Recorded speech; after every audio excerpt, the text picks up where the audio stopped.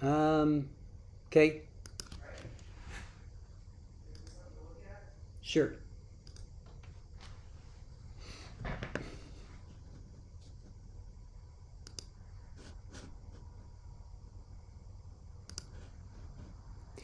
Hello and welcome to Trial TV Live. I am the Squeegee of Justice. Thank you so much for joining us today as we continue our coverage of California versus Carlos Dominguez. We are in day 23. Closing arguments are today. So I just want to double check that my audio is okay. Welcome to Trial TV Live. All right, good. How's everybody doing today? Thank you for joining us over here. Alice, how are you? Diana, good to see you. Brat, good morning to you. Charmaine and Suber, great to see you. Widespread Panic, thank you so much for being our backup for taking notes. Kate, good to see you. You're going to be here for the next 10 minutes. All right, Only Fan, hello to you. Therapist, you know.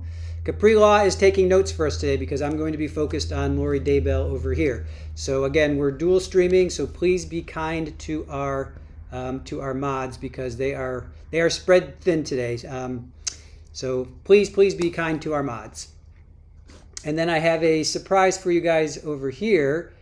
During lunch, I'm going to stream this during lunch. Oh, hold on.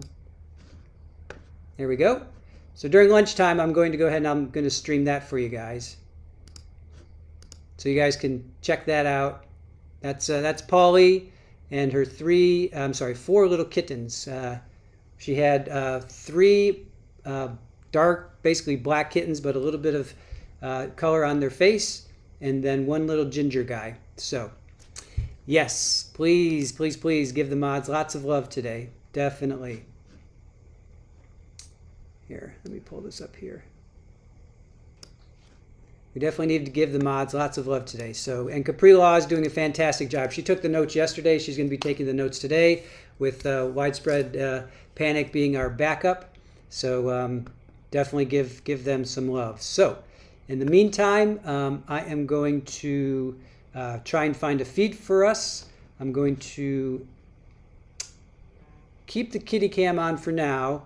And then once a feed comes up, I'll go ahead and I'll get us live. So the question is, who's going to kick in first, Lori or Carlos?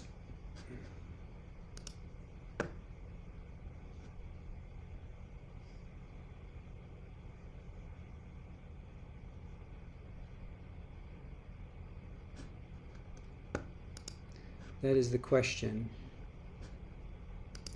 That is the question.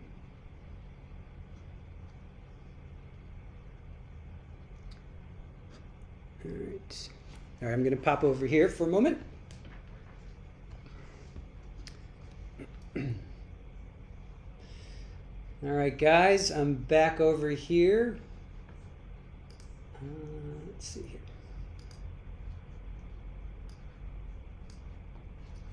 Let's see if we pull our feed up here. Let's see.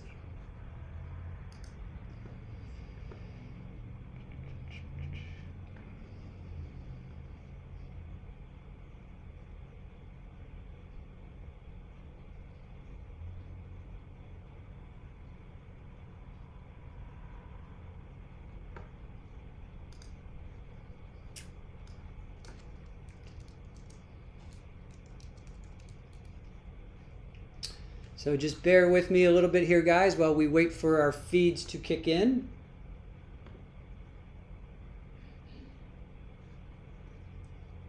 Aaron's telling me no advisory council for Lori if they don't show up. Apparently the deal is Lori's advisory council hasn't arrived. Judge given until 12:50, and if advisory council isn't there, they are starting regardless. Wow. Wow, like everybody's like, why is everybody leaving her? That's amazing. Why is everybody leaving Lori? They're abandoning Lori. That's insane. Yep, I know my other mic is on. Is that a bad thing? Does that bother you guys? Is the other mic on bothering you guys? All right, I'll turn this off here.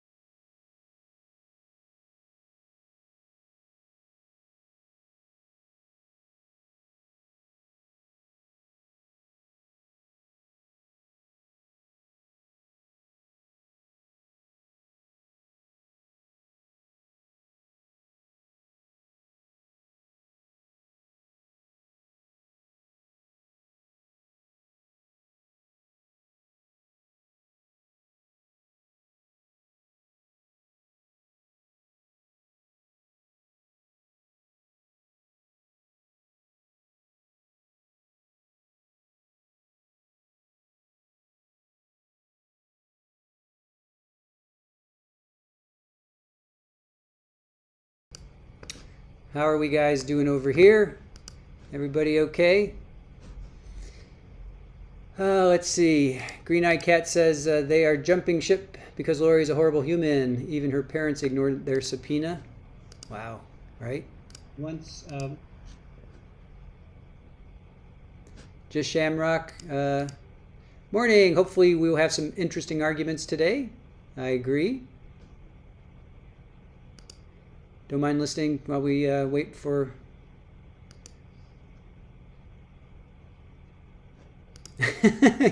You guys are partying over here? Awesome.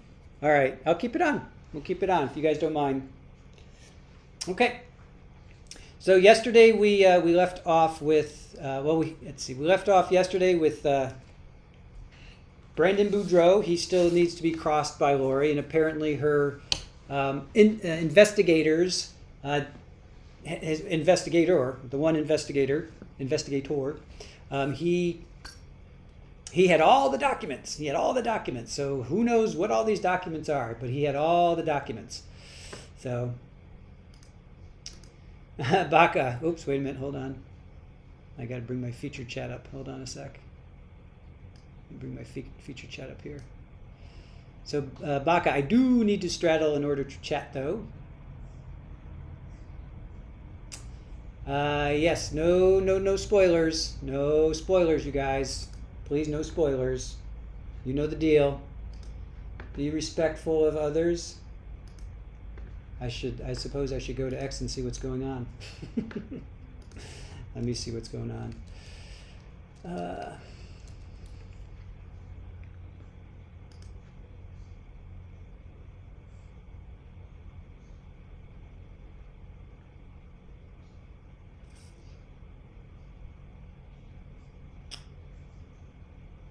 All right, so 20, okay, that was 20 hours ago. Hold on, what's, well,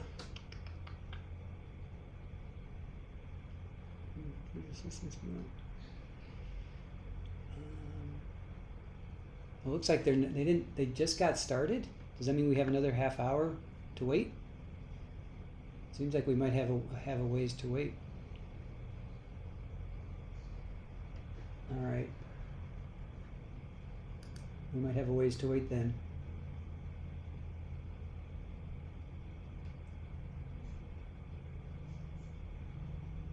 It does look like they didn't start. I'm reading Nate's post. It looks like they didn't start. They only started like 6 minutes ago, so that means we're not going to... Remember, we're on a 30-minute delay, so this may not start until 1:30. We'll have to keep an eye on that. So in the meantime, enjoy Polly and her sweet little kids. Yes, little Polly. I see she rolled over. Queen Olive Ruth Ann says, I think Lori saying that her investigator has all the documents is her way of postponing having to cross Brandon, almost like the dog ate my homework, so I can't do anything. That is true. Okay, we've got a feed here. Hold on. Let me focus here for a second. I've got to kill this feed. Sorry, that was a bad choice of words. We have to end that feed and come over here because we have a live feed here. All right, we have a live feed there, and we'll stay on that for the foreseeable future. And we'll stay there, and I'm going to jump over here for Carlos to see if we have a feed over here.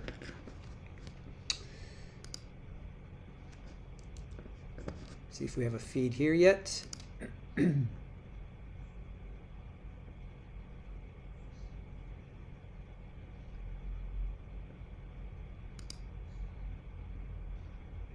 I met Jen after she was ghosted by an ex. Sorry. Not that.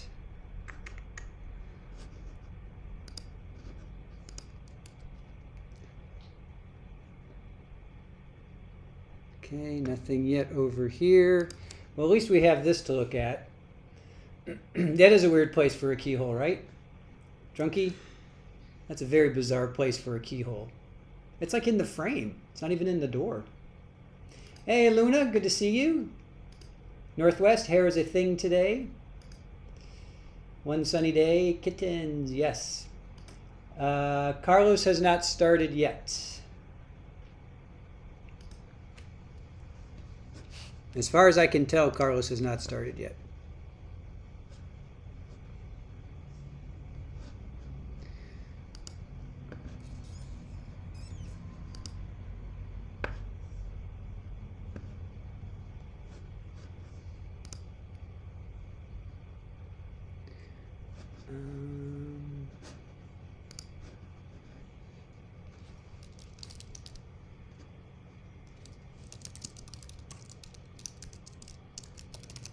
All right.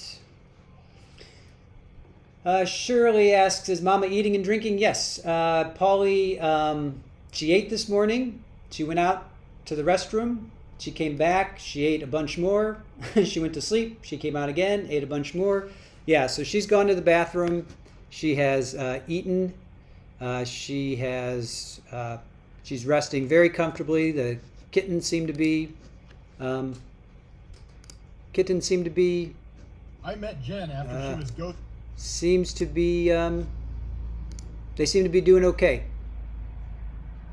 Everybody seems to be doing okay, so thank you for asking. Hey, Anja, good to see you. Yeah, so during lunch, we'll put on kitty cam. Is cat nipple cream a thing? I don't know. I don't know, therapist.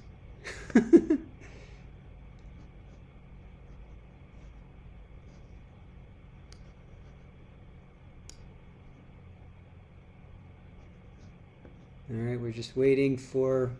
At least we have this feed set. Hey, Shelly Beans, kitties are so cute. Ginger is my favorite.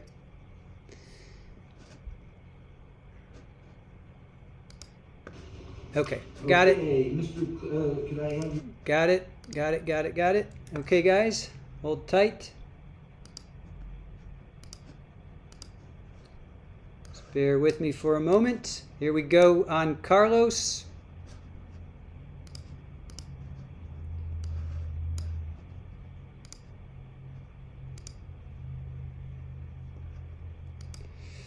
Come on. Come on.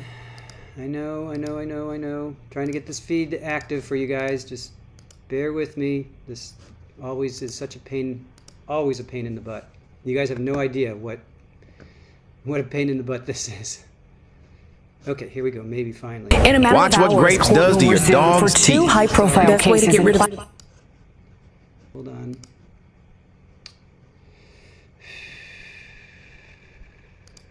Just hold on. Just bear with me. Oh, come on. Come on, come on, come on. Stupid ads. I can't get... Oh, I hate this website. Absolutely hate this website.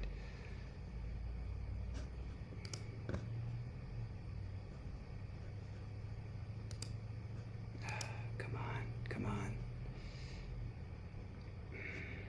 I'm going to have to wait for the YouTube channel because this website is just acting up.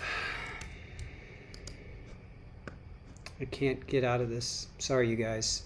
We're just hang in there. Just bear with me.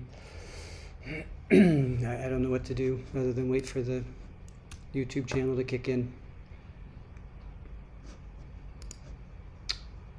Oh, this is so irritating. Stop it.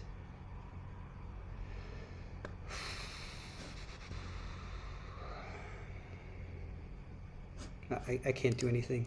I can't do anything other than just wait. We're missing all of this.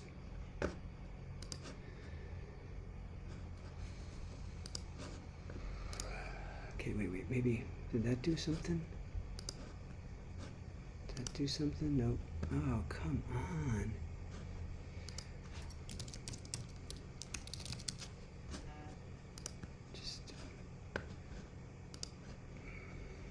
Just hang in there, guys. Just please, please, please, just hang in there. I'm trying my best. I'm doing my best, okay? Just doing my best. Just hang in there. I can't get it to work on my system here. I have to wait for the YouTube channel to kick in because the website is not working for me right now. So, and he's talking and we're missing all of this. Oh, this...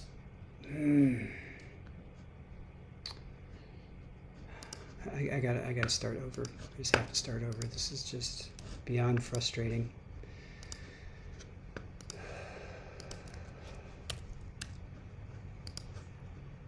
I can't get it to work here, so it's not allowing me to work. It's not allowing me to work. It's the ad just. We have to wait for the YouTube channel to kick in. Hopefully it will sometime, because I can't get it to work here.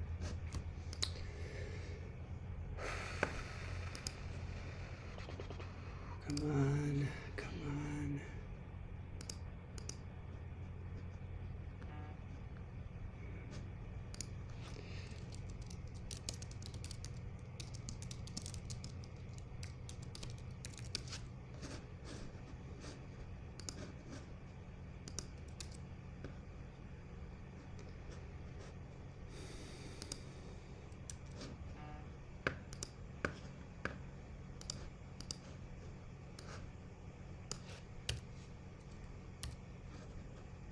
Try this.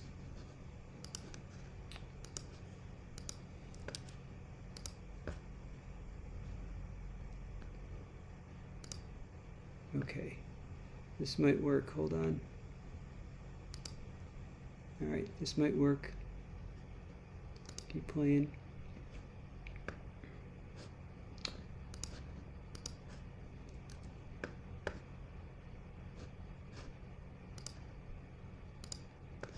All right.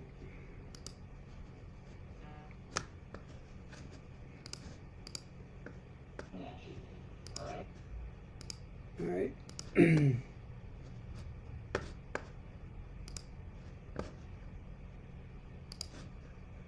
Trial, they have a final argument. So 1, 2, 3. But first, legal instructions. All right. And I think I'm probably going to tell you more than once, but it's a stack, maybe 30 or 40 pages. You're going to get a copy of these instructions in the jury room, okay? So when I'm reading them to you right now, it may be a lot of information coming at you, all right? The lawyers are going to tell you what they think the facts are based on the evidence and how it applies to these legal instructions, okay? But you're going to have a copy of these. I'll make as many copies as we need for the jury room, all right? Do your best to follow along. It's not like reading a book to your children. The Judicial Council has drafted these. I've modified some of them, but they're still in legal language. All right, so just bear with it. You're going to be able to work through these. All right, let's get started. Each of them has a number that relates to the Judicial Council standard form. This is Karim 200, members of the jury. I will now instruct you on the law that applies to the case. I will give you a copy as indicated to use in the jury room. You, the jury, must decide what the facts are. It's up to all of you and you alone to decide what happened, based only on the evidence that has been presented to you in this trial. You must not let bias, sympathy, prejudice, or public opinion influence your assessment of the evidence or your decision. Many people have assumptions and biases about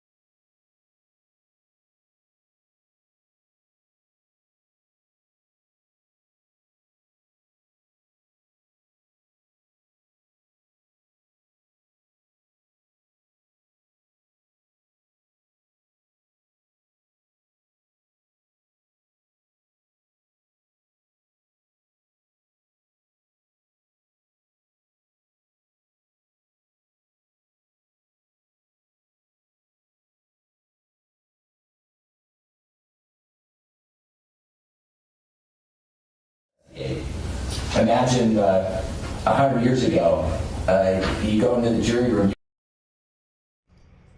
All right, guys, sorry about that. Let me go to the YouTube channel. Totally my fault. Just bear with me and let's start over. Let's call this take 2. That's accurate. Do not ask the court reporter questions during the readback. All right, let's do this over again.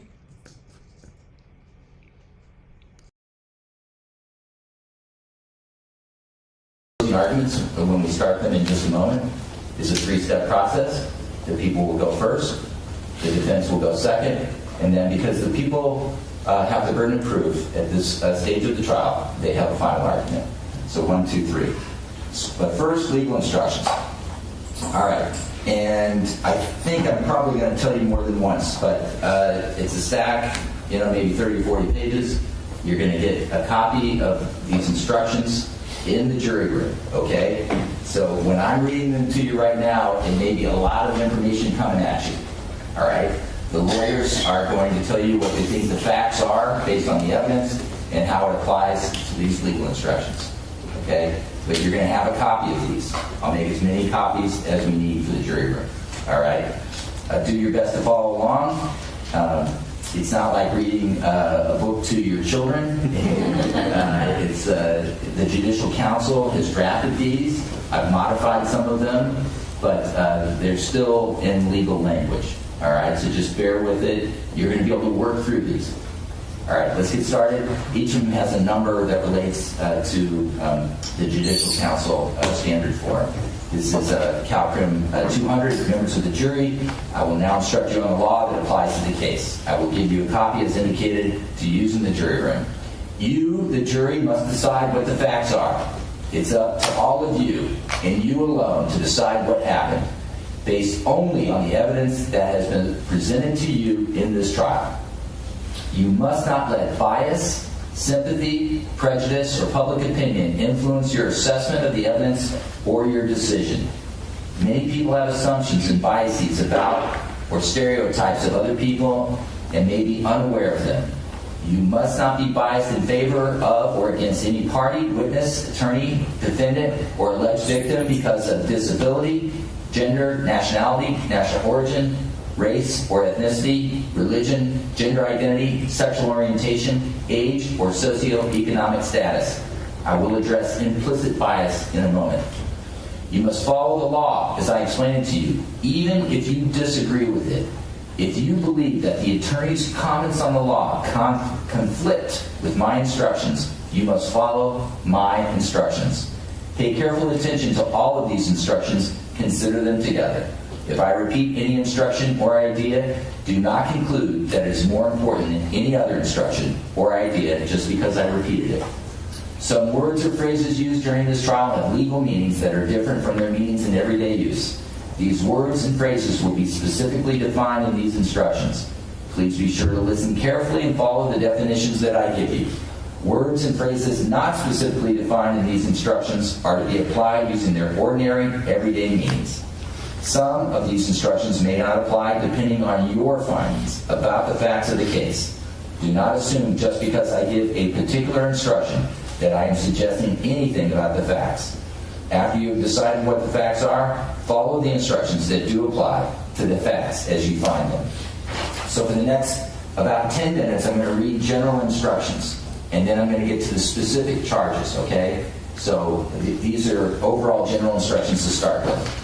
CalCrim 201, and you've heard this before, do not use the internet, a dictionary, a law book, or medical book, or any other source of information in any way in connection with this case, either on your own or as a group. Do not investigate the facts or the law or do any research regarding this case, either on your own or as a group. Do not conduct any tests or experiments or visit the scene of any event involved in this case. If you happen to pass by the scene, do not stop and investigate. Imagine 100 years ago, you go into the jury room, you wouldn't be able to investigate and so forth. Nowadays, with your iPhones, you could start Googling anything or searching for anything. So don't do that. You should turn your phones off and then agree as a jury, hey, we're going to, every half hour or whatever time period is appropriate for you, we'll allow a short break to check on whatever, an hour and a half or whatever time. But turn the phones off while you're deliberating. And obviously don't use them for this case. CalCrim 202, you've been given notebooks and may have taken notes during the trial. You may use your notes during deliberations. Your notes are for your own individual use to help you remember what happened during the trial. Keep in mind, your notes may be inaccurate or incomplete. If there's a disagreement about the testimony and stipulations at trial, you may ask that the court reporter's record be read back to you. It is the record that must guide your deliberations, not your notes. You must accept the court reporter's record as accurate. Do not ask the court reporter questions during the readback and do not discuss the case in the presence of the court reporter. Please do not remove your notes from the jury room. When you take your notes into the jury room, leave them there. At the end of this trial, your notes will be collected and they will be destroyed. CalCrim 121, I've read this before, I want to repeat. Some testimony was given in Spanish. An interpreter has provided a translation for you at that time the testimony was given. You, the jury, must rely on the translation provided, even if you understand the language spoken by the witness. Do not retranslate testimony for other jurors. If you believe the court interpreter translated testimony incorrectly, let me know by writing a written note. CalCrim 207. It is alleged that the crimes occurred on April 26th, 2023, April 29, 2023, and May 1st, 2023. The people are not required to prove the crimes took place exactly on those days, but only that they happened reasonably close to those days. Implicit bias, Calcrim 209. In your role as a juror, you must not let bias influence your assessment of the evidence or your decisions. I will now provide some information about how bias might affect decision making. Our brains help us navigate and respond quickly to events by grouping and categorizing people, places, and things. We all do this. These mental shortcuts are helpful in some situations, but in the courtroom, they may lead to biased decision making. Bias can affect what we notice and pay attention to, what we see and hear, what we remember, and how we perceive people, and how we make decisions. We may favor or be more likely to believe people whom we see as similar to us or with whom we identify. Conversely, we may disfavor or be less likely to believe people whom we see as different. Although we are aware of some of our biases, we may not be aware of all of them. We refer to those biases as implicit or unconscious. They may be based on stereotypes we would reject if someone brought that to our attention. Implicit or unconscious bias can affect how we perceive others and how we make decisions without our being aware of their effect. To ensure that bias does not affect your decisions in this case, consider these following steps. Reflect carefully and thoughtfully about the evidence. Think about why you are making each decision and examine it for bias. Resist the urge to jump to conclusions or to make judgments based on personal likes or dislikes, generalizations, prejudices, stereotypes, or biases. Consider your initial impressions of the people and the evidence in this case. Would your impression be different if any of the people were, for example, a different age, gender, race, religion, or otherwise? Was your opinion affected because that person has a disability or speaks in a language other than English or with an accent? Think about the people involved in this case as individuals. Focusing on individuals can help reduce the effect of stereotypes on decision making. Listen to the other jurors. Their backgrounds, experiences, and insights may be different from yours. Hearing and sharing different perspectives may help identify and eliminate biased conclusions. The law demands that jurors make unbiased decisions, and these strategies can help you fulfill that important responsibility. You must base your decisions solely on the evidence presented in this case, your evaluations of that evidence, your common sense and experience, and these legal instructions. Calcrim 220, the fact that a criminal charge has been filed against the defendant is not evidence that the charge is true. You must not be biased against the defendant just because he has been arrested, charged with a crime, brought to trial. A defendant in a criminal case is presumed to be innocent. The presumption requires that the people prove the defendant guilty beyond a reasonable doubt. Whenever I tell you the people must prove something, I mean they must prove it beyond a reasonable doubt. Proof beyond a reasonable doubt is proof that leaves you with an abiding conviction that the charge is true. The evidence need not eliminate all possible doubt because everything in life is open to some possible or imaginary doubt. In deciding whether the people have proven their case beyond a reasonable doubt, you must impartially consider all the evidence that was received throughout the entire trial. Unless the evidence proves the defendant guilty beyond a reasonable doubt, he is entitled to an acquittal, and you must find him not guilty. Calcrim Evidence 222. Evidence is the sworn testimony of witnesses, the exhibits admitted into evidence, and anything else I told you to consider as evidence. Nothing that the attorneys say is evidence. In their opening statements, which we heard, and in a moment in closing arguments, the attorneys discussed this case. Their remarks are not evidence. Their questions are not evidence. Only the witnesses' answers are evidence. The attorney's questions are significant only if they helped you understand the witness' answers. Do not assume something is true just because one of the attorneys asked a question that suggested it was true. During this trial, the attorneys may have objected to questions or moved to strike answers given by the witnesses. I ruled on the objections according to law. If I sustained an objection, you must ignore the question. If the witness was not permitted to answer, do not guess what the answer might have been or why I ruled as I did. If I ordered testimony stricken from the record, you must disregard it and must not consider that testimony for any purpose. With respect to sustaining objections, one example is that you must ignore the questions asked by Prosecutor Vanderhook to the defendant about the absence of blood on his computer. The court sustained the objection to those repeated questions. You must disregard anything you saw or heard when the court was not in session, even if it was done or said by one of the parties or witnesses. During the trial, you were told that the people in the defense agreed or stipulated certain facts. This means that they both accept those facts as true. Because there is no dispute about those facts, you must accept them as true. As indicated, the court reporters made a record of everything that was said during the trial. If you decide that it is necessary, you may ask the court reporter's record be read back to you. You must accept the court reporter's record as accurate. Calcrim 223. Facts may be proved by direct or circumstantial evidence or by a combination of both. Direct evidence can prove a fact by itself. For example, if a witness testifies he saw it raining outside before he came into the courthouse, that testimony is direct evidence that it was raining. Circumstantial evidence also may be called indirect evidence. Circumstantial evidence does not directly prove the point to be decided, but is evidence of another fact or group of facts from which you may logically and reasonably conclude the truth of the fact in question. For example, if a witness testifies that that he saw someone come inside wearing a raincoat covered with drops of water, that testimony is circumstantial evidence because it may support a conclusion that it was raining outside. Both direct and circumstantial evidence are acceptable types of evidence to prove or disprove the elements of a charge, including intent and mental state and acts necessary to a conviction. And neither is necessarily more reliable than the other. Neither is entitled to any greater weight than the other. You, the jury, must decide whether a fact and issue has been proven based on the evidence. Calcrim 225, the people must prove not only that the defendant did the acts charged, but also that he acted with a particular intent or mental state. The instruction for each crime and allegation explains the intent or mental state required. An intent or mental state may be proven by circumstantial evidence.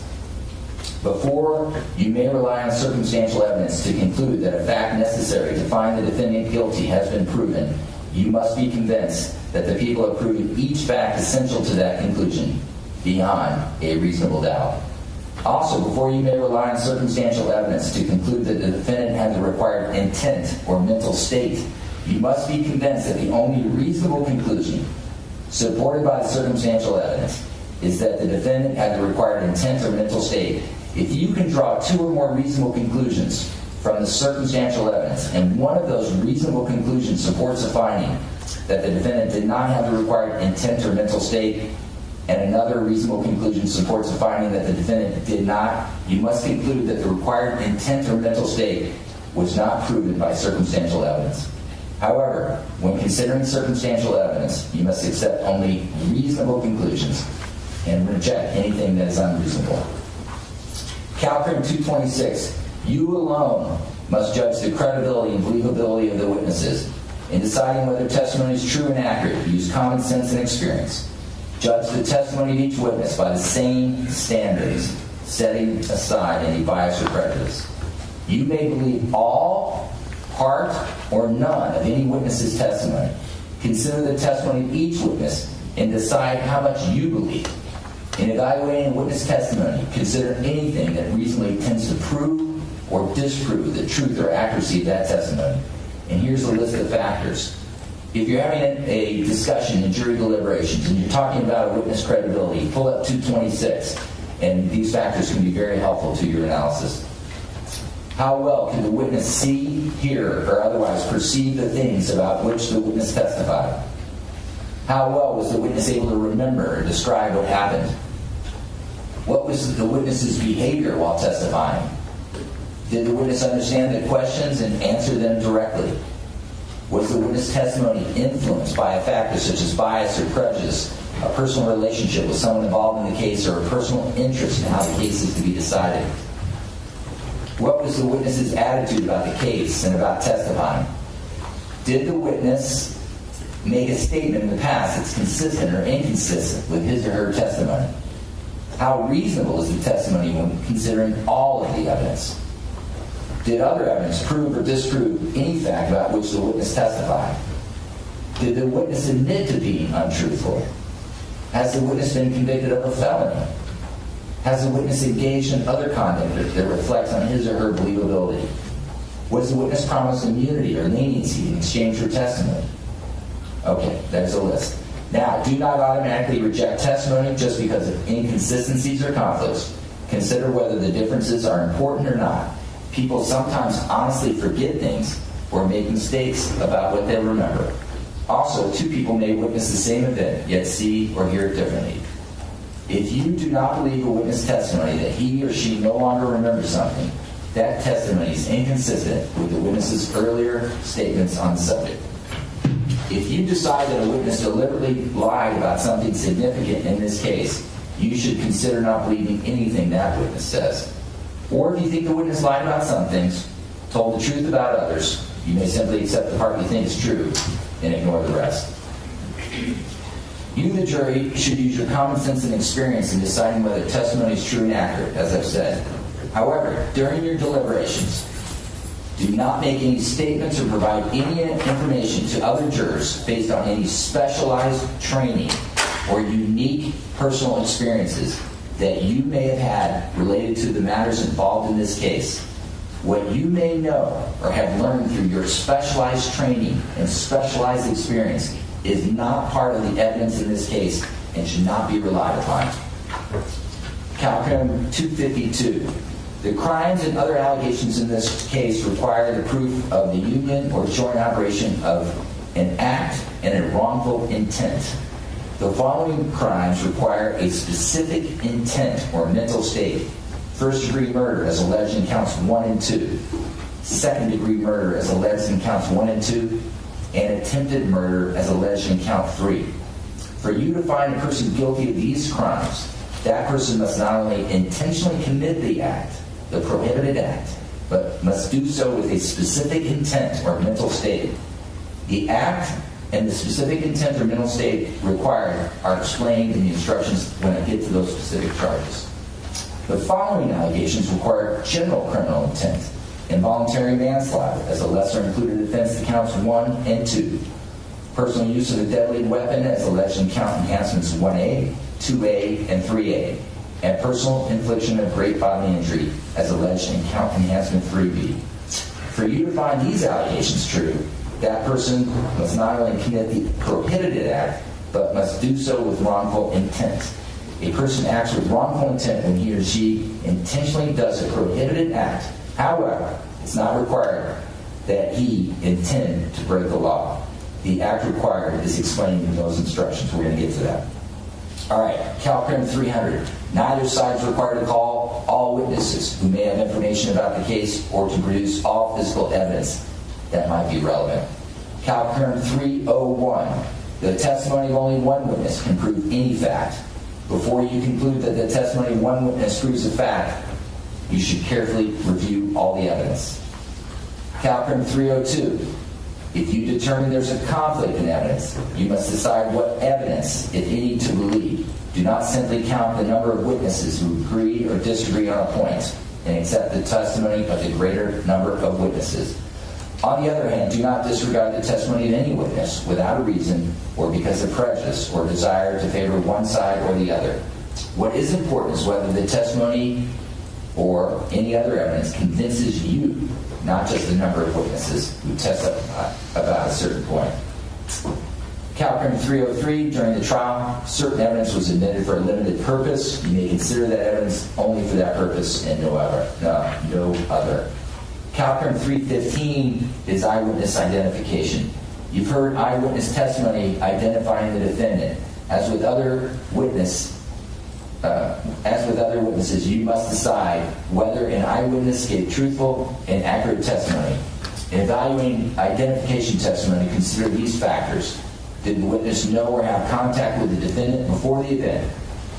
How well could the witness see the perpetrator? What were the circumstances affecting the witness's ability to observe, such as lighting, weather conditions, obstructions, distance, and duration of observation?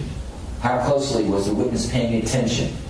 Was the witness under stress when he or she made the observation? Did the witness give a description?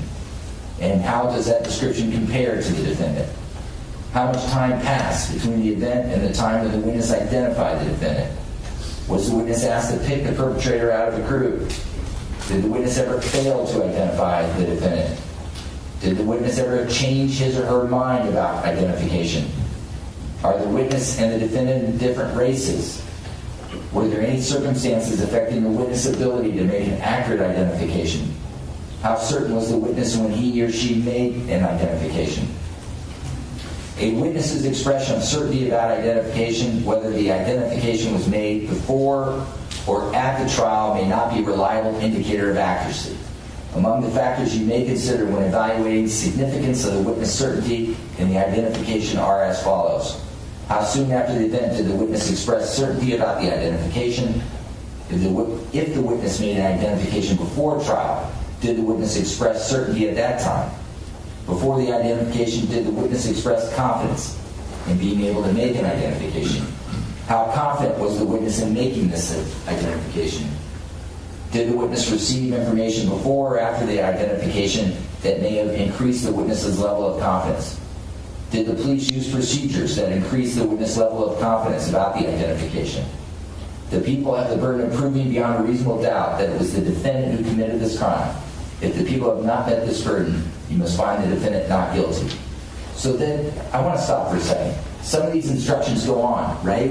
So right now, you can't process every exact thing I'm saying.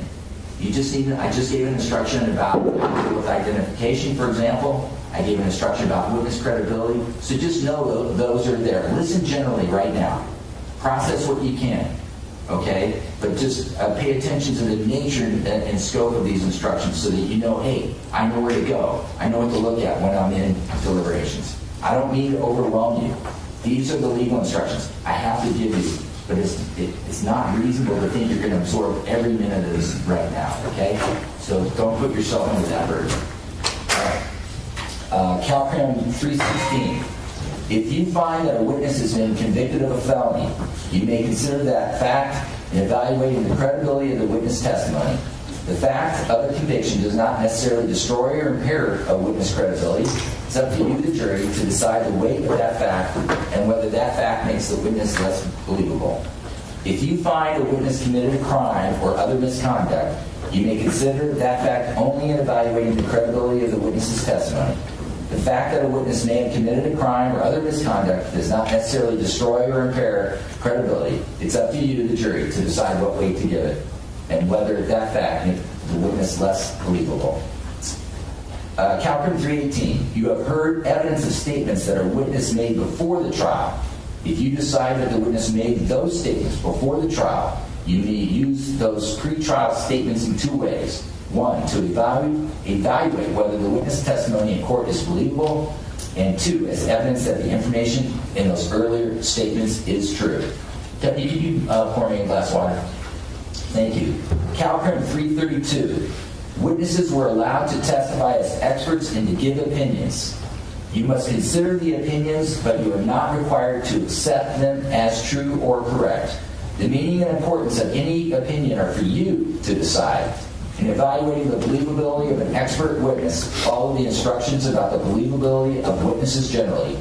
In addition, consider the expert's knowledge, skill, experience, training, and education, the reasons the expert gave for any opinion, and the facts or information on which the expert relied in reaching that opinion.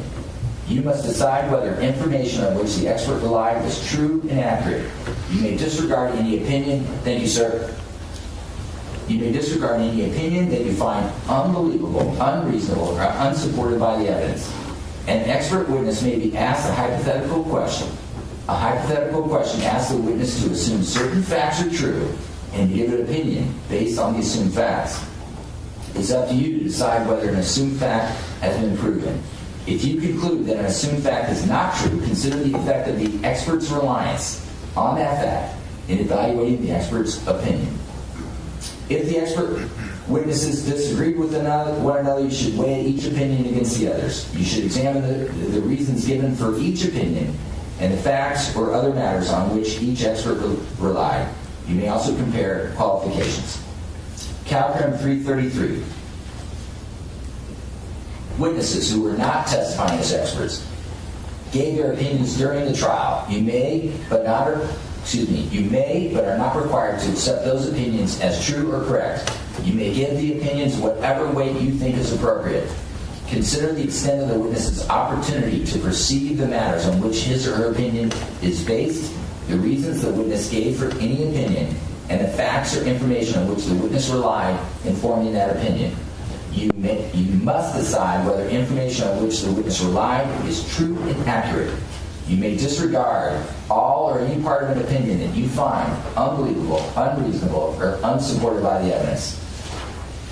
Calcrim 358. You've heard evidence that the defendant made oral statements before the trial and or while the court was not in session. You must decide whether the defendant made those statements in whole or in parts.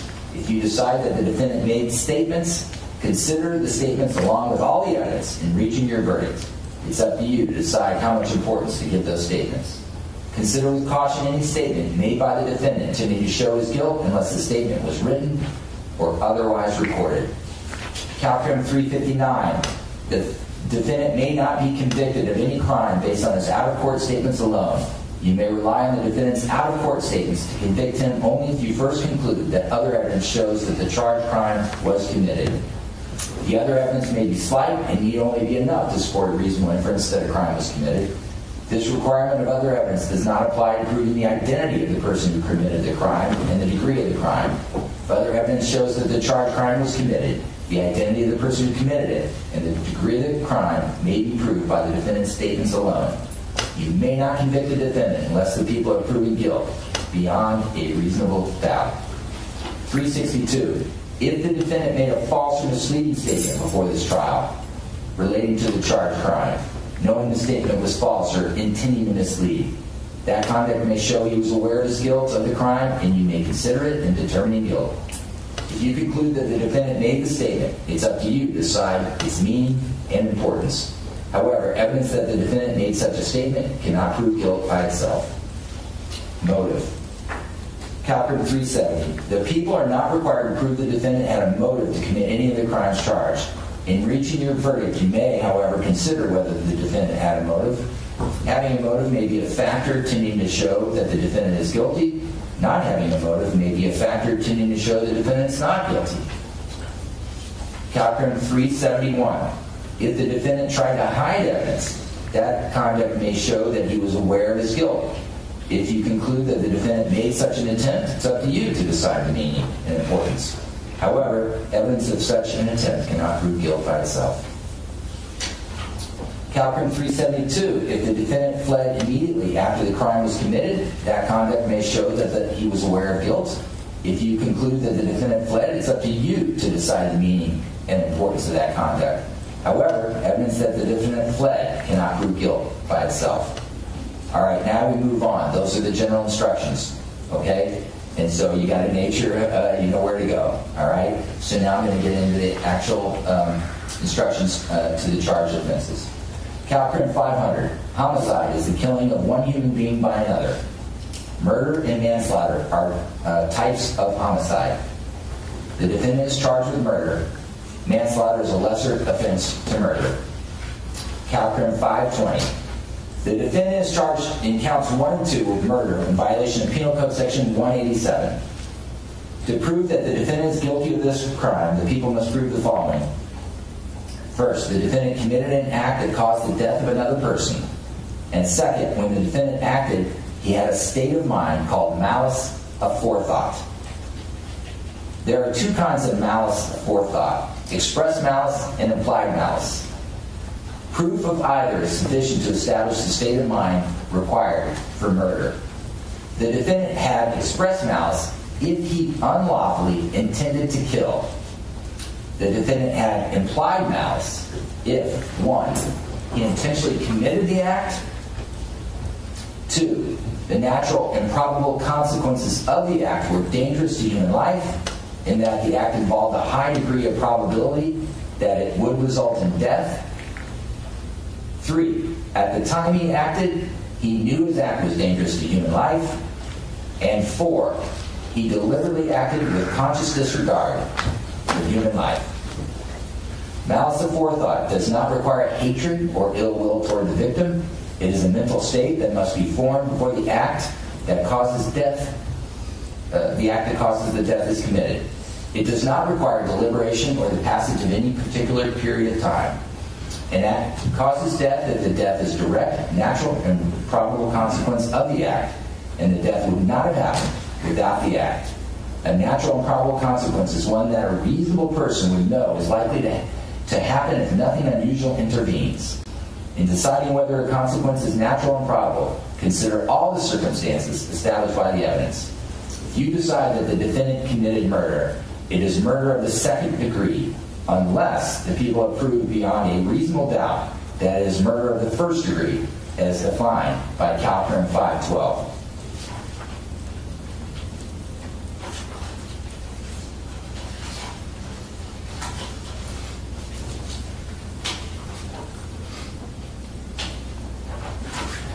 Do I have that instruction, counsel? 512? 512. So as well. Do you have a hard copy of that?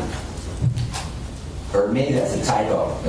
That's why it threw me. That's a typo. Yeah. It's not 512, it's 521. Yes. And I do, of course I have 521. I'm going to read that next. All right? There's a typo there. Fixed. 521. The defendant is guilty of first-degree murder if the people have proven that he acted willfully, deliberately, and with premeditation.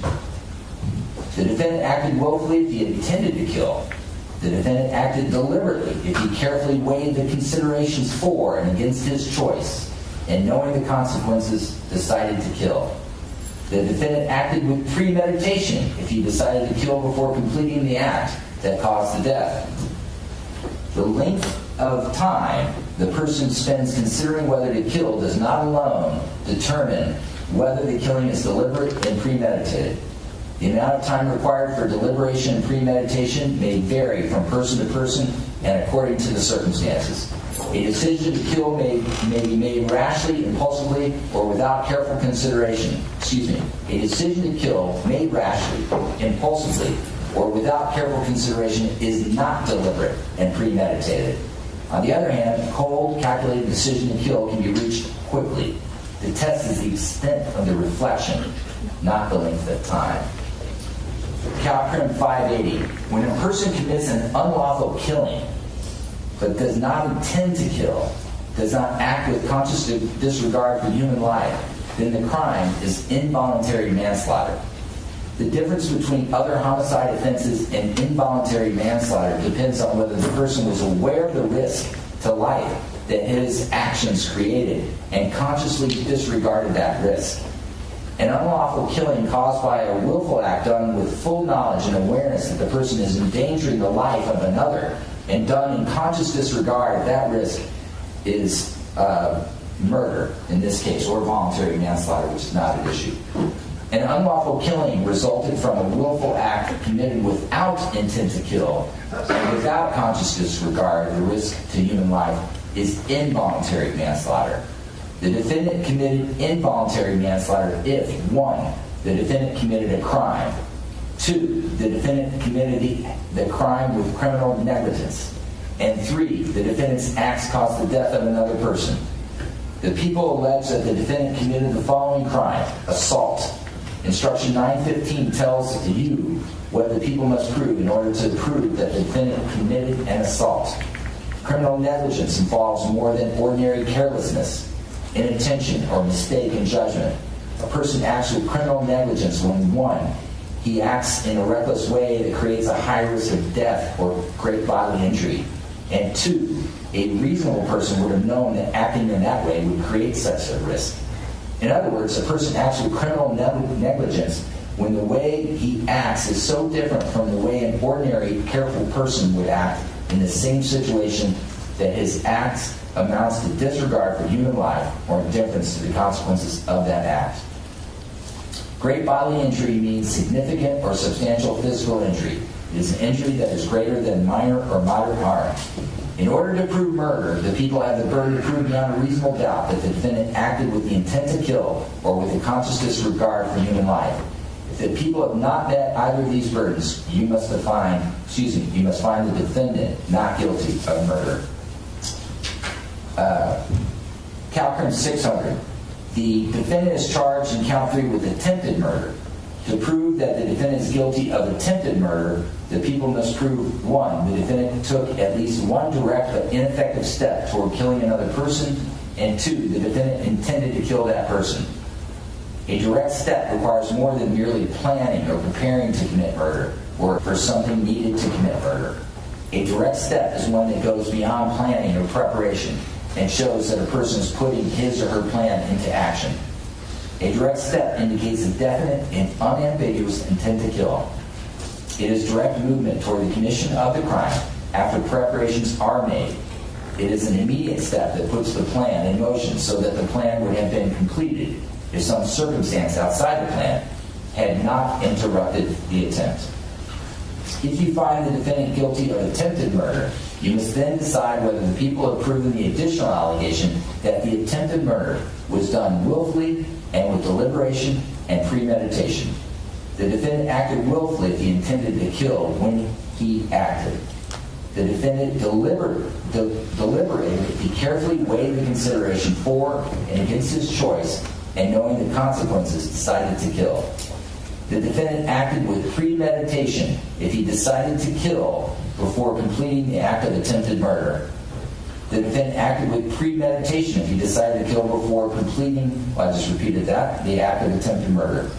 The length of time the person spends considering whether to kill does not alone determine whether the attempted killing is deliberate and premeditated.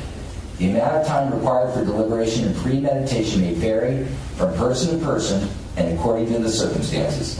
A decision to kill made rashly, impulsively, or without careful consideration of the choice and its consequences is not deliberate and not premeditated.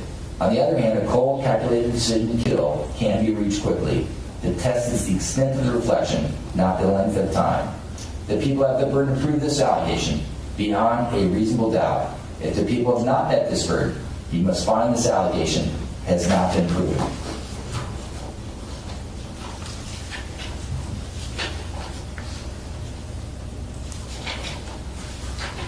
Just a moment.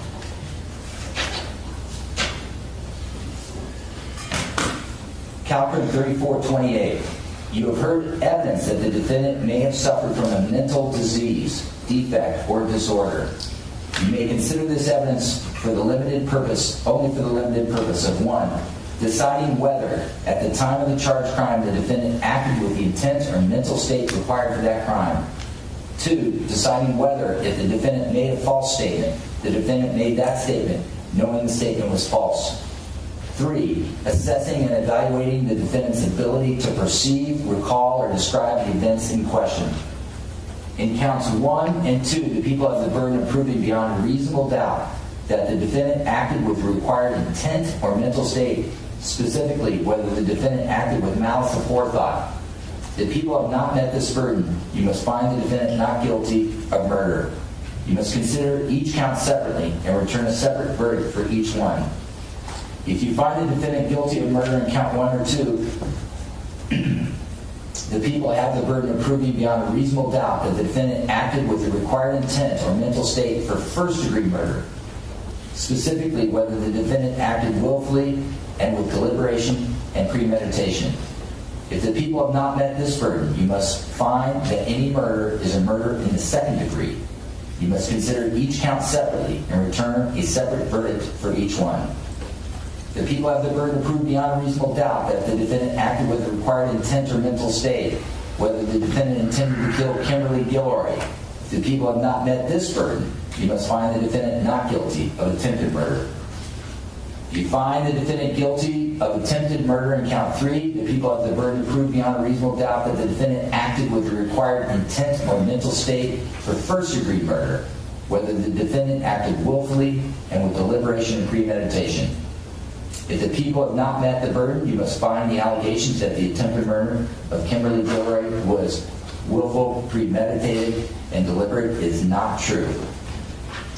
Calcrim 331. In evaluating the testimony of a person with a mental impairment, consider all the factors surrounding that person's testimony, including his or her level of cognitive development.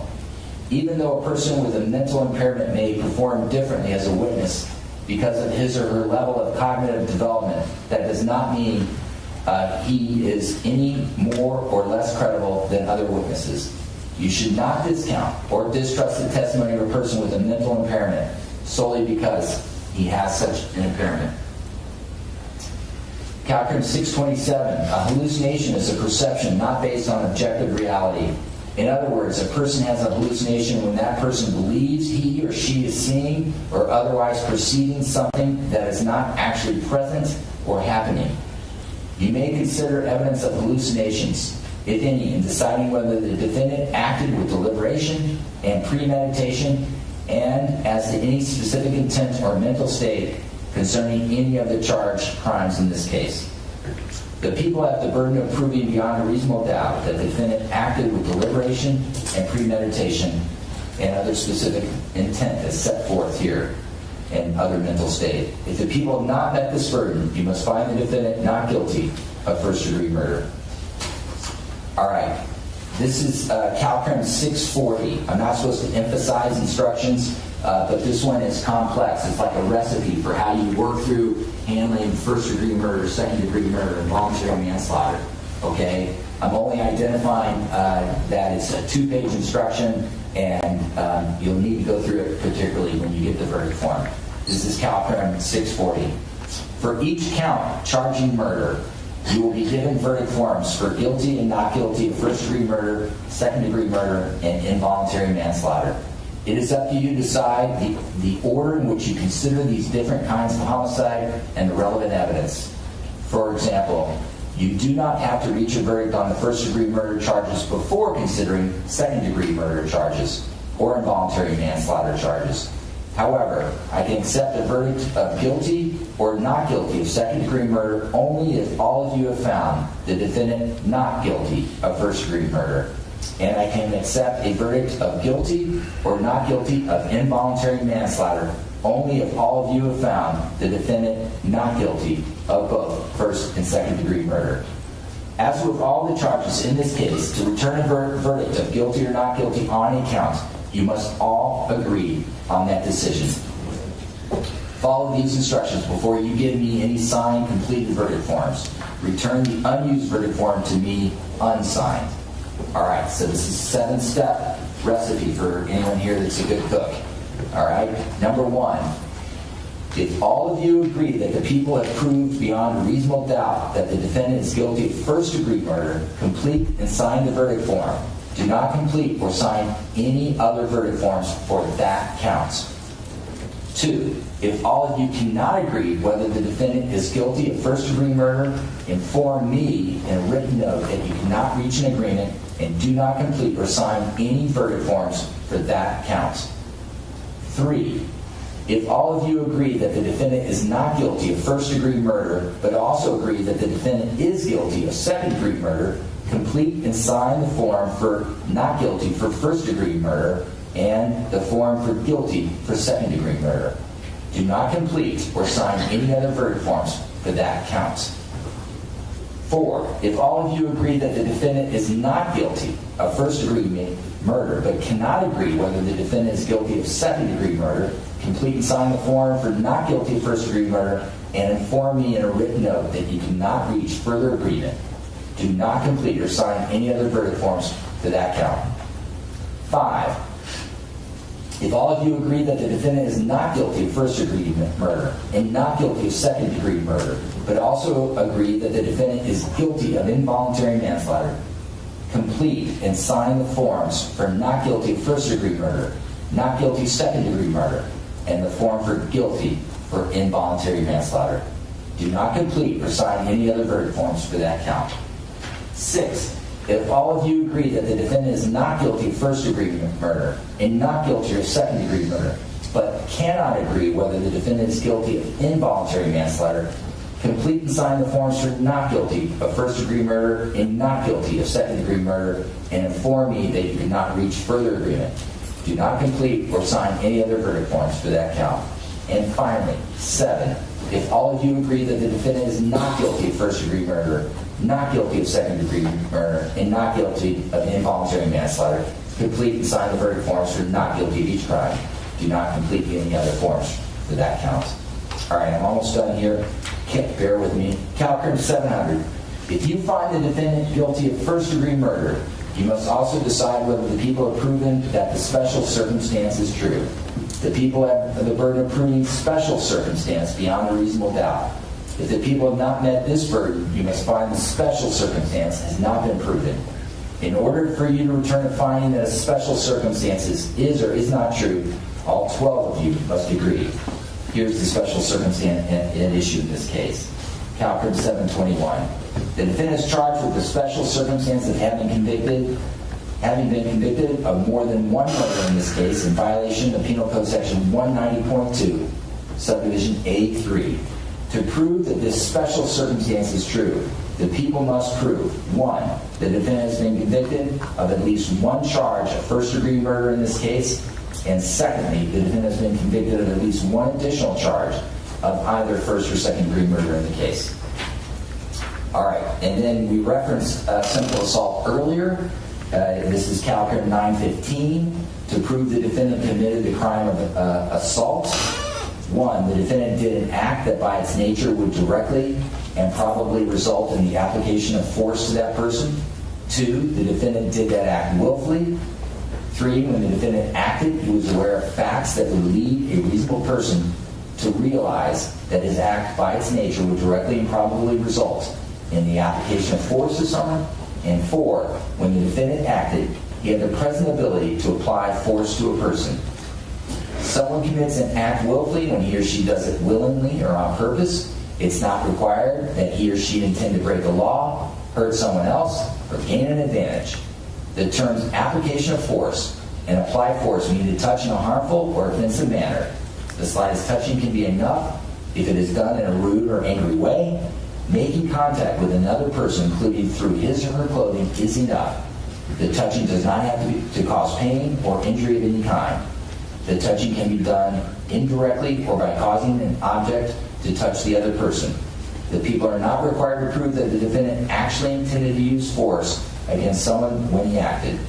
No one needs to actually have been injured by the defendant's acts, but if someone's injured, you may consider that fact, along with the other evidence, in deciding whether the defendant committed an assault. Voluntary intoxication is not a defense to assault. All right. Great bodily injury. Calcrim 3160. If you find the defendant guilty of the crime charged in count 3, you must decide whether the people have proven the additional allegation that the defendant personally inflicted great bodily injury on Kimberlee Guillory during the commission of that crime. Great bodily injury means significant or substantial physical injury. It's an injury that is greater than minor or moderate harm.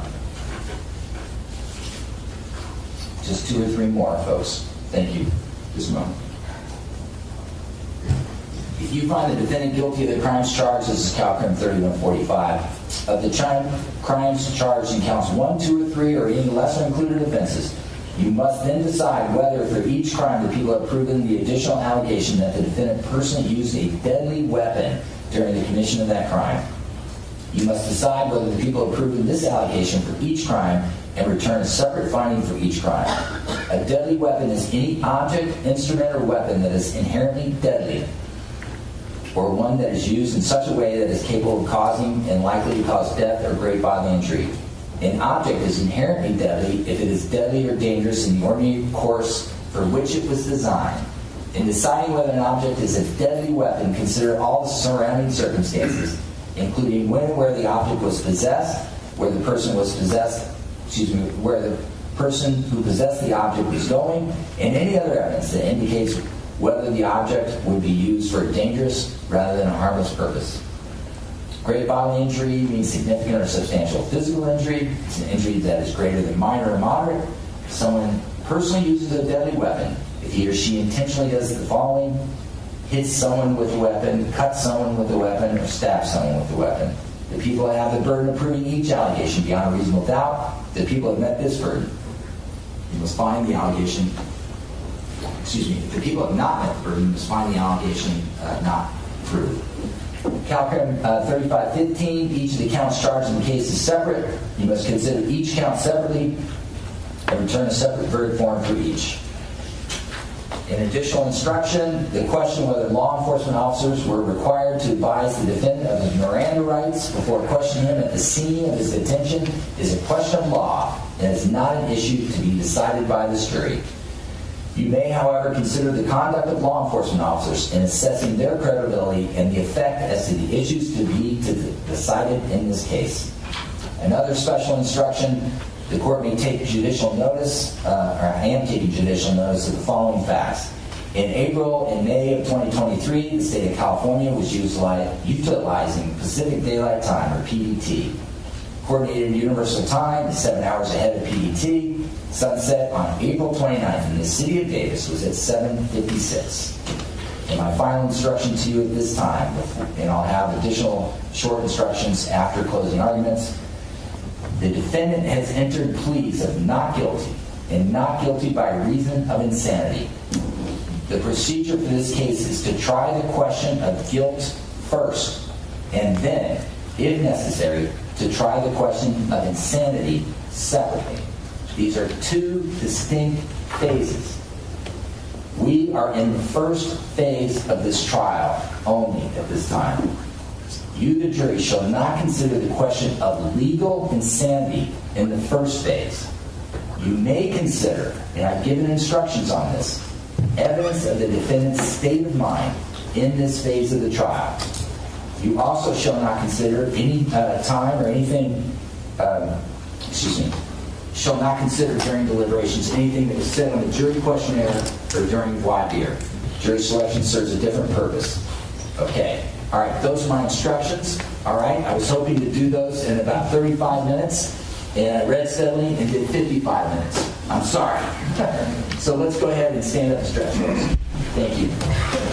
Off the record, Mr. Moore, go ahead and just get ready. Thank you, Your Honor. And I'll phone you.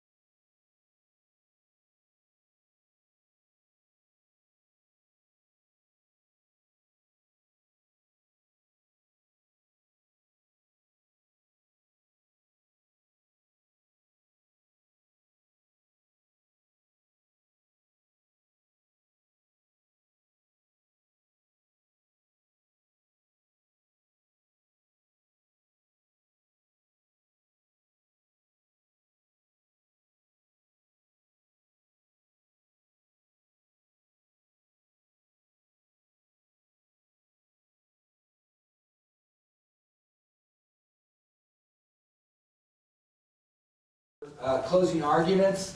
It is approximately 11 o'clock.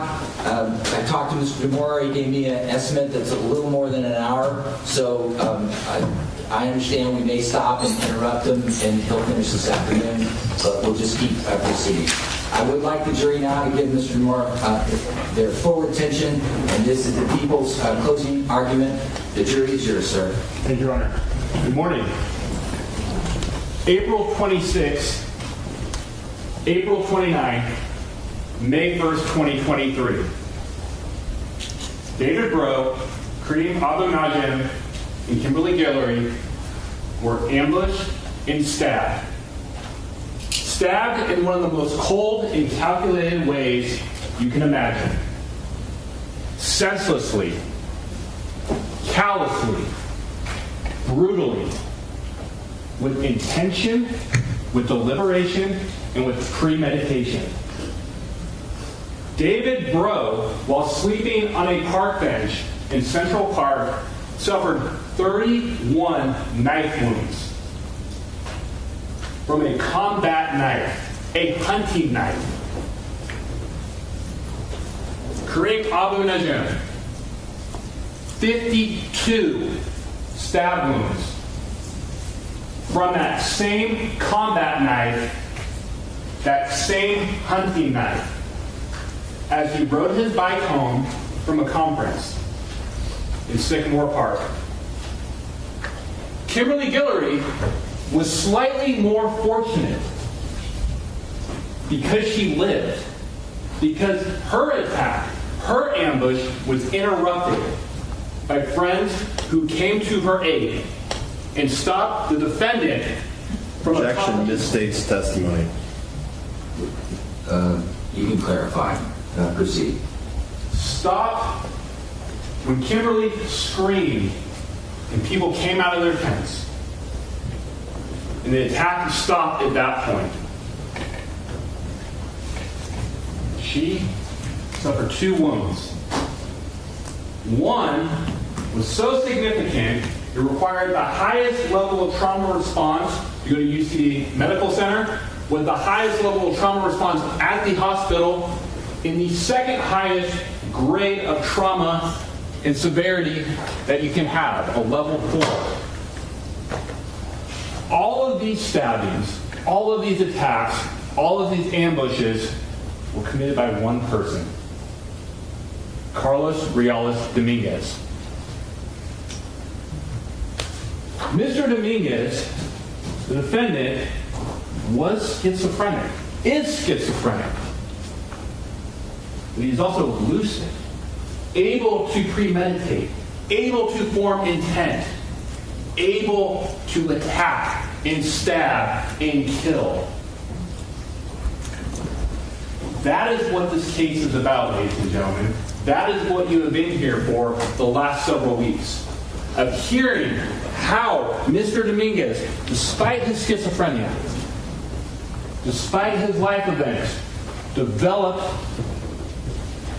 an intense anger for these 3 truly innocent people.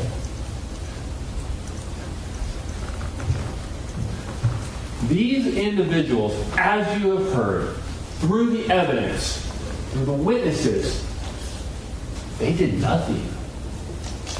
They didn't threaten Mr. Dominguez. They didn't have weapons. They simply existed and went about their lives until they were no longer able to. That is critically important in determining what happened on those days. They were targeted. David and Karim, in their last moments alive, were targeted. Kimberlee was targeted. Mr. Dominguez saw them, perceived them, approached them, stabbed them. Not once, not twice. In the instance of David, 31 times, and Karim 52, and Kimberlee twice. 85 stab wounds with that combat knife over 3 victims.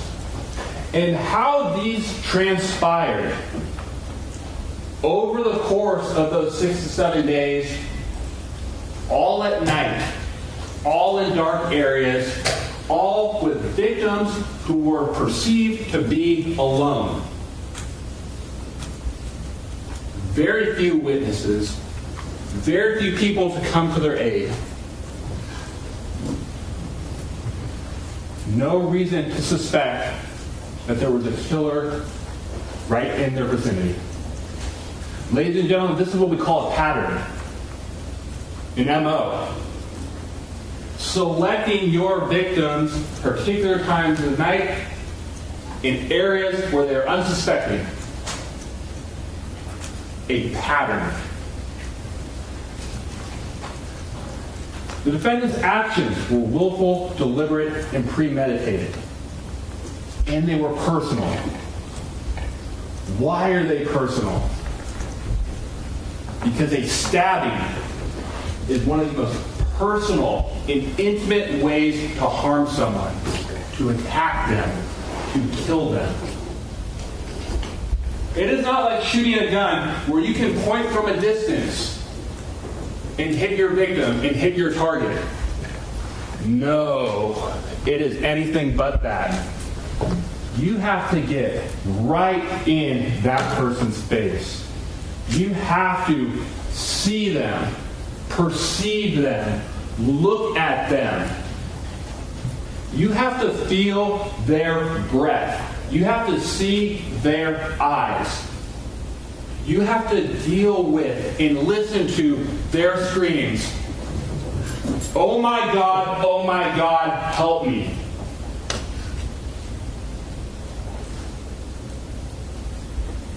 You have to feel the knife slit through their shell.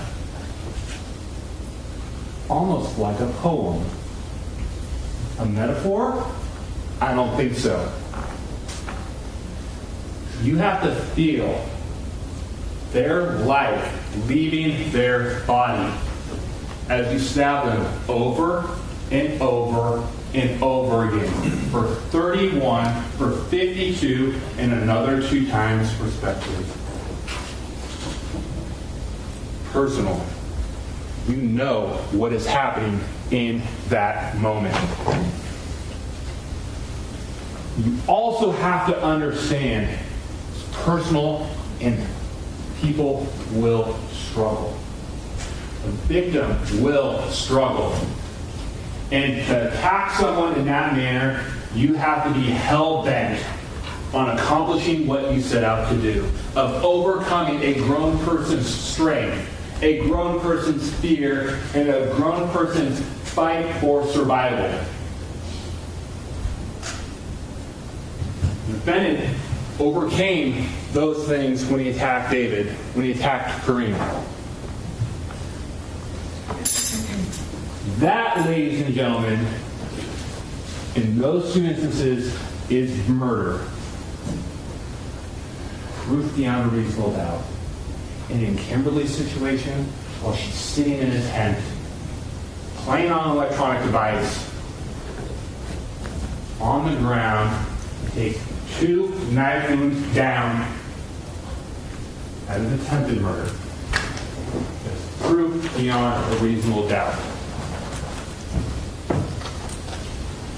Now, this case has some facts that are in dispute and some facts that are not in dispute as well. So, the issues that we are dealing with here, the issues that we are here to talk about, what is undisputed in this case? So we'll have to prove it beyond reasonable doubt, but what is undisputed? The defendant stabbed David, and David died as a result of that stabbing.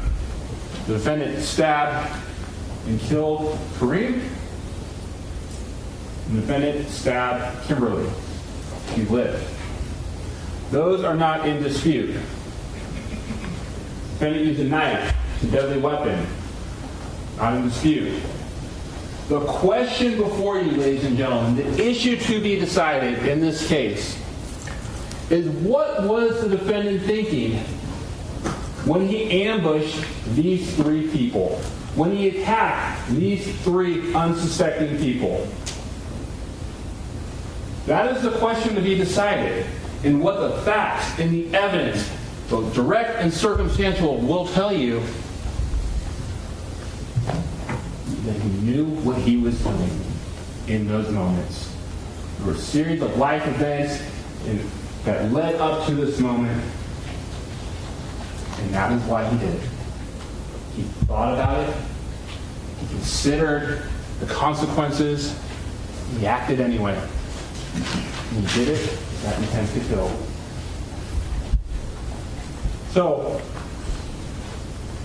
as you have sat here for 5 weeks, you've heard from dozens of witnesses, lots of testimony. And let us summarize what we have heard to date. Now, we've heard about the defendant, Mr. Dominguez, and we've heard about his story. I want to focus on what we have heard when he went to college. Now, when he went to college and he got out of Kaufman High School and went to UC Davis, he didn't do so well. Actually did very poorly, as we know, because he was expelled from the university. But that academic performance brought along with it some other issues. Some other issues that maybe were part of Mr. Dominguez's personality to begin with. Anger, punching walls, punching doors, fighting roommates, smashing phones, getting upset when he believed people were talking about him, attacking random people to ride our apartments. Yeah, college is frustrating. College is hard. But when you see a series of events like this, where your reaction to failing tests is hitting a wall, when you punch a door, you break a toilet, when you start shoving and fighting with your roommates, your fraternity brothers, you start to see this pattern. You start to see this pattern of a temper. Add to that the personal issues that Mr. Dominguez was having at the time. We heard from Kimberlee Guillory, his ex-girlfriend. We heard from Mr. Dominguez himself about this. He loved her. She had loved him at one point. And Ms. Guillory also said he was possessive. He was jealous. Mr. Dominguez didn't like her to be around his roommates. She eventually broke up with him. Now there's debate as to whether he took that well or not and got over it. But what we have heard is that he didn't actually get over it. He kept going back to her, trying to get together with her, make physical advances at her. Up to December of 2022, January of 2023, time frame is a bit hazy. Even gives her lingerie, personal intimate items. She rejects his advances, tries to keep him from getting back together with her. And so he has all these issues that are starting to come to light. And when they broke up around April or May of 2022, he writes this poem, Knife in My Hand. This defendant says it's a metaphor, but when you look at it and compare it to all the other evidence we've heard, this is not a metaphor. This is a warning. This is almost like an intent of a future act that actually ended up coming true. And up till a week before the first stabbings, he was still trying to reach out to her, trying to get together. She shuts him down. And so he has these personal issues going on. He has these issues with his roommates as well, which we heard from his former roommates, Mark Capito, Phil Hahn. They've all given evidence about his temper, his anger, how he'd smash things, how he'd fight or get upset. And then we have the knife. On December 10th of 2022, we're no longer going and talking about poems, we're talking about actual physical knives. And Mr. Dominguez, we know, everyone has an Amazon account. We know how Amazon works. You click in the search bar, you type in something, and you get like 5,000 different search results. He had 500 cached pictures of knives on his phone. Now, that is not to say he looked at 500 knives. That's to show you how many options Amazon has to purchase knives. And what he searched for, what he bought, he looked for hunting knives and combat knives. Not pocket knives, not utility knives, not folding knives, not throwing knives, not carving knives, not kitchen knives, hunting and combat. And as a result of that, he got this. A sturdy, fixed blade, double-edged weapon. Now, this idea that this was for carving and throwing at trees, the defendant said he carved into one tree, the Sycamore Park. Ladies and gentlemen, that knife has been used 3 times as many times on people as it's been used on trees. David, Karim, and Kimberlee. It's not a carving knife. The only thing it did was carve deadly wounds into his victims.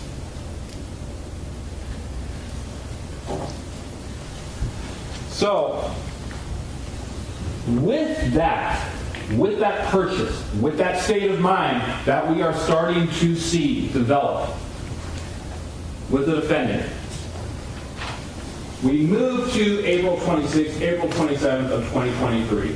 And what happened in Central Park in Davis at that time? Now, David Breaux is sitting there at night, picks a bench that is very far away from anything.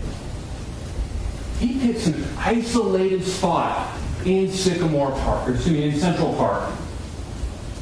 There are no footpaths there. There are no walking paths. There are no sidewalks. There are no bike lanes. There's very little light there. Why?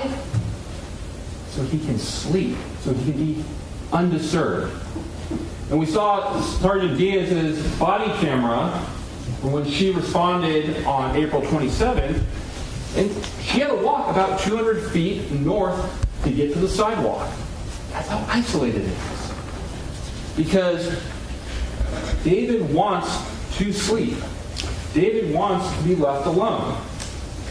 And so he makes his bed. We saw the clothes that he had laid down on the bench, so there wouldn't be a draft that came up. We saw his backpack, likely used as a pillow at that time. And he has 4 layers of clothes on him, trying to sleep. And as Dr. Jew said, he was likely laying on the bench, back out, and his face was facing the back of the bench, where the slats are.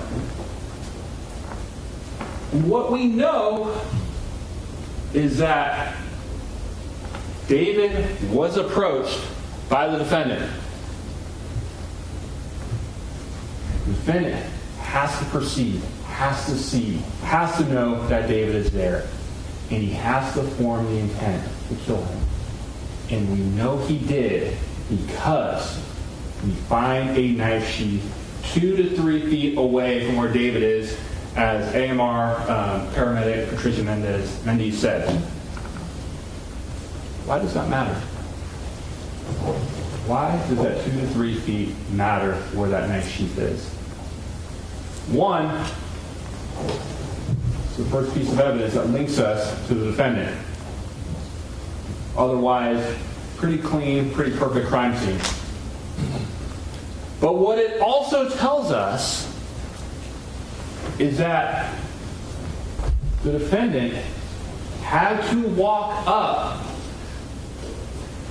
to David.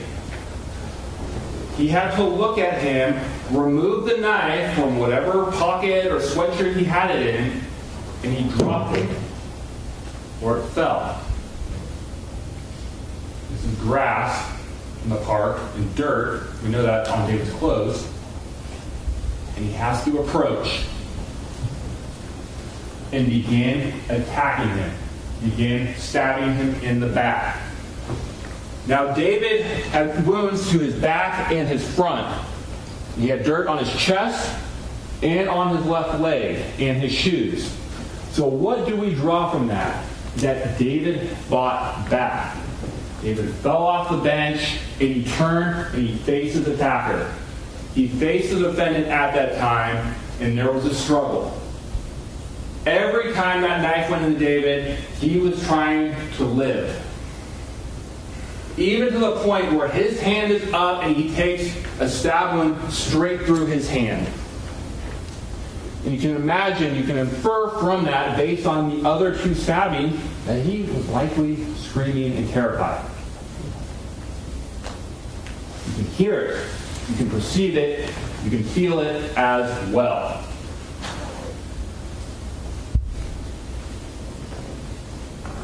Now, that knife sheath that I mentioned, that's not to prove identity. That knife sheath had Mr. Dominguez's DNA on it, had the defendant's DNA on it, and it matched the knife that he was found with on May 3rd of 2023.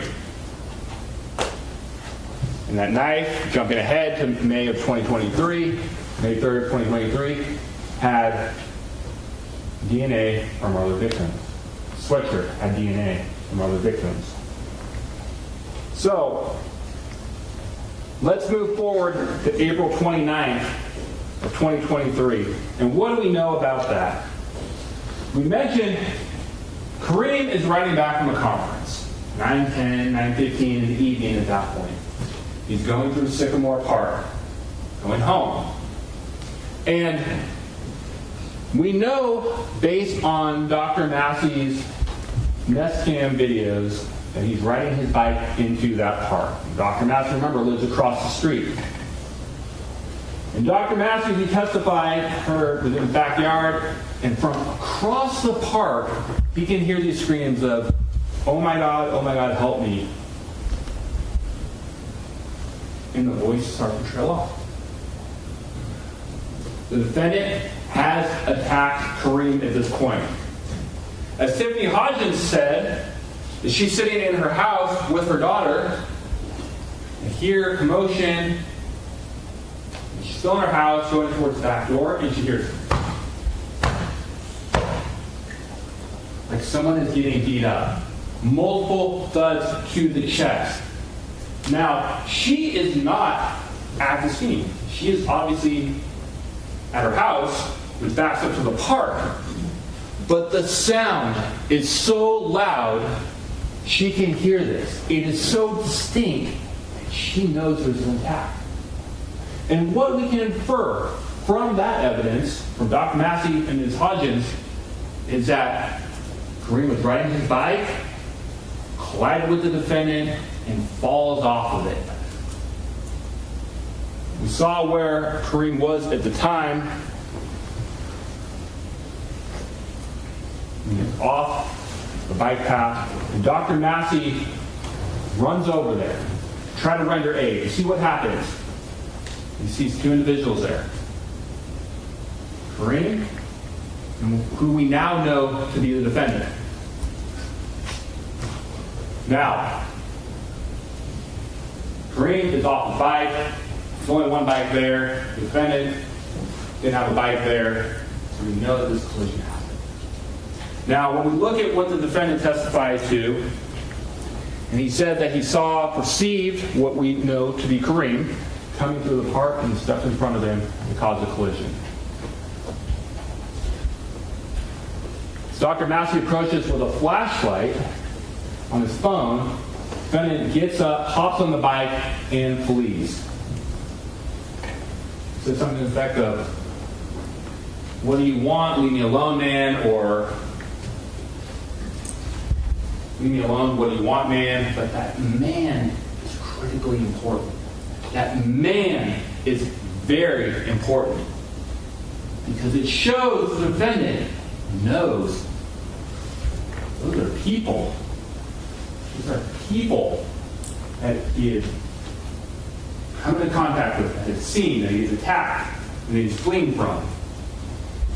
Now, when you look at the witness testimony in this case, and you look at the credibility, and you give the instruction for witnesses under Calcrim 226, when you look at that, you will weigh what you believe, how you believe them, why you believe them. Dr. Massey, very meticulous, very methodical in his testimony. He thought it through. He even came up with his own report with timestamps. So that testimony of man is important. It show what the defendant perceived, what he knew, what he intended, how he premeditated. Hops on Karim's bike, flees. Dishes it across the freeway, across 113. Twice now, because he wasn't found at the scene for David Breaux, twice now we have flight. Twice now we have consciousness of guilt. He knew he did something bad, and he flees. Now, to mention, Karim, 52 wounds, 52 stab wounds. But where those stab wounds were is going to be very important because they were centered mostly in the heart. Counsel, I need to stop you. Okay. If you display anything, I need forewarning. Oh, Are there any graphic pictures? there are none that are graphic. Any ones are covered with sheets. Or, So I issued an order that you would not live stream anything that depicted the deceased. If I come across one, I'll warn the court. Just give me a heads up. Okay, thank you. Thank you. All right, I don't know if I hit one yet. If I did, I apologize to the court. I don't know either. Okay. But thank you. All right, thank you. And so, those wounds are centered in the heart, a vital organ. What has vital organs? People. Humans. Persons. And so, let's move to May 1st of 2023. At this point, we've had 2 murders. We've had 2 stabbings. And David Sweeney's on edge. The unhoused population is on edge. They're worried. They're concerned. And so a group of unhoused people, led by Isaac Cheeseman, they gather together to protect themselves and keep each other safe. They set up at 2nd and L, in a small encampment that's there. And we know that Kimberlee Guillory is one of the people who has been taken in with this group, and she's given a tent. And with this tent, she returns home late in the evening on May 1st, and she sits down on the north side of her tent, playing on an electronic device at this point. And so, as she sits in this tent, her neighbors just to the north of her are Christine Barrios and Isaac. And Isaac, person who has gone from state prison to now a machinist, housed, driving a car, has his very elaborate tent set up there, and hears a noise. Like a string being cut on his tent. It alerts him. And shortly thereafter, he hears Kimberlee scream. Kimberlee's been stabbed. She thinks she's been punched twice, or multiple times. She stands up and there's blood, and we see that, or they see that, she's been stabbed. We know, based on video surveillance, that the defendant had ridden his bike to that area. He'd come up 3rd Street, likely came up H Street, and ended up in the area of 2nd and L. He stabs him, and video surveillance shows him leaving that area and taking not the most direct route home. Shane supposedly falls off his bike, goes on the UC Davis campus, and picks an area, an alcove that's hidden off of the path to try to fix it. Flight 3 times. 2 days later, defendant's at Sycamore Park again. Justin Schaefer makes eye contact with him. They see each other, and as Justin said, at that point, I saw this guy, thought he was either the guy or a guy dressed as the guy. Defendant gets up, leaves. He ends up going to Safeway. And at Safeway, as Detective Mez said, looking at the surveillance video, he just looks like any other person. There. You see the video. Nothing that stands out about him. Shopping, picking up items, eventually steals them.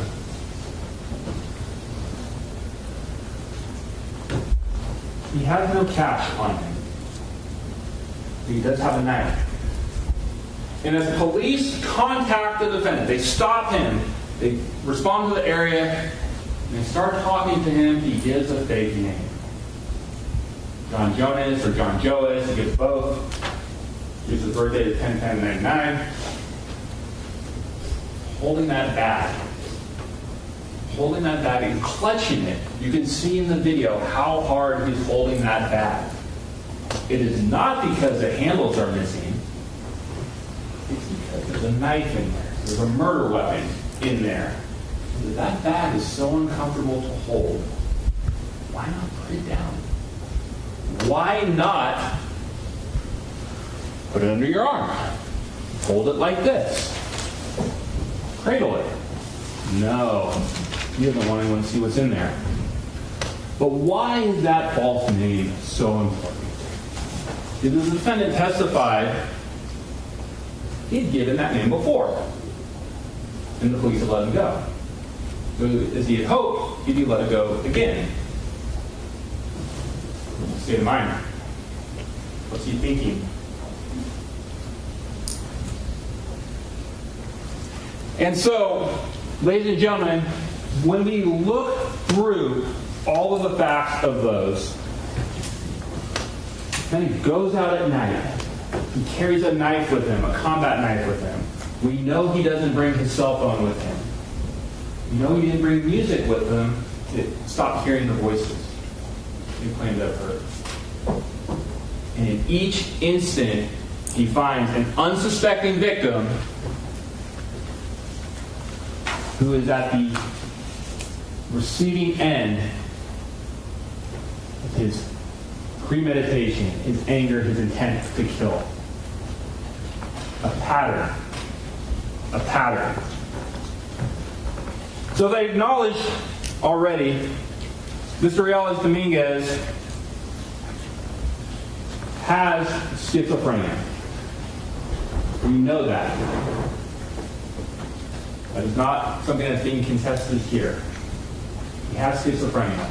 He's shown a pattern of increased development of schizophrenia or increased symptoms over time. We know that based on his roommates. We know that based on Kaylee. He was diagnosed in a clinical setting by Dr. Patricia Tyler. He was diagnosed in forensic settings by Dr. Weiner, Dr. Vinson, and Dr. Reed as well. So he has it. But in looking at his schizophrenia, you need to be very aware of this. You can be schizophrenic and you can still act consciously, form intent, commit crimes, and murder people with premeditation. It's not one or the other. It's not. You can be schizophrenic and not kill people. You can not have schizophrenia and kill people. They don't exist in isolation. And so be very, very aware of that when you're evaluating the testimony, the evidence in this case. And as we look at his diagnosis of schizophrenia in this case, and how it played into his mindset in this, how the hallucinations, you have a jury instruction on hallucinations, you have a jury instruction on his mental state as well, mental disease or defect. You have those things.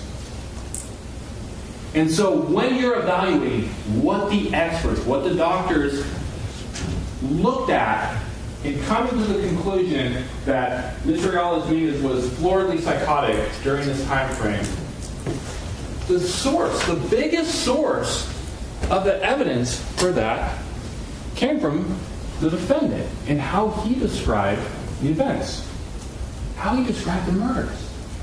Now look at that and compare it to his testimony. Look at 226.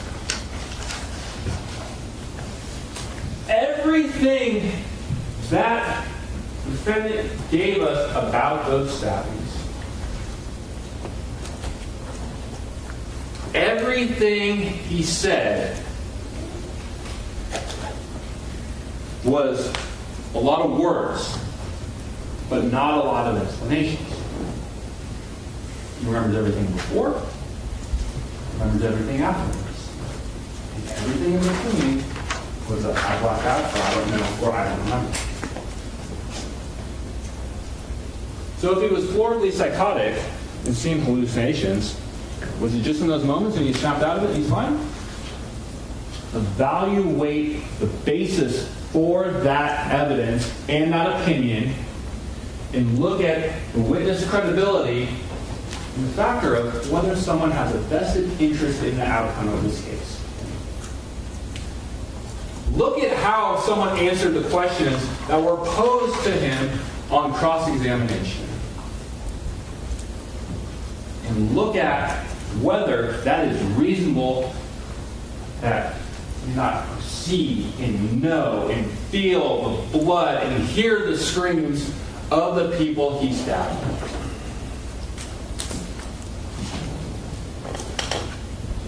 Mr. Dominguez, as we've seen, is able to function in society. Every morning he would get up. He would get dressed. He would go to the UC Davis campus at times. He would obviously charge his phone at times. He would power his phone off at times. He would make food. He would text his girlfriend. He would sign up on classes. Obviously, he can buy items on Amazon. He can function and do the things that you and I can do. Yes, while he is schizophrenic, he still is able to make those decisions. And so, don't think about them in isolation. Schizophrenia and the ability to form intent.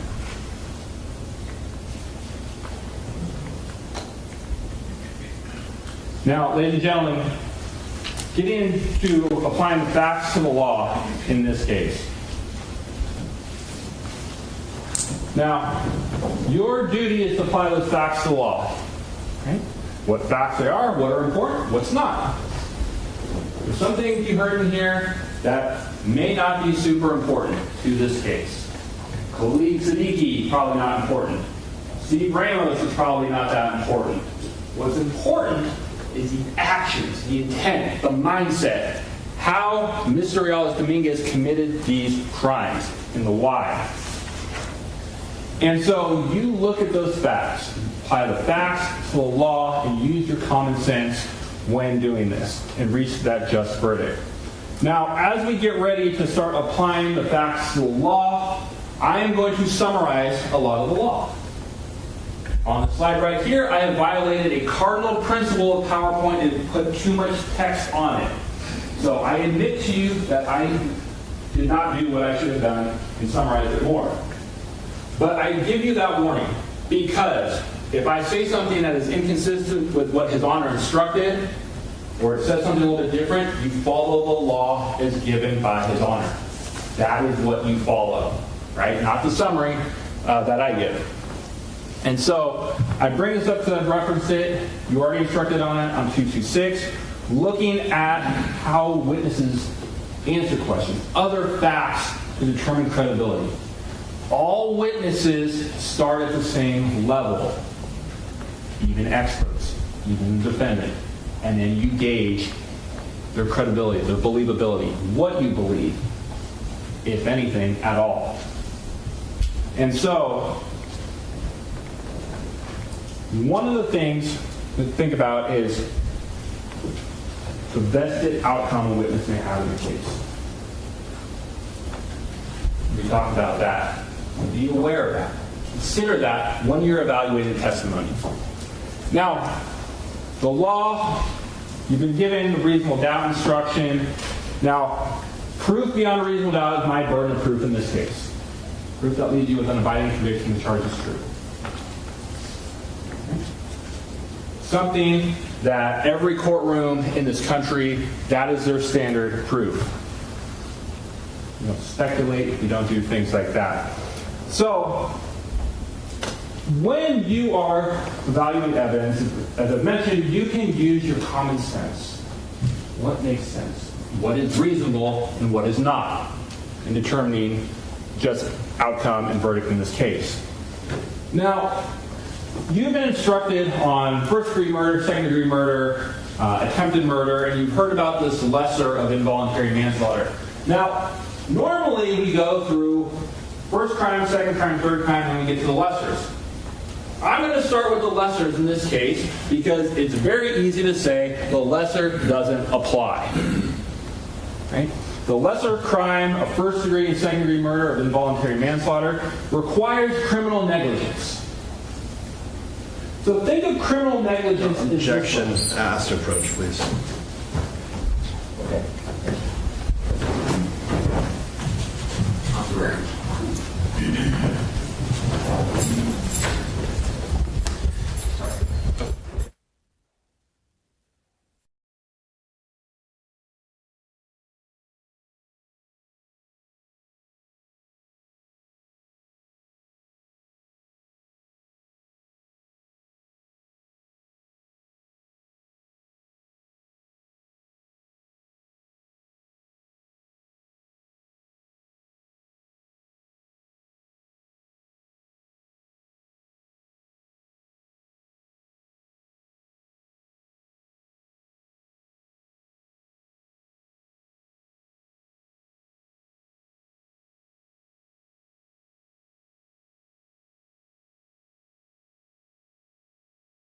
So I appreciate that, and we were able to get some guidance. All right, thank you. All right, Mr. Warner, continue people's closing argument. Thank you, Your Honor. Now, I was going to do it reverse. I'm actually going to reverse it and do it in order. How about that? So, also a trick to keep you awake. All right, so getting to murder. Now, you've been instructed on California 520 and 521. So, we get into this idea of, or these legal concepts of what murder is. Now, murder is the killing of another person, or the death, killing of a person by another person. Easy. Simple concept. That's the foundation of homicide statutes. And now, to get to the murder statutes, first degree, second degree, it has to be killing of another person with malice aforethought. Now, malice aforethought, as instructed, there are two types. There's express and there's implied. Express is the intent to kill. Now, I'll go through murder of David and the murder of Karim, both separately and overlap as well, because the express intent to kill are the actions that the defendant took on those days. And so, with express malice, look at the number of times that they were stabbed. 31 and 52. And I know I keep bringing up those numbers, but it wasn't just a one and done and he moved on. With David, the defendant made sure to continue to stab and stab and stab. Over and over and over again. Overcoming his fight and his power. Ring 52 times as well. And as Dr. Massey said, the calls for help, the voice trailed off. That is that expressed intent to kill. And that's what we have here in those two charges, in count 1 and count 2, on April 26, 27, 2023, and April 29th of 2023 as well. That malice aforethought, intent to kill, expressed intent to kill. Now, expressed intent does not have to be like, I intend to kill you. It doesn't have to be that way. It's the actions itself that speak volumes, that tell you what his state of mind was at this time. So there is implied malice as well, where you take an act, or you do an act where the natural and probable consequences is going to end up being dangerous to your life and leading to death. Summarize that. But we're really looking at expressed in this case. So, the malice of forethought, as instructed by the court, does not require hatred or ill will towards the victims. Mr. Dominguez did not have to hate David. He did not have to hate Karim. That's not what is required. But it is formed before the act that causes death is committed.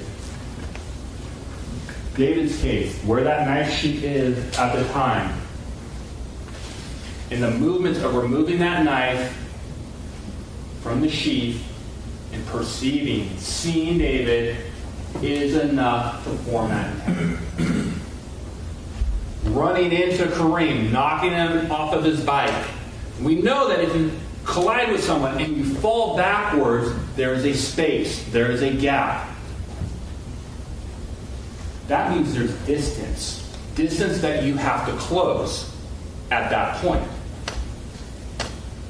And so in the moment of closing that distance, malice forms.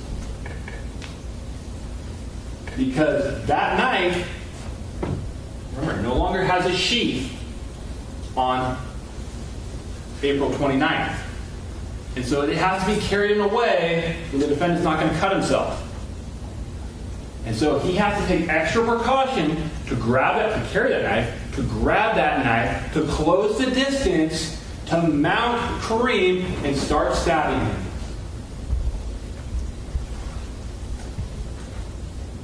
Malice. Intent to kill. And so, that is what we know about how that malice is formed.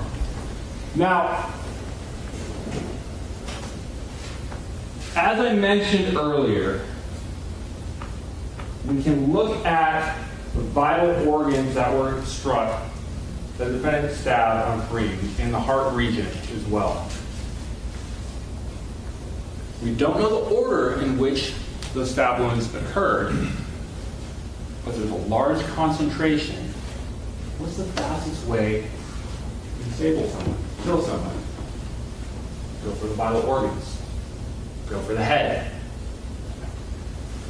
Stab them through the lip, knock the tooth out. Multiple incisions on the head. Multiple concentrations of deep wounds in his heart. And as you're considering that evidence, as you're considering that intent to kill, one thing to consider as you're viewing the evidence, Dr. Abou Najm, the pathologist who did Karim's autopsy, when she testified, his clavicle was broken.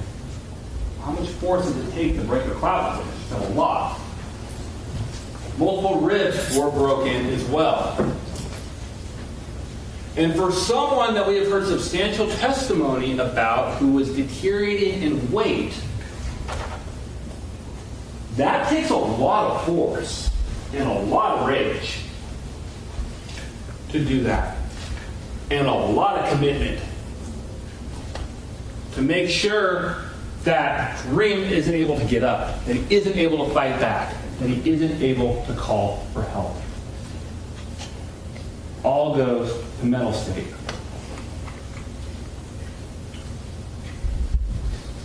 Now, the malice you talk about, defendant goes to, I'm going to step back and go to count one with David again. I told you they would overlap a little bit, similar facts. Same knife. Defendant is armed at that time. David is unarmed. Approaches, removes that knife from the sheath, moves the back and the front and the hand as well. So for David, for count one, premeditation, So malice starts at second degree, premeditation brings you up first degree murder. Willful, deliberate, premeditated. The willful is that intent to kill. The premeditated is you think about, you stop and you think about, you weigh the considerations for and against doing this, and you know the consequences, and you still decide to go forward with what you're doing. And so that distance that I talked about is very important. The location of where David is very important because it requires someone to approach, perceive, and make that decision. Remember, no walkway, no bike path, no sidewalk, no parking spaces. Isolated area of Central Park. So David just wants to sleep. And so the person approaching him, defendant, can assess that, has plenty of time to consider whether I should do this or not. Consequences of doing this or not. And the premeditation, the reflection that transpires and still doing it. Each one of those elements is met for first degree. Willful, deliberate, premeditated. Guilty, count one.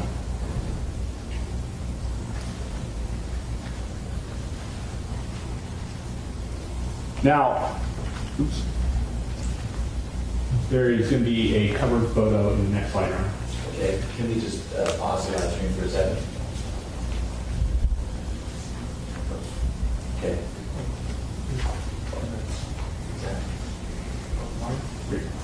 Hold on just a second, sorry. Now we go.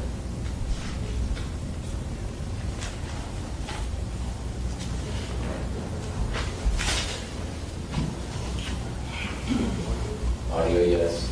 Video, no. Thank you. Go ahead. All right, and move over that slide. After this one, there will be another one on. Okay, we're doing audio, no video. Perfect, thank you. Right, now, going back to Karim. Same analysis. Defendant is armed, David is not. Karim is not. Vulnerable, unarmed, not making threats, trying to ride his bike home when this happens. Now, the location where Karim was murdered is, yes, it's a dark area of the park, but the bike path sweeps into that area. So where the defendant is, the defendant can see him and perceive him as well.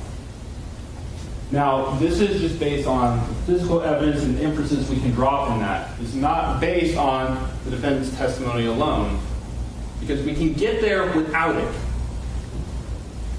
And so, as Karim is riding this teal bicycle into the park and ends up colliding with him, and they knock each other back,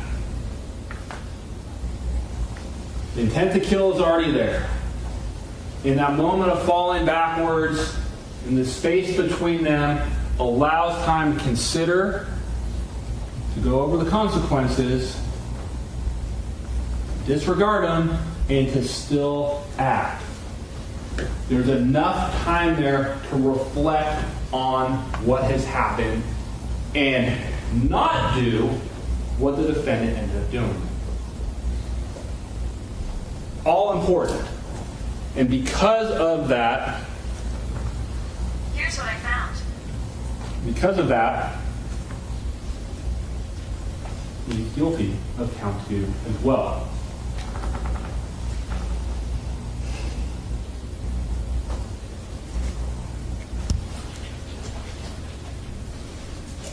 Now, with count 1 and counts 2, you have what are called special circumstances for multiple murders. And so if you convict of, for counts 1 count of first degree, or 1 count of second degree, or 2 counts of first degree, then you would find that multiple murders applies as well. And what the evidence shows you, as applied to the law, is that these are two first-degree murders. And the defendant is guilty of both.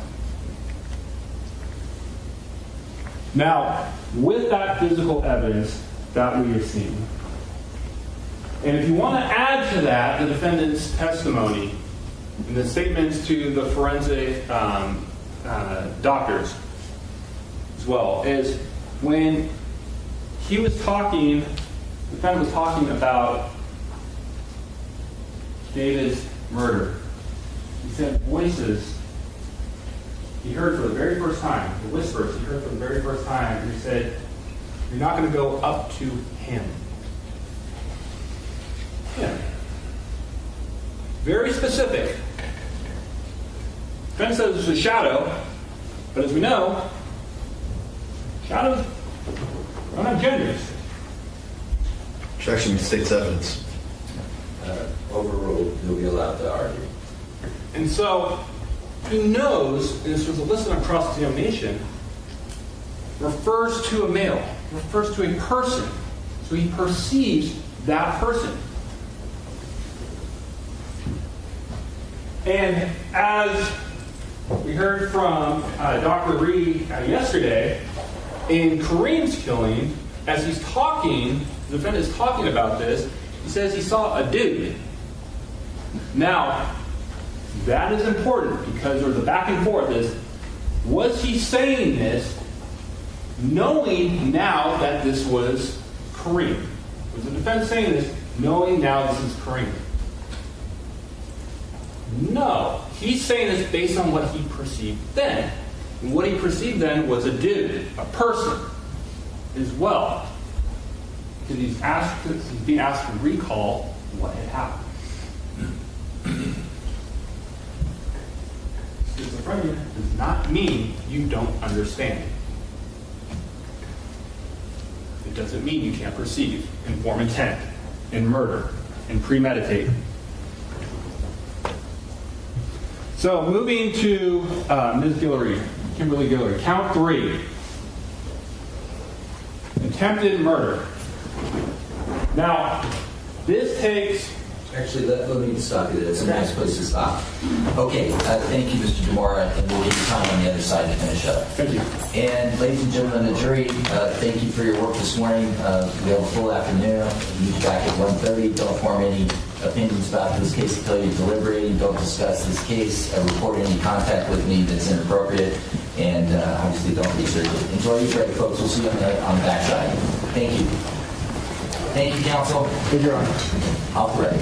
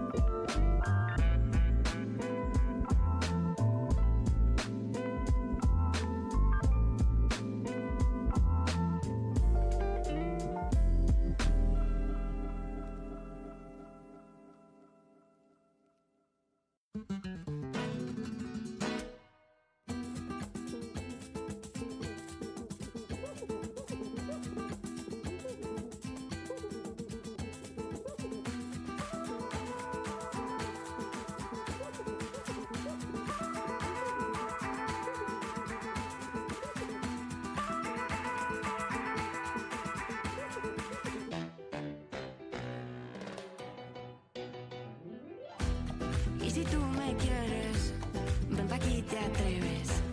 Dame esto lento, quiero sentir tu cuerpo. Volamos juntos, cuando estamos juntos. Ven pa' aquí, mi amor, hacemos el amor. El mundo se paró, solo esta pasión.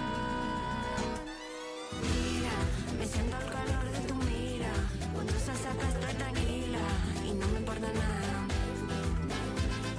Fuego, yo siento contigo un fuego. Me mata el olor de tu cuerpo y no me importa nada.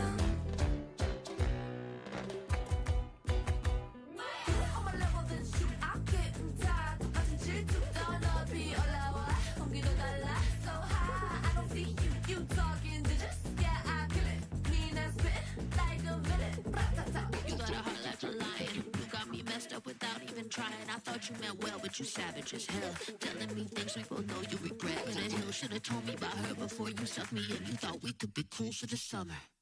Mira, me siento el calor de tu mira. Cuando estás acá estoy tranquila y no me importa nada. Fuego, yo siento contigo un fuego. Me mata el olor de tu cuerpo. Aquí mi amor, somos el amor. El mundo se paró, solo esta pasión.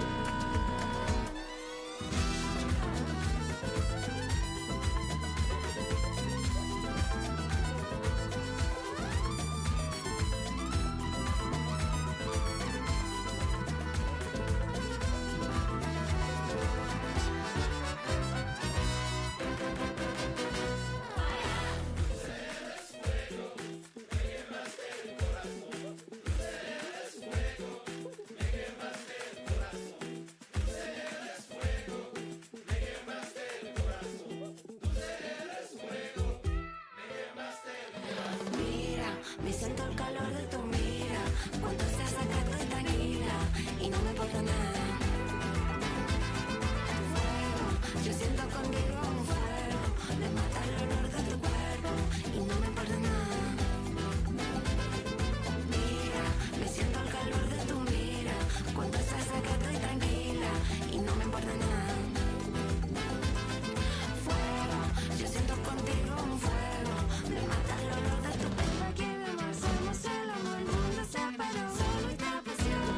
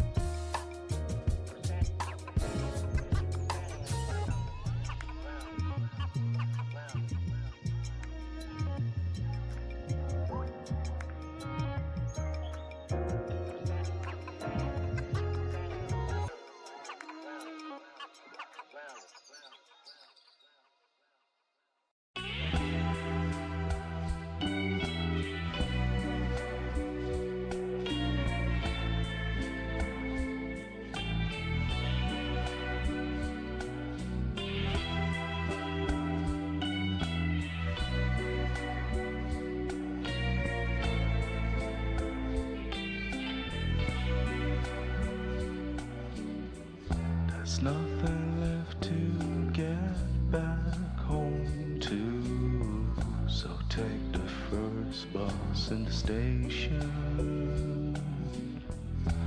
Everywhere is nowhere to lost souls. Let's get lost by intention, where the world has protection, where the waves hit the sand.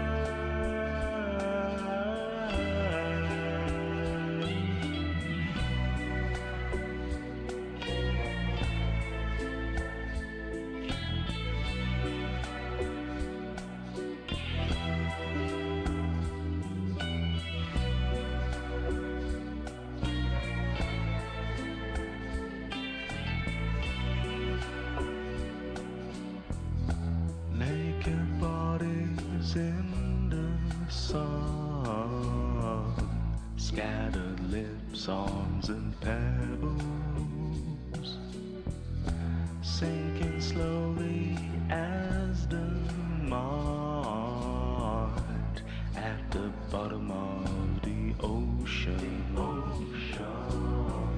We're all light and emotion, drifting without a sound. Me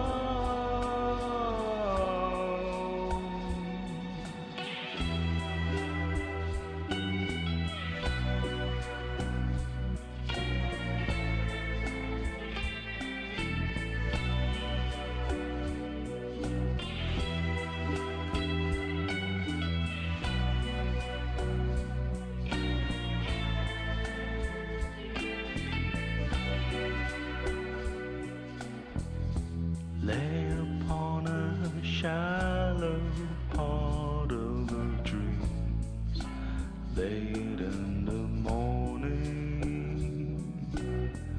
smell of coffee and of silent fiends slowly are morphing. The recollections of drowning in each other's arms. Me and Marianne are walking to her room through those lonely streets at night under blood cherry moon, till we hit the ground.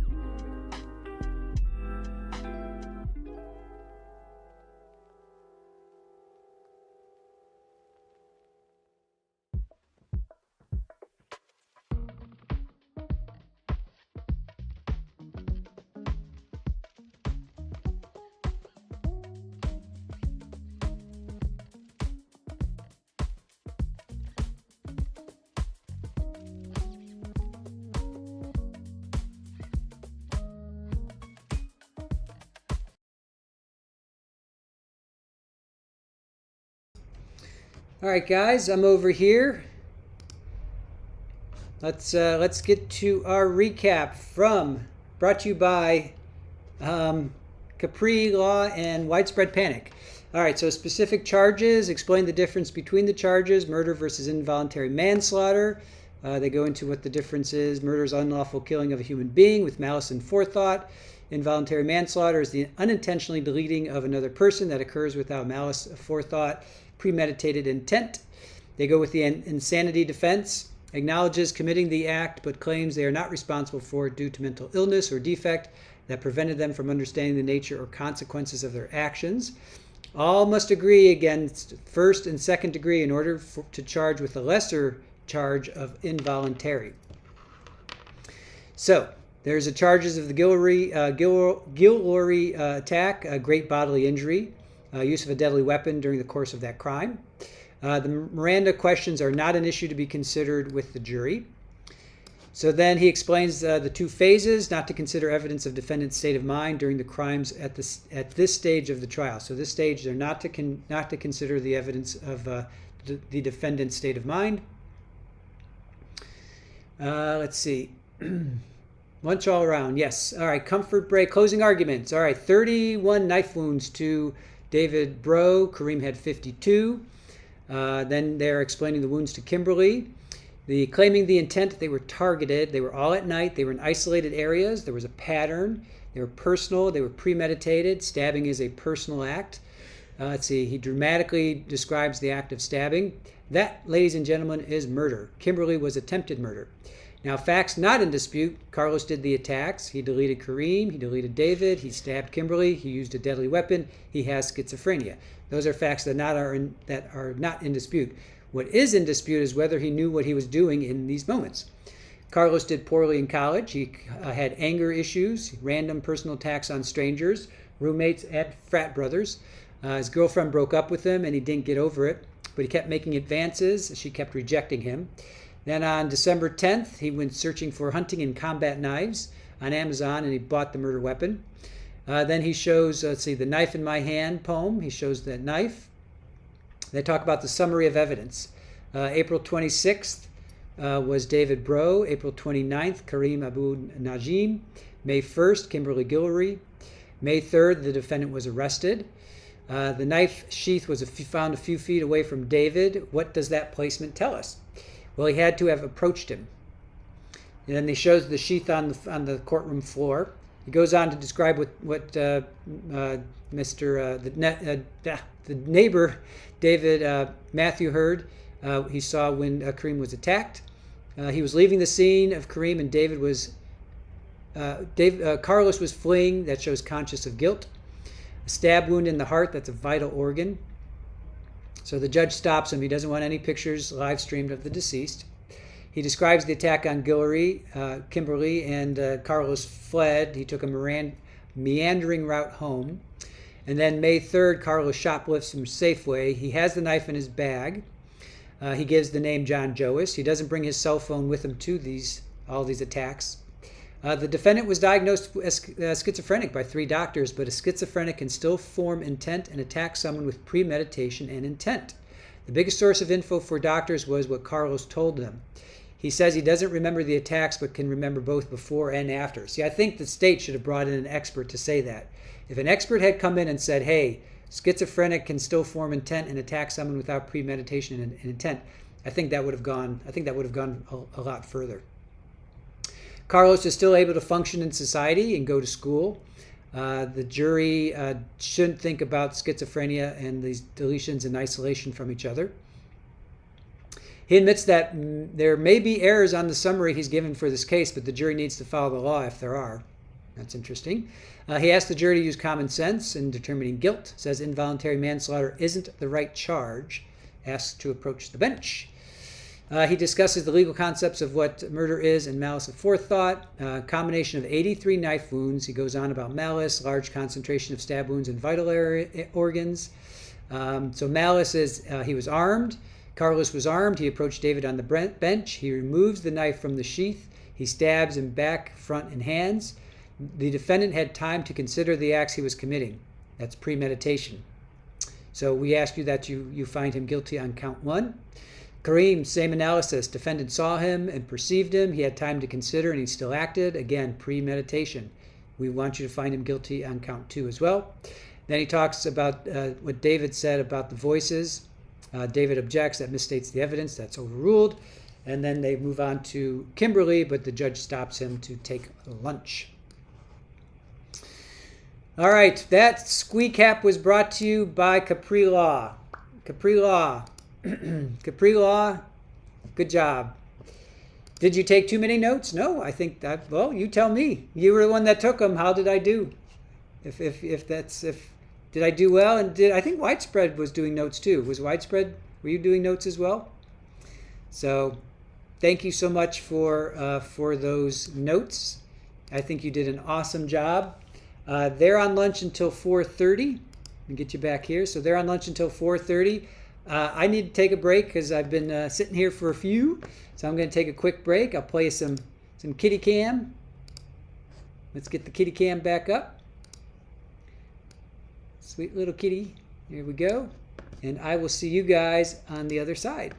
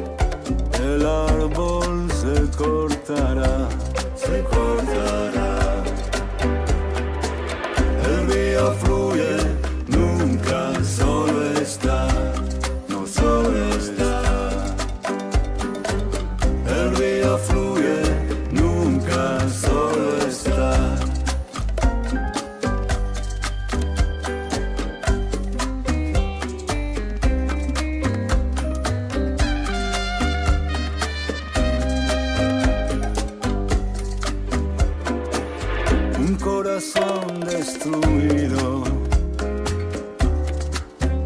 no deja de palpitar, de palpitar. Mi amor es franco y fiel, no tiene fronteras y no maldad. Mi amor es franco y fiel, no tiene fronteras y no maldad. El río fluye, nunca solo está, no solo está. El río fluye, nunca solo está, no solo está.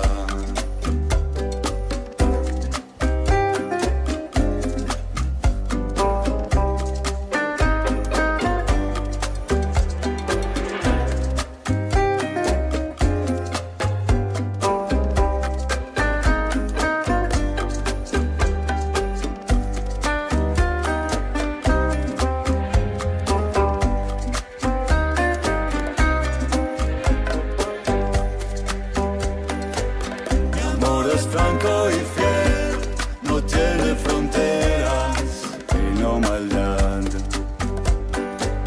Mi amor es franco y fiel, no tiene fronteras y no maldad. El río fluye, nunca solo está, no solo está. El río fluye, nunca solo está, no solo está.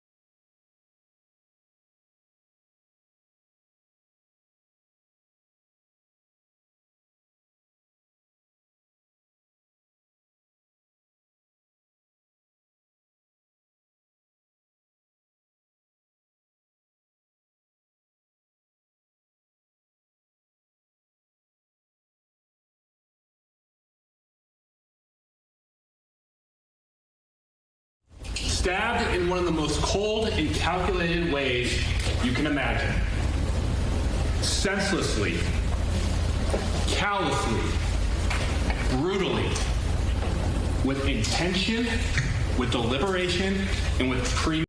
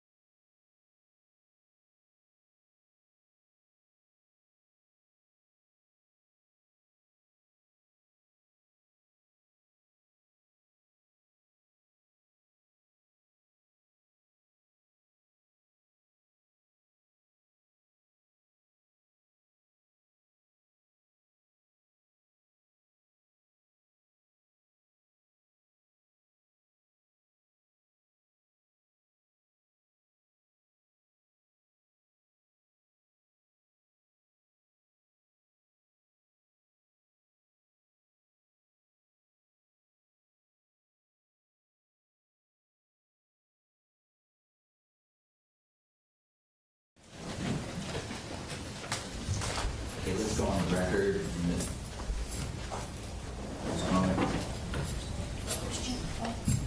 Just a moment, Deputy. We're missing a juror. Are we not? Yeah. Yes. Okay, thank you. Can you, we're off the record. Can you check the hallway real quick?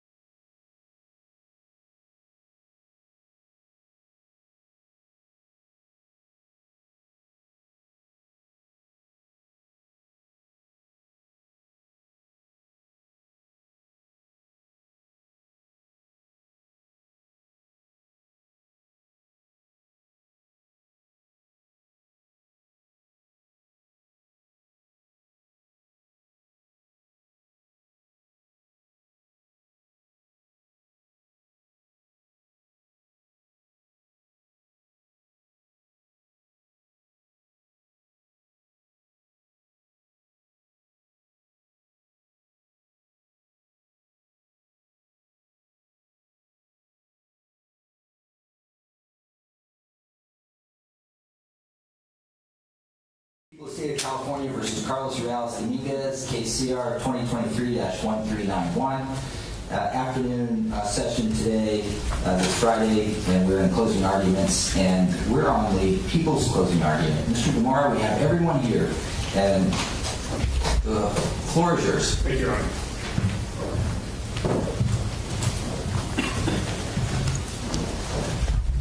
Good afternoon, ladies and gentlemen. Now, can I get the overhead?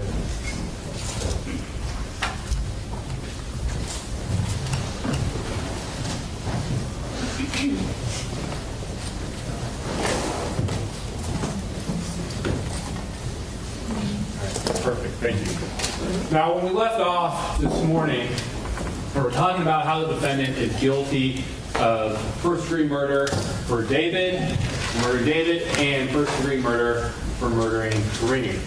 Now, each of those charges carries with it an enhancement for personal use of a deadly weapon. That deadly weapon being the knife. We know the knife led to the death, was used in murdering them, it was personally used by the defendant, so that should be easy finding on that. I'm not going to spend a whole lot of time on that. Actually, that's all the time I'm going to spend on that. So, there is a lesser included charge for murder, first degree and second degree. It's called involuntary manslaughter. And involuntary manslaughter, you only get to that if you return not guilty verdicts on first degree and second degree. And then you would consider this. You will not consider this because, or you will not have to fill out this verdict form because these acts were intentional. They were not criminally negligent. They were intentional. And so, based on the evidence and the proof beyond a reasonable doubt for counts 1 and counts 2, you will not, should not get to consider involuntary manslaughter. Now, that brings us to count 3. And count 3 is attempted murder of Kimberlee Guillory. Count 3 includes 2 enhancements, one for great bodily injury and that same personal use of a deadly weapon. Now, because Kimberlee is fortunately alive and with us today, that is why we only have the attempt. Now, the attempt has 2 elements that you must consider. The defendant took at least one direct but ineffective step towards killing another person. The defendant intended to kill that person. And the next slide will have a graphic image, if we could cut the live stream for that. Just did, yeah. Okay, great. We saw it on you. Okay, great. Great, thank you. And so, when we're looking at this, that direct but ineffective step took place when Mr. Dominguez, Dominguez, came down L Street, observed the tent where Ms. Guillory was sitting, got off the sidewalk. Remember, she's facing the north side of the tent, as indicated here in this photo from the body-worn camera. The opening to her tent is facing the retaining wall of the PG&E substation. And so that required the defendant to get off the sidewalk, walk, assess, approach, take his knife that he's still carrying without a sheath, that he still has to carry in some way that would allow him not to stab himself, not to cut himself, retrieve that, and what we know is that Ms. Guillory was stabbed down because that's where she was seated. Lower back and mid back. Twice. And so, that action is that direct but ineffective step. The ineffective portion of that is because it wasn't completed, because Ms. Guillory screamed, because Isaac Cheeseman and others heard this. They tried to rush out their tent, and there was a commotion about that. Now, there's also, with the attempted murder, There is also premeditation alleged with this. And premeditation is the same as we have looked at for the other charges, for counts 1 and counts 2. But intent to kill, a deliberation, and a premeditation. Having time to think about the considerations, the consequences, the ability to reflect on that. And that's what the defendant did as he walked up and perceived and thought and assessed and formed that intent to pull out the knife and stab her. Now, when the defendant testified, he said he punched, he made a motion like this. We know that motion is not accurate to what the physical evidence shows. Of where those injuries were on Ms. Guillory, down her lower back, required crouching down. And that movement of dropping down and striking her with that knife is the time to reflect, additional time to reflect as well.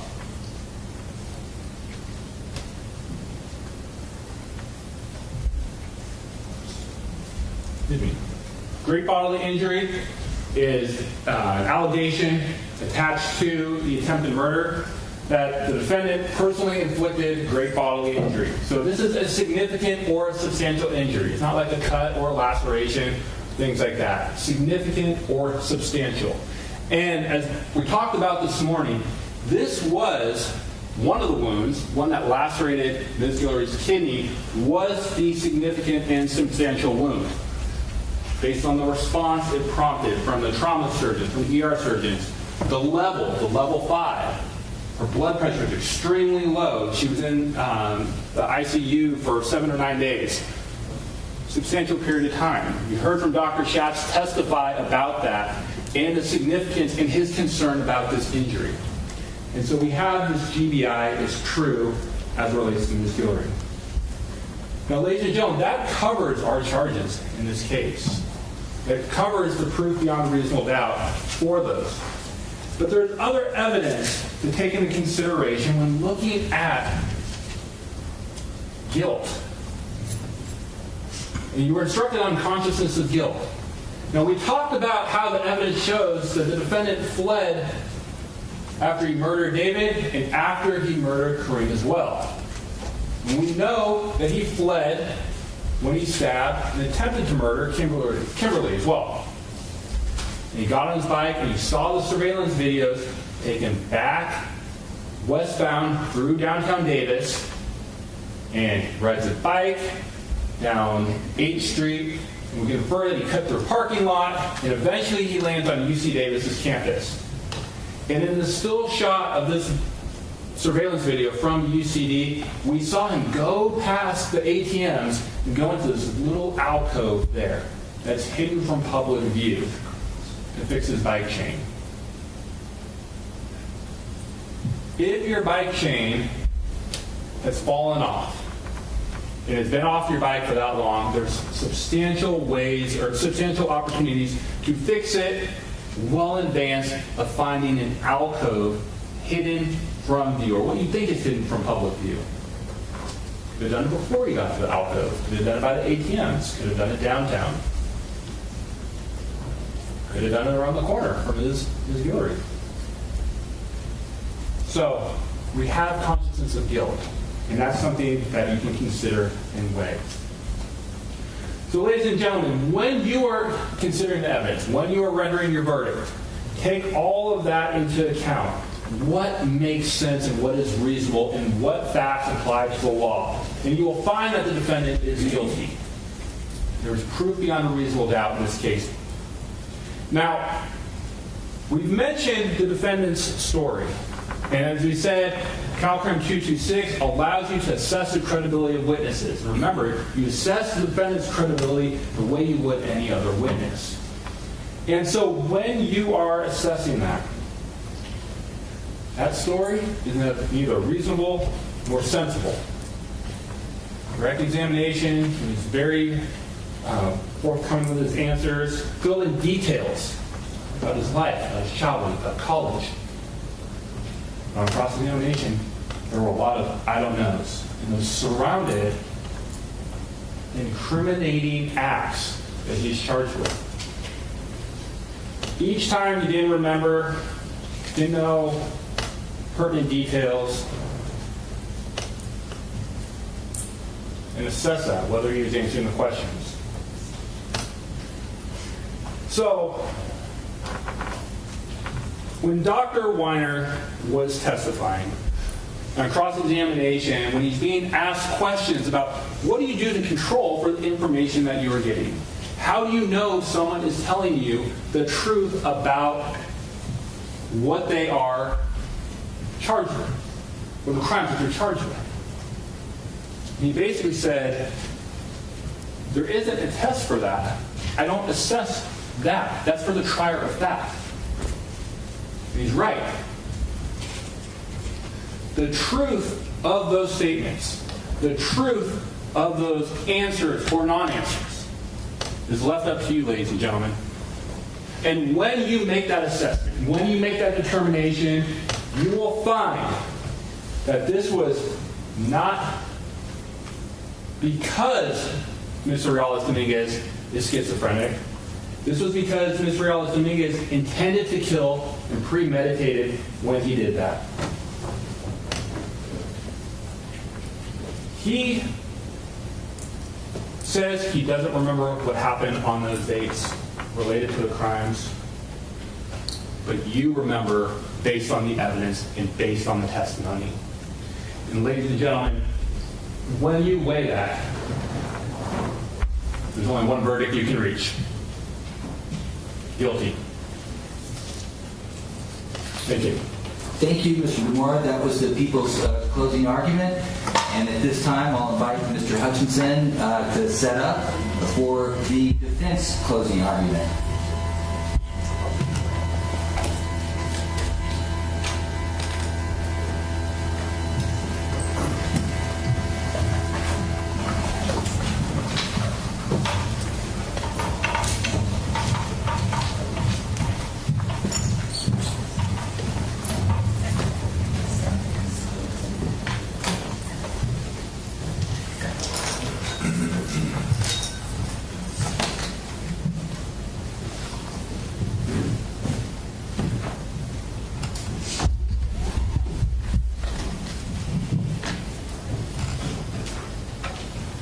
Good afternoon.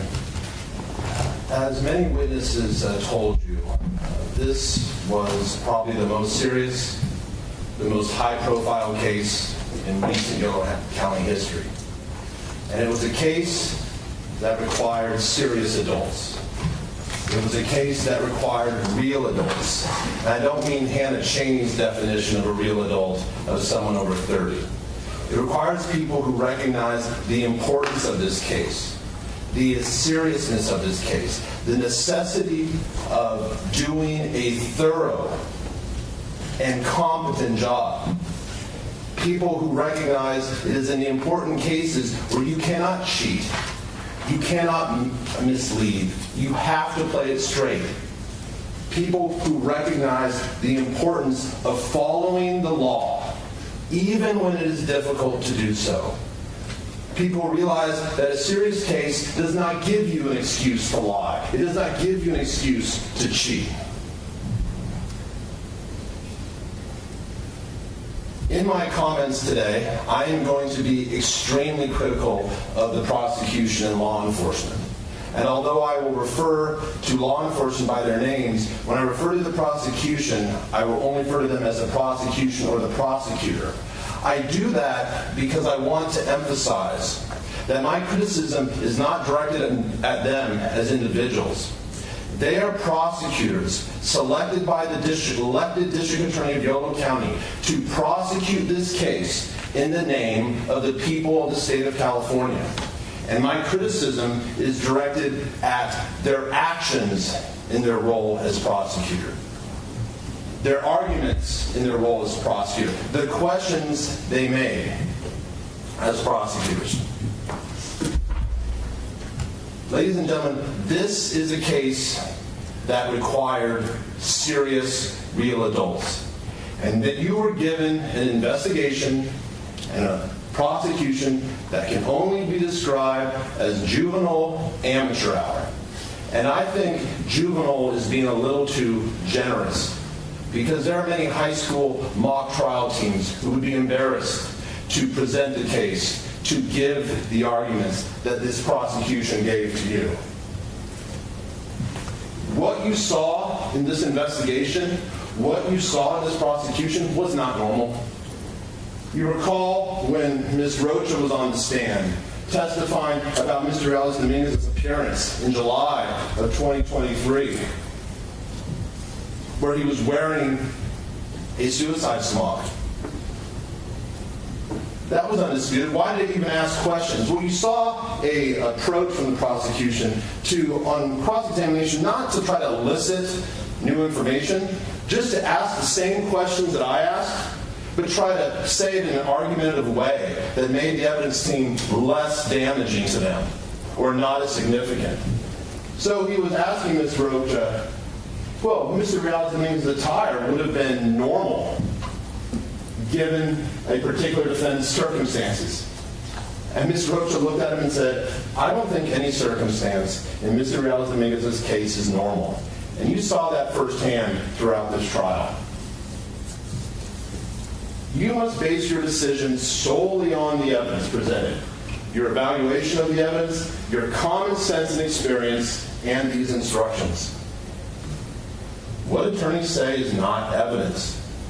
Nothing the attorney says is evidence. In their opening statements and closing arguments, attorneys discuss their case, but their remarks are not evidence. Their questions are not evidence. Do not assume something is true just because one of the attorneys suggests it was true. This is true even if the attorney says it over and over and over again. It still doesn't make it evidence. This is true even if the attorney says it in a dramatic voice. I can use a dramatic voice just as good as the next person. I can give a dramatic closing argument. But I think all of us have had enough fake drama for one day and enough fake drama for a trial. So what do we hear about the prosecution's arguments regarding specific intent and mental state? The prosecutor said Mr. Dominguez was just a lot of words but not a lot of explanations. I'm going to borrow that quote. There are a lot of words but not a lot of evidence. Just a number of stab wounds and a lot of words by a prosecutor that is wholly unsupported by the evidence. You know, they make a lot of statements about schizophrenia, but they did not ask that about the experts. Nor did they get their own expert to explain that these statements they gave to you were true. You would think if this case was so clear, that the mental intent was so clear that it was obvious to a couple of untrained prosecutors with a few hours of Google research, surely they could bring in an expert to explain this to you. Objection. Yeah, sustain. Yeah. Disregard the reference to the rule. Well, you can use your common sense and experience. But what attorneys say is not evidence. Where is the expert to explain to you all the points about schizophrenia that they're trying to make? You know, they argue people with schizophrenia can still form an intent to kill. And yes, that's common sense and experience. No one would argue otherwise. But did they ask any of the experts anything about a person with schizophrenia's ability to form an intent? No, they just decided to attack these experts' bias, their credibility, psychiatry as a whole. It was throwing everything at the wall and seeing if something would stick. Because they had nothing.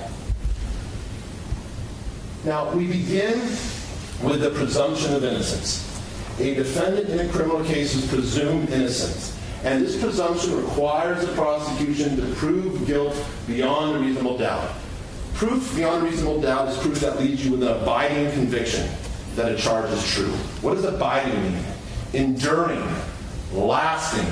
You're not going to wake up next week, next month, or next year and wonder whether they really did prove intent to kill. Did they really prove conscious disregard for human life? Because based on the evidence, you know that is the only reasonable conclusion. And unless the evidence proves guilt beyond a reasonable doubt, a defendant is entitled to an acquittal, and you must find them not guilty. It's not optional, it's not discretionary, it's mandatory. You must find him not guilty. As I told you, the physical acts in this case are not in dispute. The question that is presented to you was, what was Carlos Dominguez's specific intent and mental state when he committed those physical acts? What was happening in his mind? But more specifically, has the prosecution proven beyond a reasonable doubt that he had those specific intents and mental states? You have heard there are general intent crimes and specific intent crimes. Murder, attempted murder, those are specific intent crimes. It's not enough just to prove that they did the act. You have to prove they had a specific intent and mental state. So what must the prosecution prove for murder? That the defendant committed an act that caused the death of another person. That is not in dispute. The crucial element is element number 2. When the defendant acted, he had a state of mind called malice aforethought. Malice aforethought can be proven in 2 ways. Express malice, that requires a specific intent to kill. Implied malice requires conscious disregard for human life. Notice the human. Intent to kill just requires an intent to kill. Implied malice requires a conscious disregard for human life. Express malice, that's an example of a specific intent. Implied malice, that is an example of a specific mental state. And the prosecution has the burden of proving both beyond a reasonable doubt. Once again, express malice is that the defendant had expressed malice if he unlawfully intended to kill. I referenced the instruction number.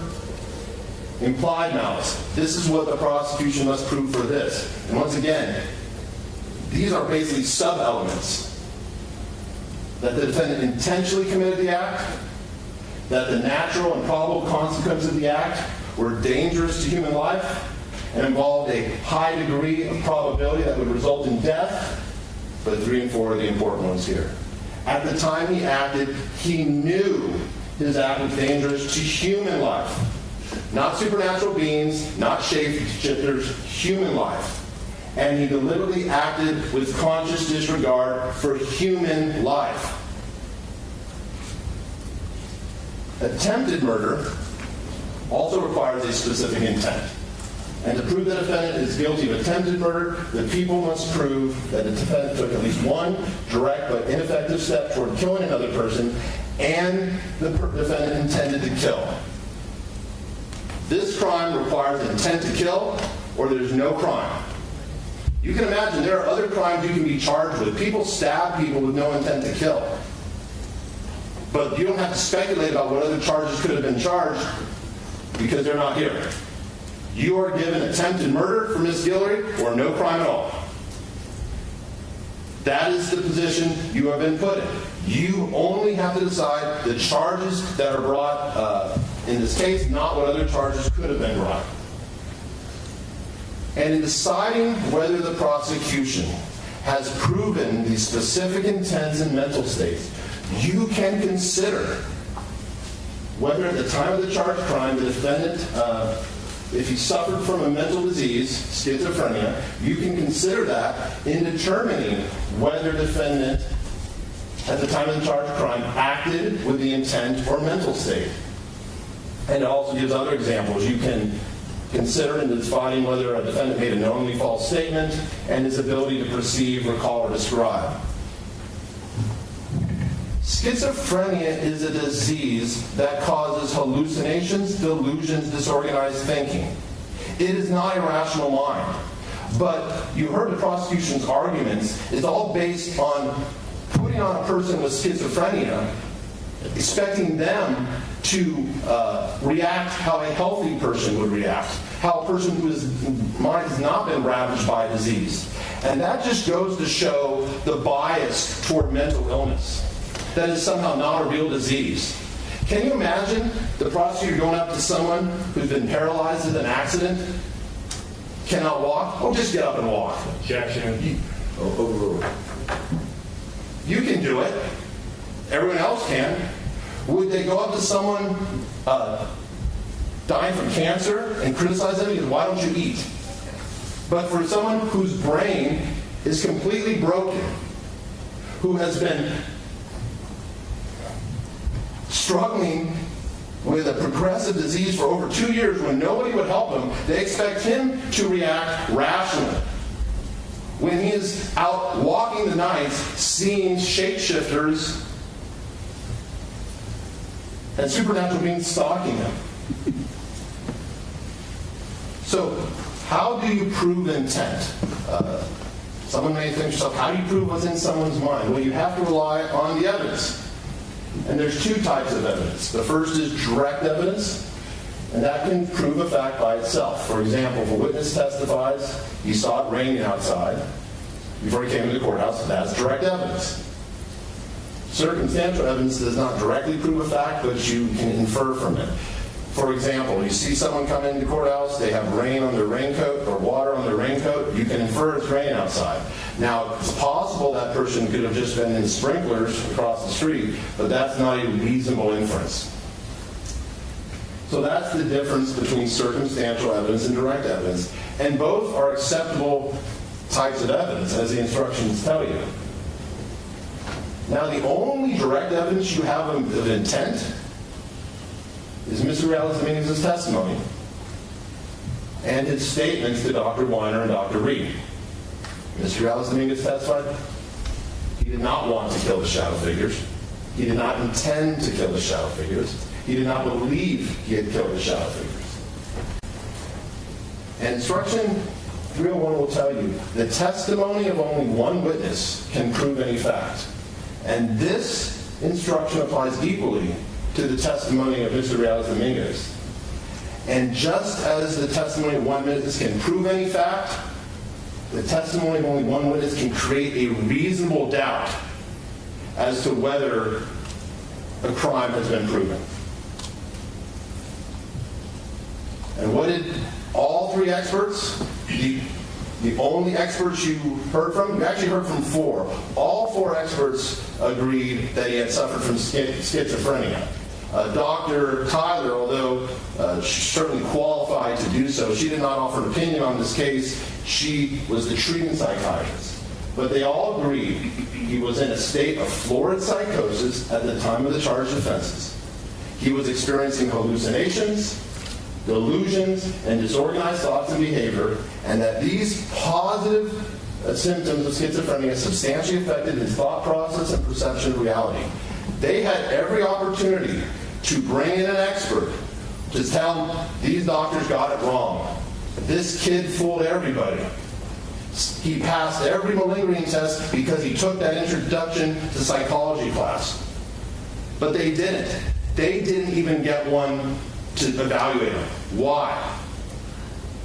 You know that when you do a case, you have to spend money. If you want to do a case well, you have to spend money. And I'll be honest with you, this is probably a case where I'm going to ask for forgiveness rather than permission at the end of this trial from my boss. But what you saw from the prosecution is they tried to do this on the cheap. Oh, we couldn't send more than 5 things to DOJ. They may have to charge us for that. I want Dr. Vinson to review materials, but you're not going to charge me. They don't even bring in an expert to even try to evaluate Mr. Dominguez. Because guess what? If that expert came and said, yeah, I agree he was in florid psychosis, I agree with the others, they have to give me the report. Now I have a 4th expert, and they pay for it.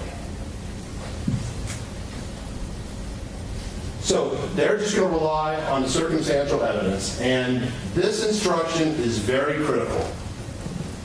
Judge McAdams, the court said,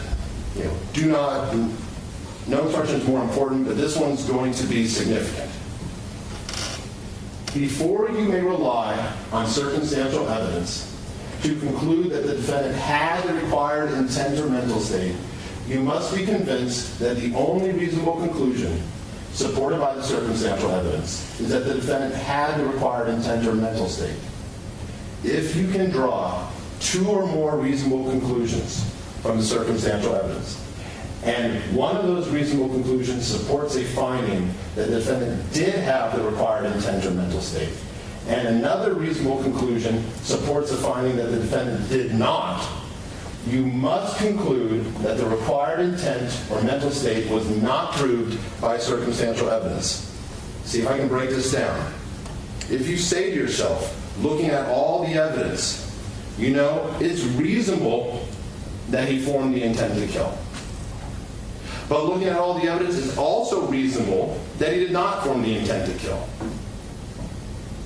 If there are two reasonable conclusions, the law says you must adopt the one that concludes that the intent has not been proven. This is simply another way of restating reasonable doubt. If you look at the evidence and there's two conclusions and they're both reasonable, that is not proof beyond a reasonable doubt. So what evidence does the prosecution have? The number of stabbings. 31 sharp force injuries to David Breaux, 52 sharp force injuries to Karim Abou Najm. And this is clearly relevant to intent. With someone who has a healthy mind, who is not seeing delusion, who's not having delusions, who is not having hallucinations, the fact that they stabbed someone multiple times is clear evidence that there was an intent to kill. But that's not the mind we're dealing here. We're dealing with someone whose mind was being ravaged by a disease. But listening to them, they just gloss over that. So yes, the number of the stab wounds is relevant. It is clearly relevant to intent. But why do they keep showing those to us over and over and over again? And why do they keep mentioning it over and over and over again? The prosecutor in his closing argument even said, I keep mentioning it. How many specific stab wounds did you need to see before you realized these two completely innocent men were stabbed many, many times? But why did they keep doing it? So you are likely to believe and accept all the false and misleading evidence that was presented to you and the false and misleading statements, theories, and arguments that they made to you.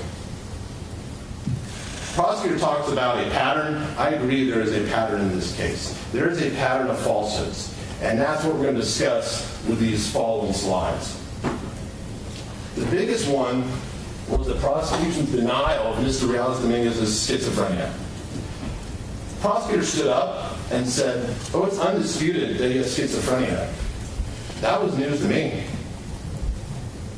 They never mentioned that in their opening statement, and based on their questioning of those doctors, arguing that he fooled them through all their tests, sure didn't seem like they were conceding that he had schizophrenia.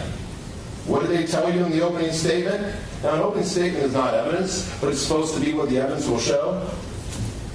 That in December 5th, Carlos Dominguez is a student at UC Davis and he is struggling. He's not doing well in school. His girlfriend broke up with him months prior.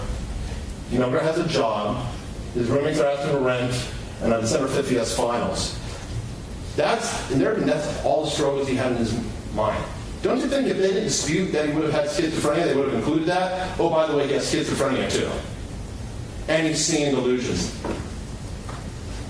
This case was based on their position that this diagnosis of schizophrenia was some sort of hoax.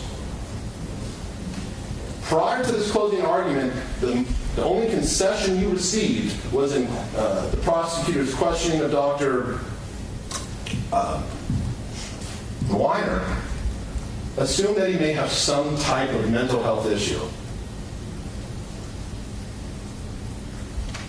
Ladies and gentlemen, I'm sure many of us at one point in our life have said, yeah, I have some type of mental health issue. I certainly have said that. This young man has schizophrenia. And the fact that they kept denying it over and over again Even when Dr. Vinson said that she has never seen this much agreement by experts across specialties, evaluations, and settings. And this was Earth is flat type arguments. They just kept saying, I don't even know what they kept saying. It made no sense. And it also shows just complete lack of insight. You remember one of our first witnesses, may have been the first, was Maria Breaux. And she testified about David's life. And much of that really wasn't relevant to the decision you must make. But I didn't object because it obviously didn't seem right. And she told about David and her being raised with a mother with schizophrenia. She told about how David had to take off from his life to care for this mother with schizophrenia. And then she talked about how David, after spending time in a mental hospital, dedicated his life to compassion. And they sit up here and deny mental illness. You know, watching that 7-hour video of Mr. Dominguez with those officers, I did not think there could be any person who could demonstrate a greater lack of insight or awareness of their situation. But the prosecution sure blew him out of the water with their arguments in this case. Overall, this is closing argument. I've struggled with whether I should how much I should address the prosecutor's cross-examination of Drs. Tyler, Weiner, and Vinson. And I decided I'm going to leave it to one slide. It was incoherent. It was incomprehensible. It was ineffective. It was ignorant. And it was a complete waste of time. And I'm not going to waste any more time discussing that. Falsehood number 2. There was no blood found at the Hawthorne residence. You remember this one? During the opening statement, the prosecutor stood right there and he told you, when the officers ultimately search his home, they find different things of suspected blood, meaning that it's red, it's a kind of smearing, and it looks like blood.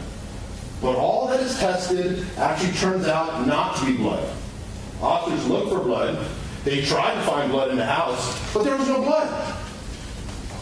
Which means that Mr. Dominguez, who committed the first stabbing of David Breaux, and the second stabbing with 52 different wounds on Karim, who left Karim's bicycle with blood on the handles and the blood on the frame, because blood was dripping everywhere, managed to get home and not leave any blood anywhere lying around his home that was going to be detected later. In fact, nobody's blood was found in Mr. Dominguez's home or linked to any item of the home.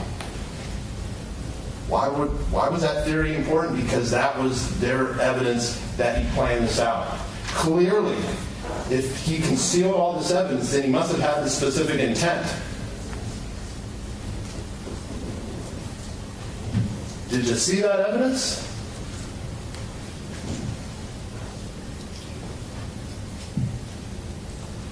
Well, there's two explanations. Either they did see the evidence and they just decided to tell you something false, or they didn't even look at it before they came up with their theory. In other words, they came up with their theory of this case and they didn't even have the time to look at the evidence, to read the police reports, to see if it was actually supported by the evidence. Did they look at the photos? Nope. They did not even read Alexis Torres' report. I love Alex Torres. We're going to talk about him more later. But he put it right there in his report. Now, Sergeant Besfitch wrote it, reviewed it, but she didn't think that was important enough to tell them. They did not even read their own PowerPoint. Remember that PowerPoint presentation during the opening statement? They put this up there. Swab from the computer, presumptive and confirmatory tests for blood. They didn't test it for DNA, but it was confirmed to be blood. They didn't look at the evidence. They didn't read the police reports. They didn't even read their own PowerPoint. And they come up and tell you this theory that's going to prove that he cleaned it up. It's like, I have my theory. Don't tell me anything contrary to it. Don't show me anything to it, because this is the theory I'm going for, and I'm not going to deviate. Ladies and gentlemen, if this case was not so tragic, if this was not so terribly sad, if this case was not so terribly, terribly heartbreaking, I would think I was in some sort of absurd comedy, more absurd than Animal House. And I'm trying my best to keep my sarcasm level in check, because 2 people lost their lives. 2 completely innocent people lost their lives. But this is the prosecution they get. The prosecution did not even address this in their closing argument. I was waiting for it. Okay, what is their explanation going to be? Are they going to say, we just didn't read it, sorry, there was a lot of evidence, or, yeah, we did, we just didn't tell you. They didn't even address it. Kind of reminds me of that Seinfeld episode when George quit his job and then showed up the next day and just pretended nothing had happened. That's what you have here. They gave you this huge promise. It was a complete falsehood, and they didn't even address it. Falsehood number 3.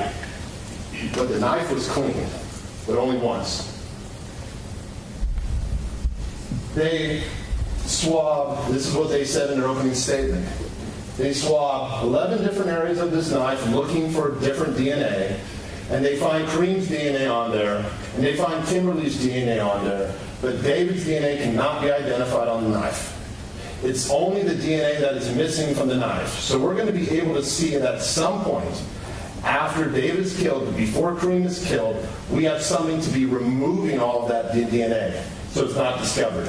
That's their theory. They're going to prove to you that he cleaned the knife. Didn't clean it after the first, the second, or third stabbing, so they're going to prove to you he cleaned this knife, and that shows their intent. Remember Heather Tomchick's testimony? When they asked her whether the absence of Mr. Breaux's blood means the knife has been cleaned, and her response is, that's a typo, so many things that could have happened with that knife afterwards versus being cleaned. How it was handled, how it was stored, what it was used for after that event. But if there's not DNA, it would have gotten away somehow, but I can't say for certain it was clean. And then the court says, well, that's not really your area of expertise, is it? And she says, correct. The court asked, you just test for DNA. She said, right. And then the court said, I just want to make sure I understand if you had any training in that. And Ms. Tomchick shaking her head, no. I can't say whether it was clean or not. And they did not bring in another expert to tell you that. Now, ladies and gentlemen, I realize there may be people on this jury with expertise in DNA, but you've heard the judge's instruction. You cannot go back into that jury room and offer your own expert opinion, an opinion that is not tested in court, subject to cross-examination. What you can do is rely on common sense and experience in assessing this as to why Mr. Breaux's DNA was not found on that blade. What we know is they did not swab. Mr. Breaux, as you can remember, was dressed in multiple layers of clothing. There wasn't much blood at the scene. It was trapped under those multiple layers. So what you can imagine is these stab wounds, the blood is only going to be on the blade because it's going in and then coming out, and there's multiple layers of clothing. They don't swab the entire blade with a Q-tip. They only do the 11 spots where they see blood.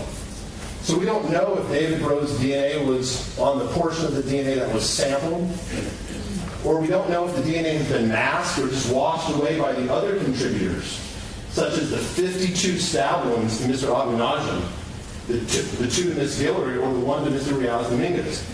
That is why I asked about the proportion of the DNA. Some of you may be saying, why is he asking about proportion? This isn't relevant to the test results, and it wasn't.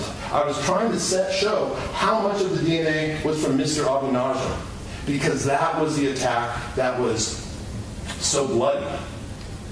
And you can imagine that 52 knife wounds can have an effect of washing away or masking other DNA.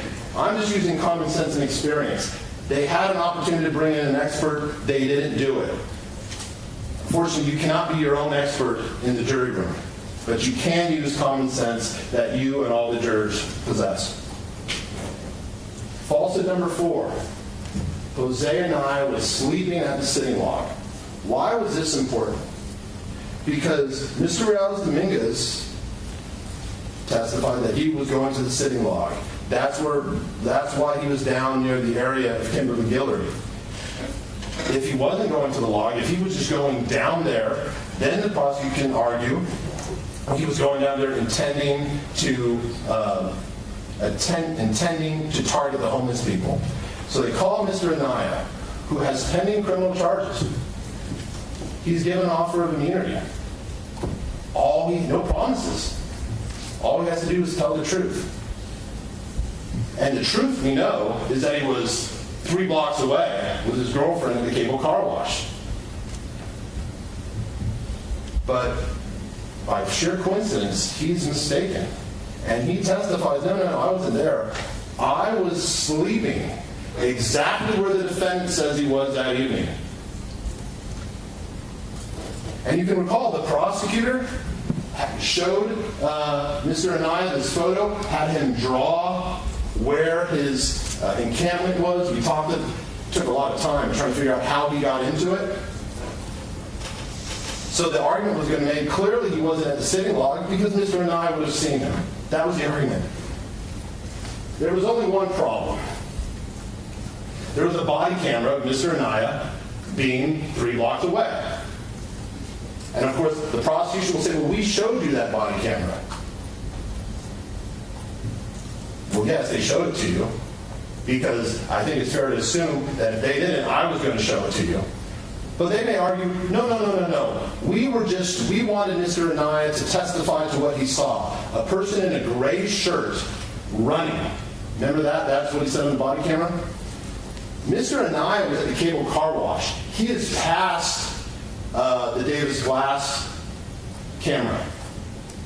Mr. Dominguez is on a bicycle. He's not running. He's wearing a black hoodie, not a gray shirt. Mr. Anaya came and he just made something up.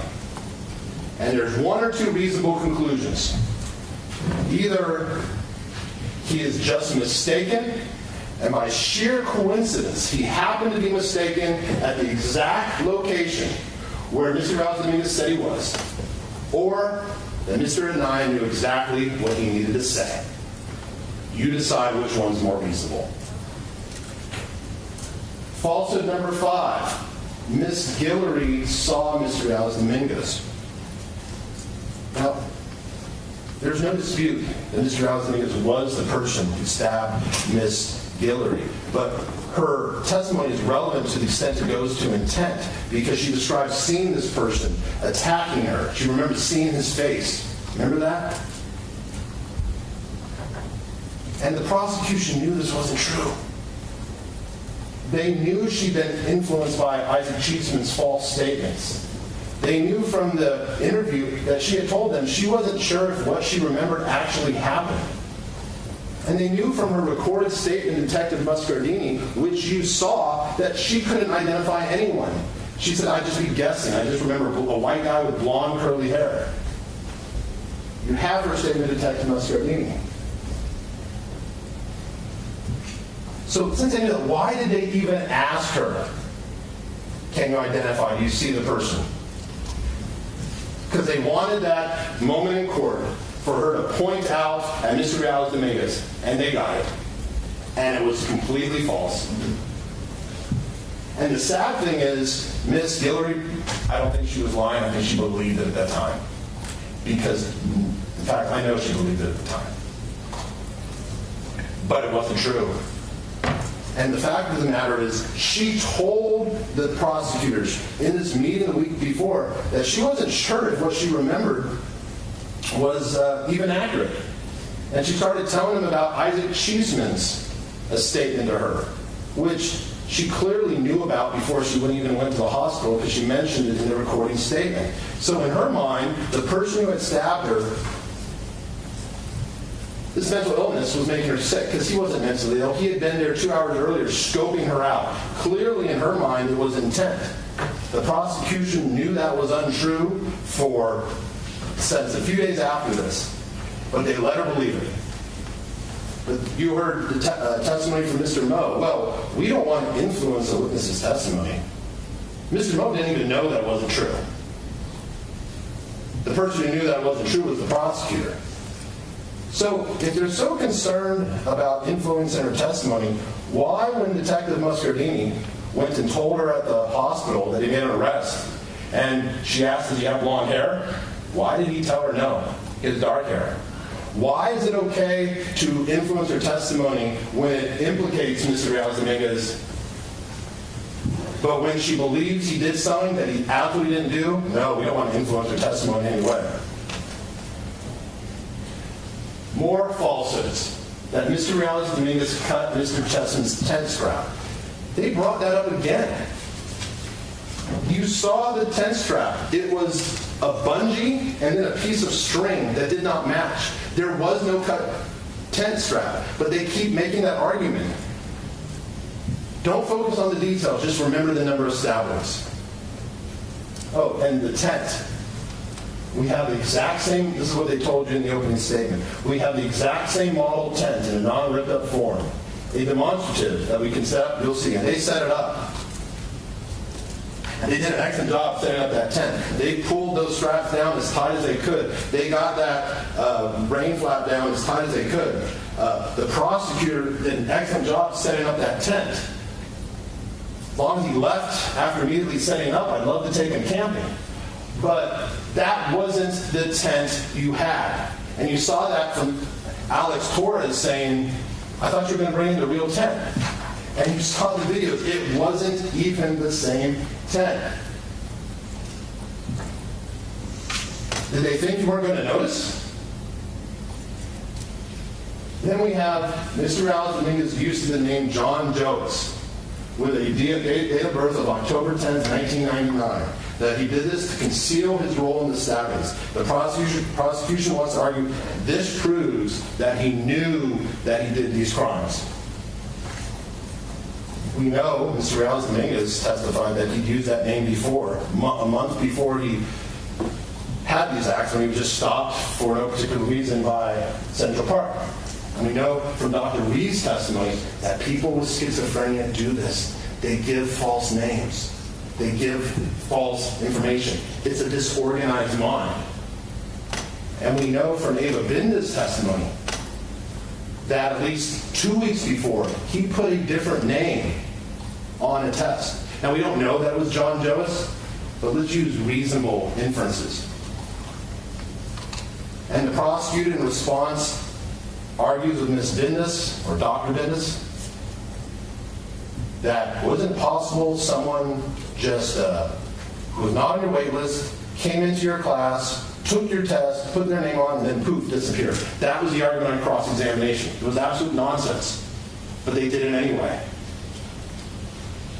You saw this approach to cross-examination. One approach, as I said, was just to restate the questions I asked, but try to frame it in a way that is less damaging. For example, he's asking Ms. Rocha about Mr. Dominguez. Well, he never had to come to court in a wheelchair. Since when does schizophrenia prevent a person from walking? What is that question even about? It's just asking nonsense. But it goes back to the number of stabbings. Because these crimes are so terrible, because these victims are so innocent, because this case is so heartbreaking that you won't care. And then we have the catalog. On the final day of trial, a defense attorney's Christmas dream. after they called him a liar over and over, he was telling the truth. And let's be clear, it wasn't that they just decided, you know, he does sound credible, let's see if we can find it. They called Gene Lyon, they talked about how long the catalogs were retained for, then they were going to have Sergeant Bestich go down and not find it and come into court and testify, no records were found. But oops, there it is, confirming everything this liar had said. Exactly where he said it was at, on a bike, a white male police officer, at a month before. Well, they'll say, well, he said his name was Joseph John. So, and I'm expecting them to make that argument on rebuttal. He said John Joas, and the officer just put it in wrong hours after the fact. Remember, that was their big argument. This name was to conceal his role in the murder. When he told the experts, he just made that up, and he was telling the truth. This young man has been called a liar over and over again in this trial, and evidence keeps confirming that he's telling the truth. But they don't stop.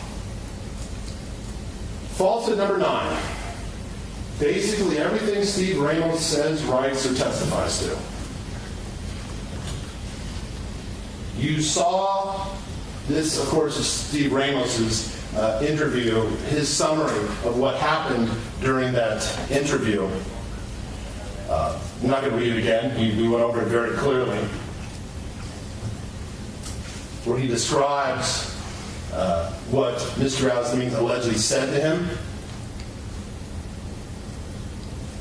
And remember, this video was shown by the defense. If Mr. Dominguez had really said what Steve Ramos claims, they would have shown it to you. But it was just made up. They love to call Mr. Dominguez a liar, but they fail to recognize that big glass house that the Davis Police Department existed. But they love to throw rocks. Let me stop you there. Deputy, could you bring the blinds down?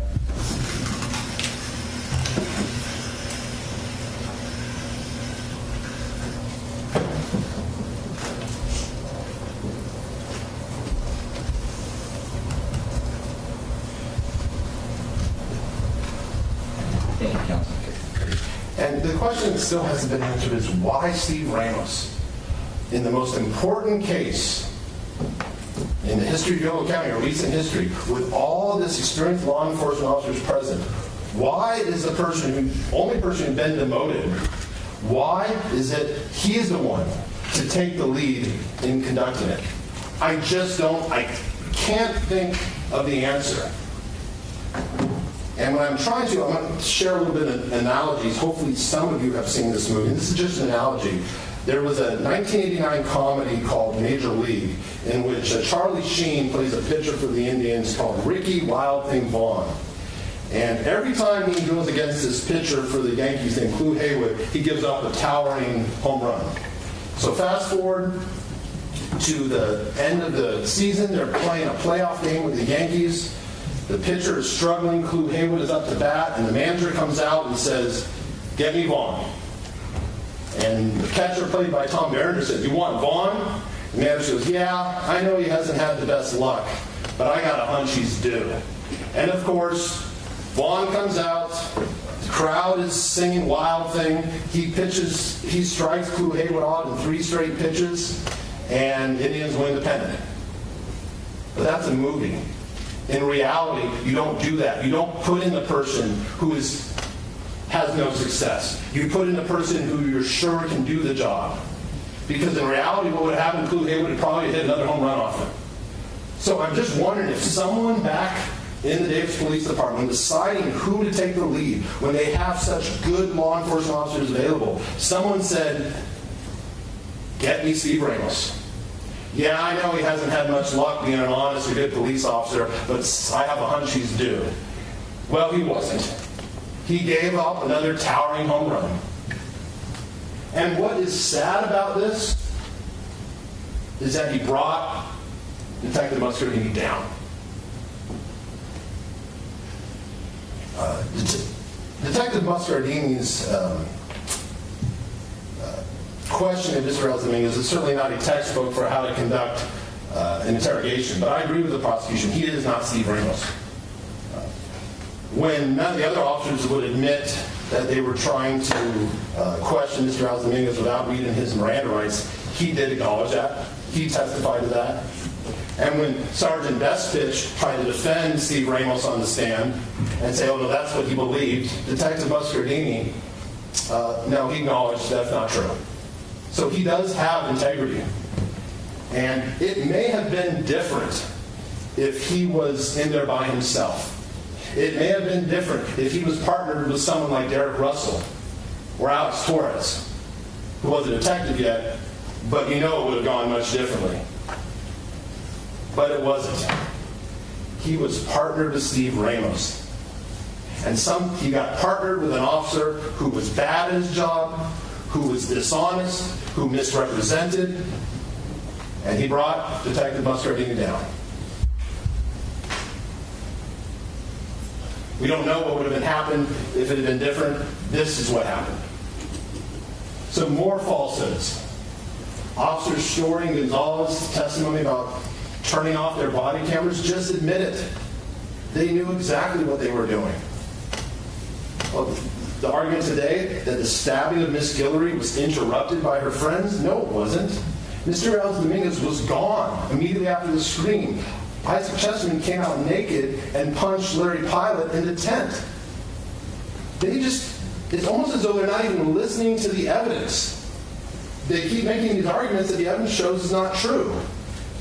You saw that the other day when the prosecutor goes to Mr. Dominguez, and Mr. Dominguez said, if my dad hadn't driven me home, I wouldn't have been able to get back to UC Davis. And the prosecutor says, aha, isn't the Capitol Corridor run directly from Oakland to Davis? And Mr. Dominguez says, well, I don't know, I was in Tracy. It's like they're not even listening to the evidence because they have this theory and they just have blinders on to anything that contradicts their theory. I've already mentioned that the prosecutor did not want to correct Miss Guillory because he did not want to taint her memory. Alex Torres, all items of evidentiary value were tested. That was an example of the prosecutor just restating my questions in a way to try to make it less damning. When Alex Torres was bringing out the bloody shirt, the bloody shorts, the bloody hamper, and explaining that I recommended they be tested, but they weren't. And he said they should have been tested. And the prosecutor stands up and goes, well, sir, isn't it true that all items of evidentiary value were tested? No, it wasn't. Why are they asking that question? Oh, and that he was turning off his cell phone to conceal his crimes. You have Mr. Chase's report. This was a phone that was kept dying. Yes, he powered off his phone one time at Sycamore Park.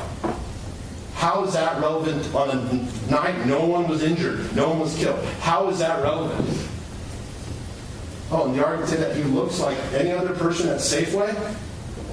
I don't know what Safeway the prosecutor is shopping at. Look at that video. Look at his face. Look at how he acts in that video. That is a young man who was sick. That was a young man suffering from the symptoms of schizophrenia. So disorganized, he doesn't even bring in his wallet or his money. He goes to buy food because he feels the bread is bad because the cat got into it. This is a young man who was sick. And what is sad in this case is that he'd been sick for 2 years. And no one did anything to help him. You see, when someone is injured physically, people rush to help. We saw that with Mr. Abou Najm, Dr. Massey, the neighbor. But when someone is mentally ill, people do nothing. Or just tell them you should probably need to get help.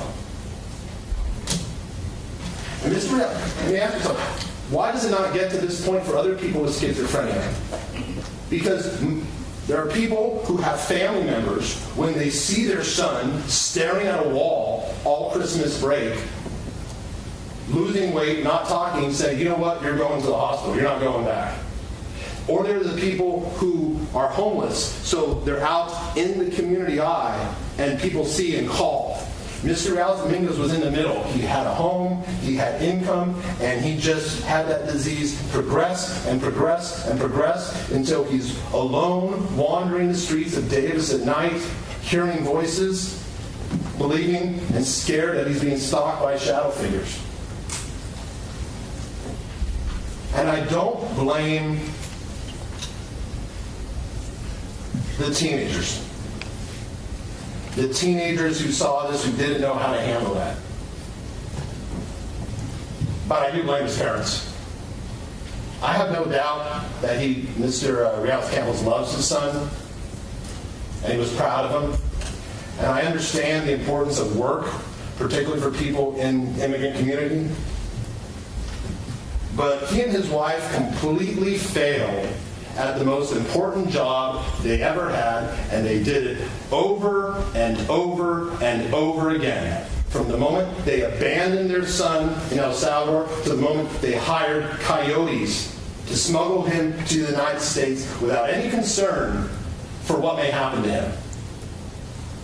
These were not people. El Salvador has problems. We all know that. But this was an upper class family. He was safe, he was with his grandmother, and they made the decision to traumatize him. And we've seen from the experts what trauma can do to a person with the genetic predisposition for schizophrenia. More falsehoods. He has anger issues because he punched a wall. Like I said, if this case wasn't so tragic and so terribly heartbreaking, I would think I was in some comedy, punching a wall. I can assure you that Mr. Rios Dominguez is not the only person in this courtroom who, as a teenager, has punched a wall out of frustration. My father used to say, you guys think you're really tough punching a hole in chalk. Wait till you hit a stud. This is by way of analogy. This is simply an analogy. My father had teenage boys in the home, except for a 2-year period from 1979 to 1997. And I'm sure, like many of your fathers or mothers, you may have had to patch a few holes. My mother's greatest story is 10 years after I graduated from high school, my father goes to paint his room and removes a picture and says, "What is there a hole in the wall?" Which my mom just decided to hang and not tell him about it. This is nonsense.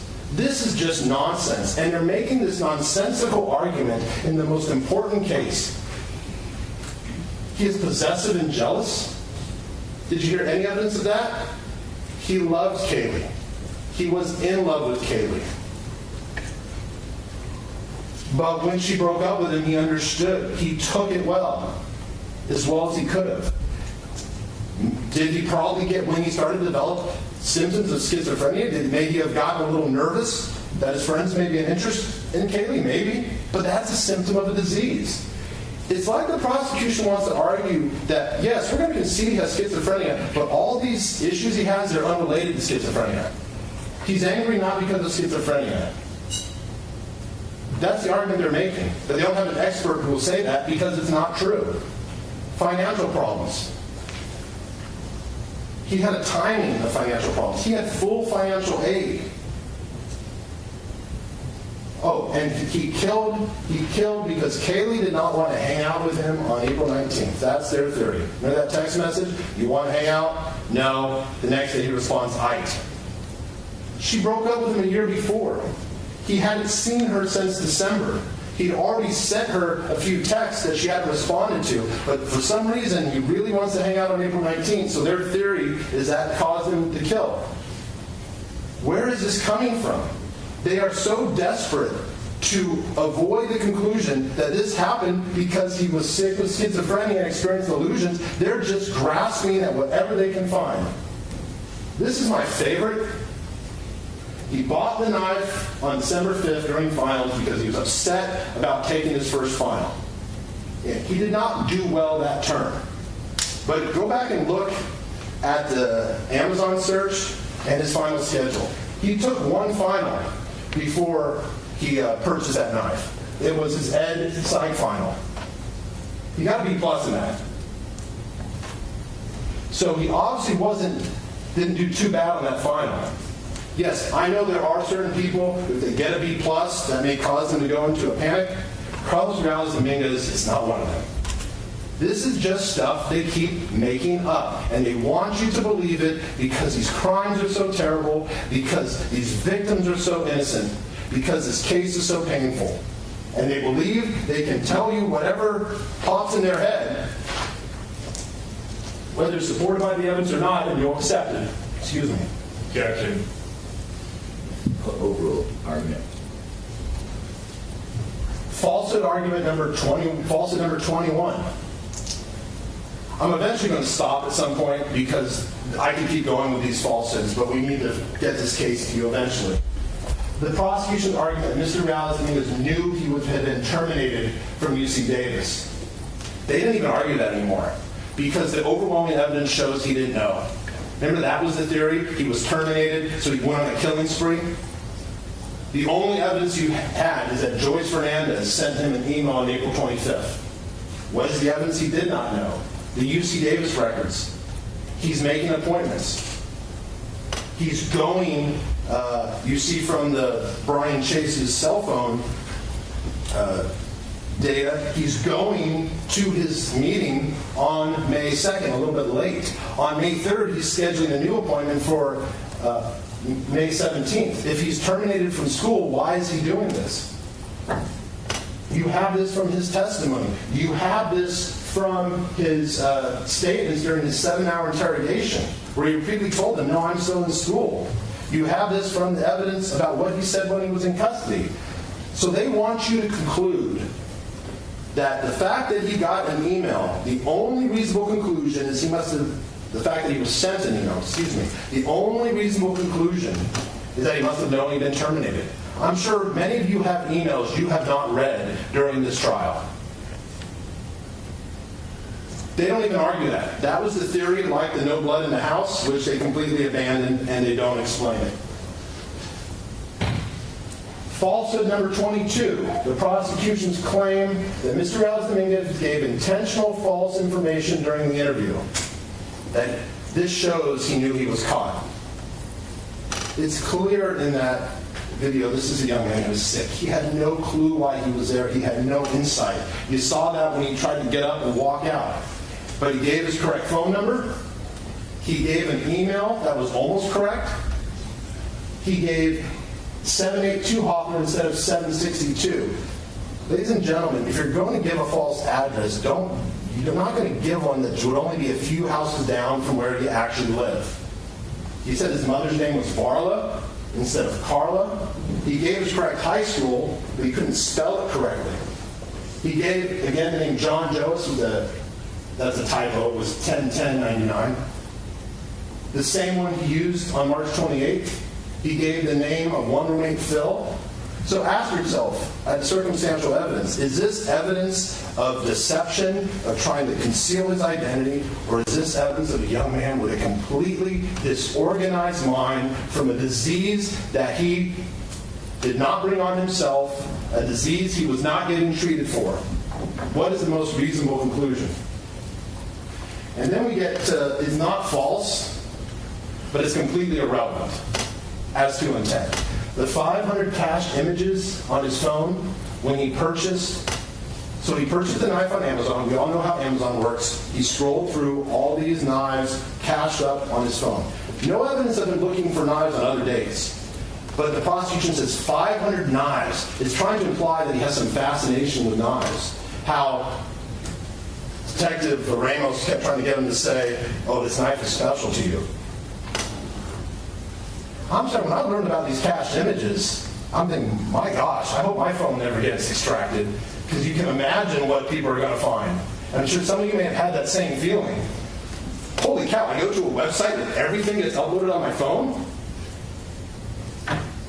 And then we have the cached images of the David Breaux Memorial Bench. They wanted to argue that proves he went on and saw what he did. No. He just went on to the UC Davis website to make an appointment to talk about his degree. Then we go to The Knife in My Hand, the poem song, which that is their evidence of intent. Mr. Alex Dominguez doesn't remember writing it. He doesn't know what it means. He thinks it's about sex. You can see the reasons why he may believe that. Yes, it could be subject to other interpretations. But let's assume, for the sake of argument, that a year and 3 weeks before David Breaux was killed, he wrote a song about killing someone. Does that mean he had an intent to kill? One of the few breaks I had during this trial was I live in Napa and I got to go to Bottle Rock.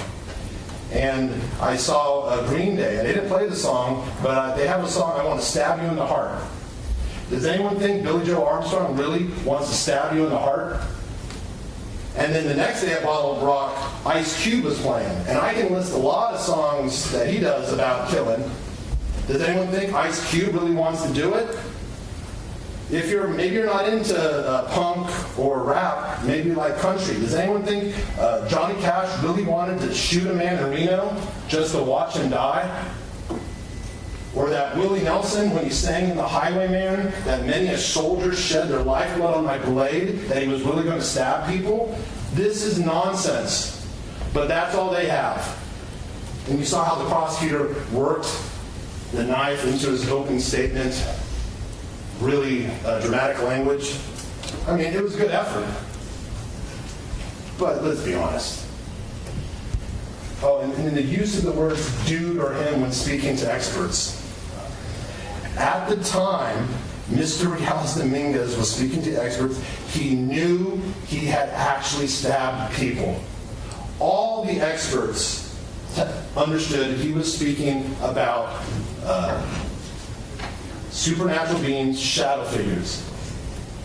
None of them thought this use of the word dude or him meant anything else other than a 20-year-old or 22-year-old man explaining, now medicated, what happened.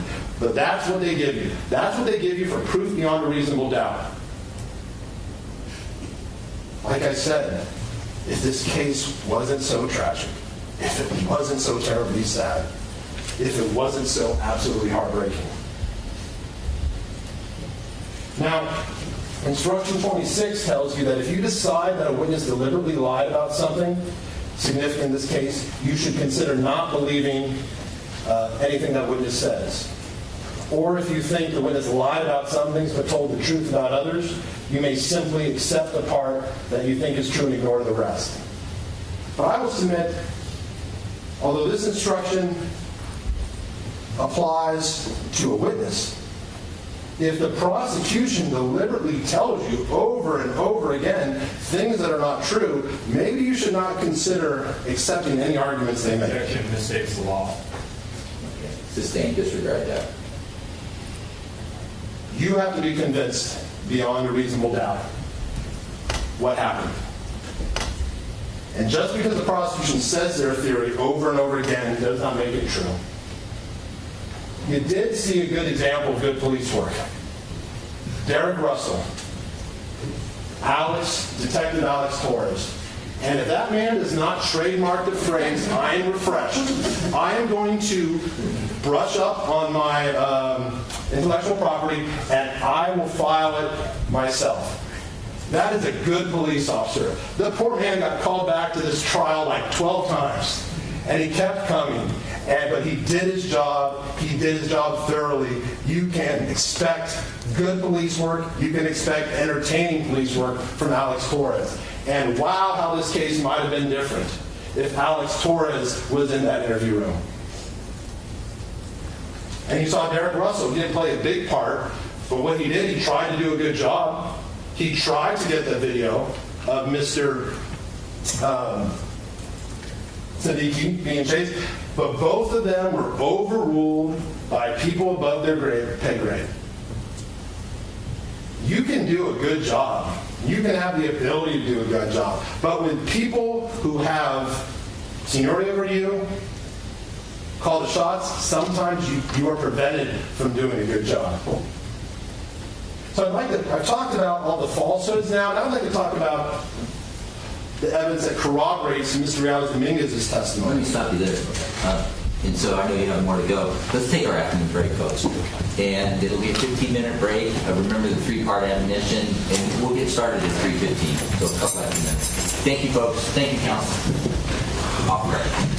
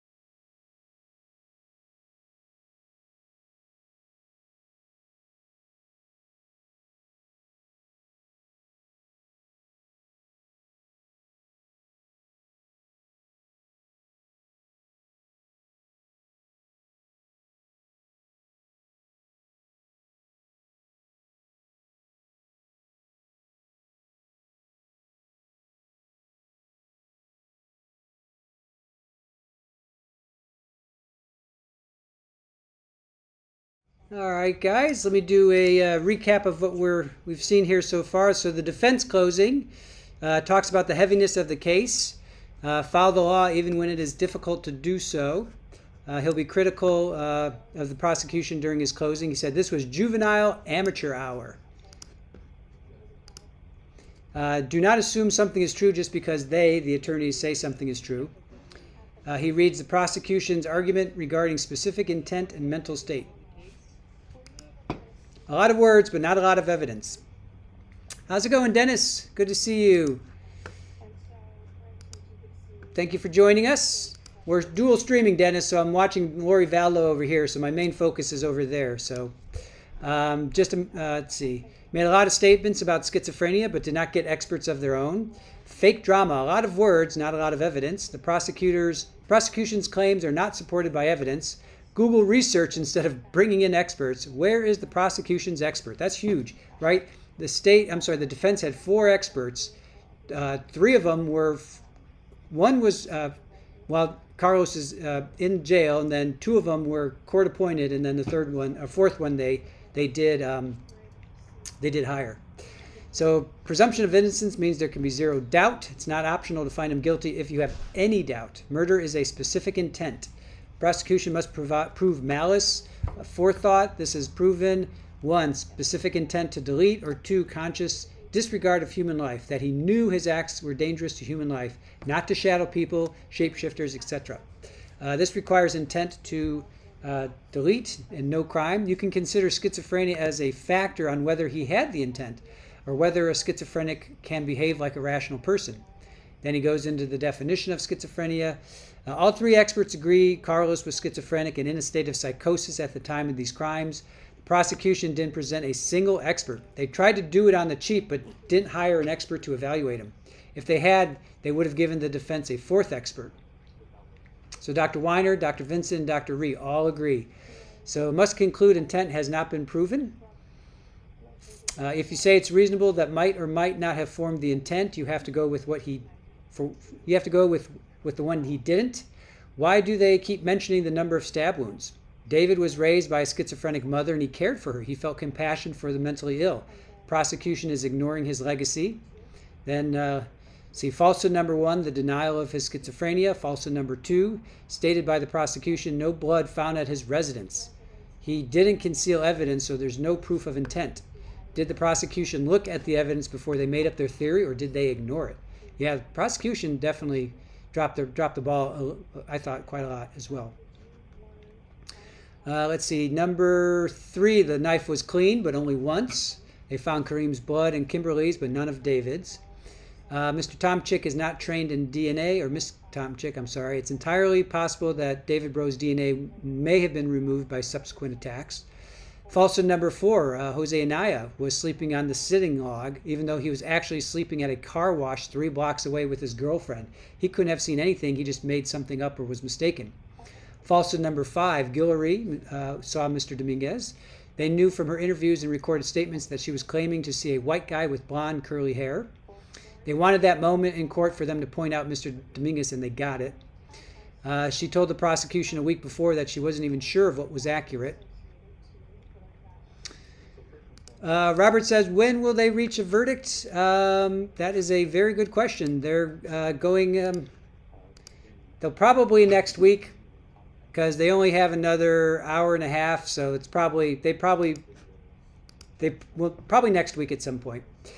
Falsehood number 6, Carlos cut Mr. Chessman's tent strap. Falsehood number 7, we have the exact same model tent in a non-ripped up form, a demonstrative that we can set up and you'll see.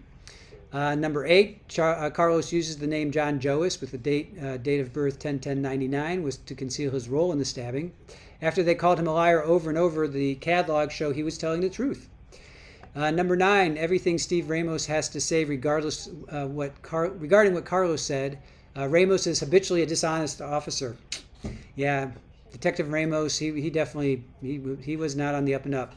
He brought Detective Muscadini down. Muscadini has integrity, and if he hadn't been partnered with Ramos, the interrogation would have been more honest. Number 10, turning off body cam. Yep. Number 11, the stabbing of Kimberlee was interrupted. No, it wasn't. They have blinders on to anything that contradicts their story. Let's see. Number 12, prosecutor did not correct Kimberlee because he wanted to taint her memory. Number 13, all items of evidentiary value were tested. Number 14, he was turning off his phone to commit these crimes. There was a report that his phone kept dying, was only powered off once on a night no one was injured. Number 15, he looks like any other person at Safeway. Dominguez's parents failed him over and over and over. Number 16, he has anger issues because he punched a wall. Actually, that's typical teen behavior. Let's see. His mom hung a picture over it that his dad later found. Number 17, he is possessive and jealous. Number 18, financial problems. He had a full tuition scholarship. Remember, half of it was through Cal-Aid and the other half was from UC Davis. Number 19, killed because Kaylee did not want to hang with him. That's, yeah. Number 20, he bought the knife in December 5th, because he was upset about taking the first final. He had already taken one final. Number 21, he knew he'd been expelled. Evidence show he didn't know. The only evidence was that an appointment had been made to meet with them. He rescheduled that appointment. Why did he do that if he knew he'd been expelled? Number 22, he gave intentional false info during the interview. He gave mostly correct information with some confusion. That wasn't intentionally misleading, just evidence of a disorganized mind. Number 23, fascination with knives. Let's see, the attorney jokes about hoping his phone searches never get looked through. Yeah, right? Yeah, we are all like that. We don't want our Google searches to be found. Number 24, photos of compassion bench prove that he was glorified in what he was doing. He just went to campus that day. Number 25, the poem meeting. Attorney talks about Green Day, Ice Cube, Johnny Cash lyrics. Right. You really think Johnny Cash wants to stab a man in Reno just to watch him die? Good point. I would submit to the prosecution. I would submit if the prosecution keeps telling you things over and over that aren't true, maybe you should just disregard. Objected to, that's sustained. And then Detective Russell Torres, Russell's examples of good police work, lots of courtroom chuckles, but they were overruled by people above their pay grade. So, Rainbow Rabbit Hole. All the doctors said Carlos was in psychosis. Absolutely. Capri Law, good job reading notes. Capri Law took all those notes I just read. So thank you to Capri Law. That was awesome. Thank you so much for taking those notes for us. Really appreciate that. So I'm going to leave you guys to it here. And I'm going to jump back over to Lori Daybell. And we will see you when they come back from the break.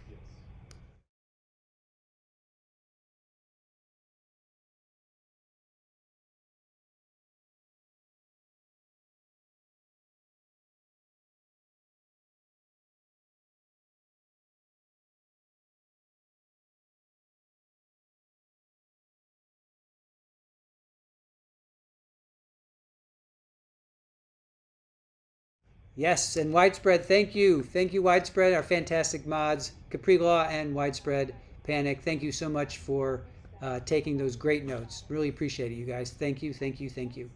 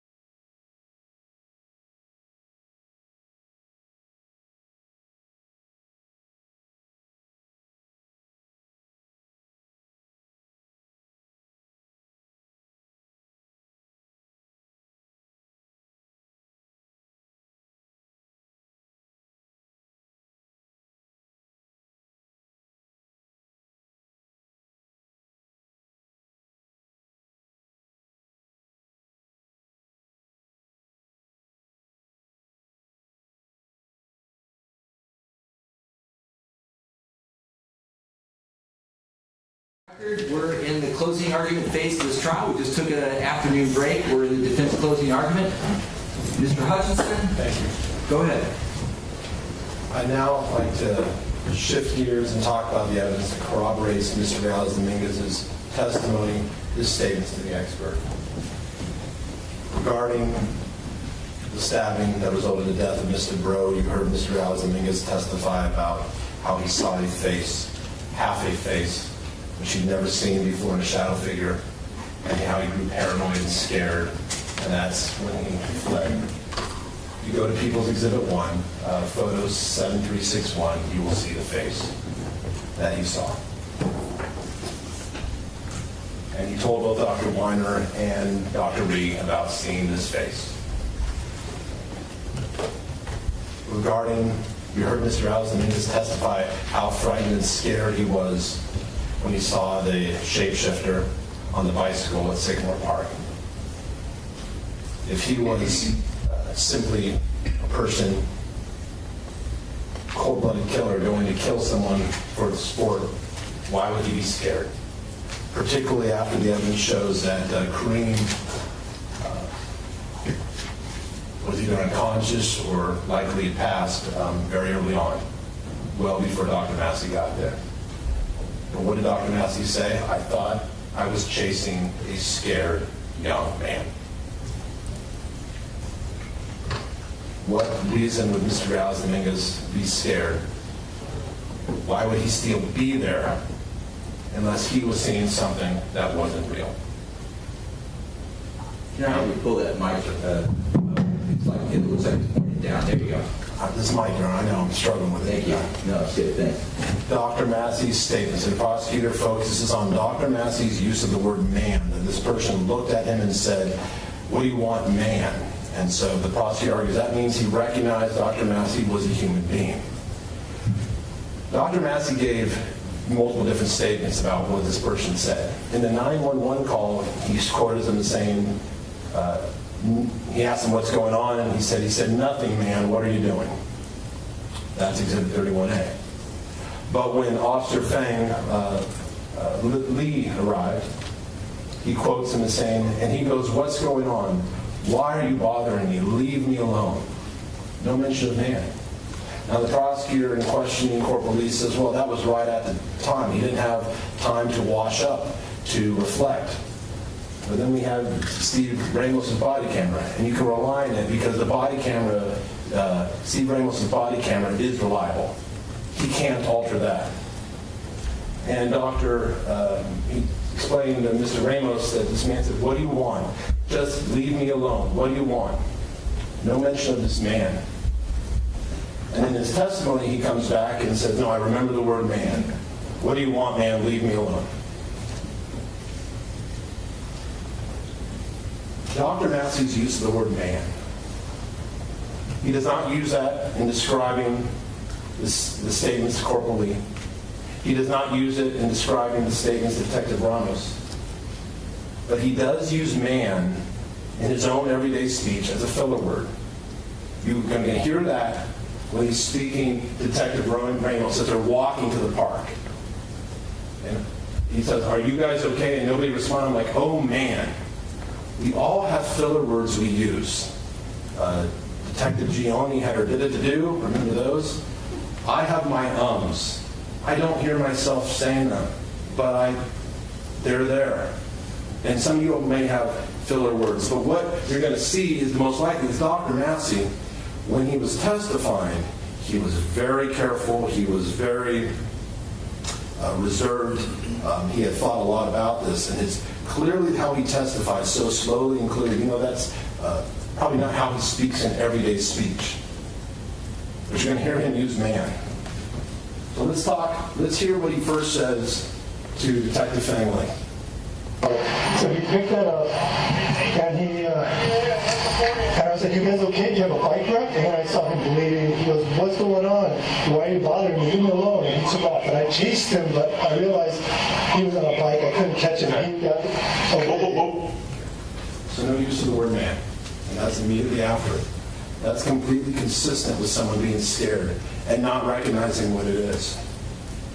Now we're going to hear Steve Ramos. And listen, because you'll hear him use man on his own before he describes what Mr. Dominguez allegedly said. And you're going to be back parking lot at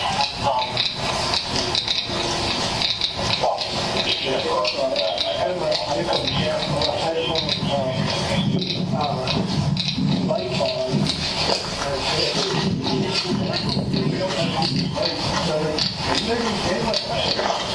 Okay? And nobody responded. Like, what I saw about you was I saw that there was a person on the ground in his backpack. I saw the assailant over him, like doing something, and then I realized it was just one bite.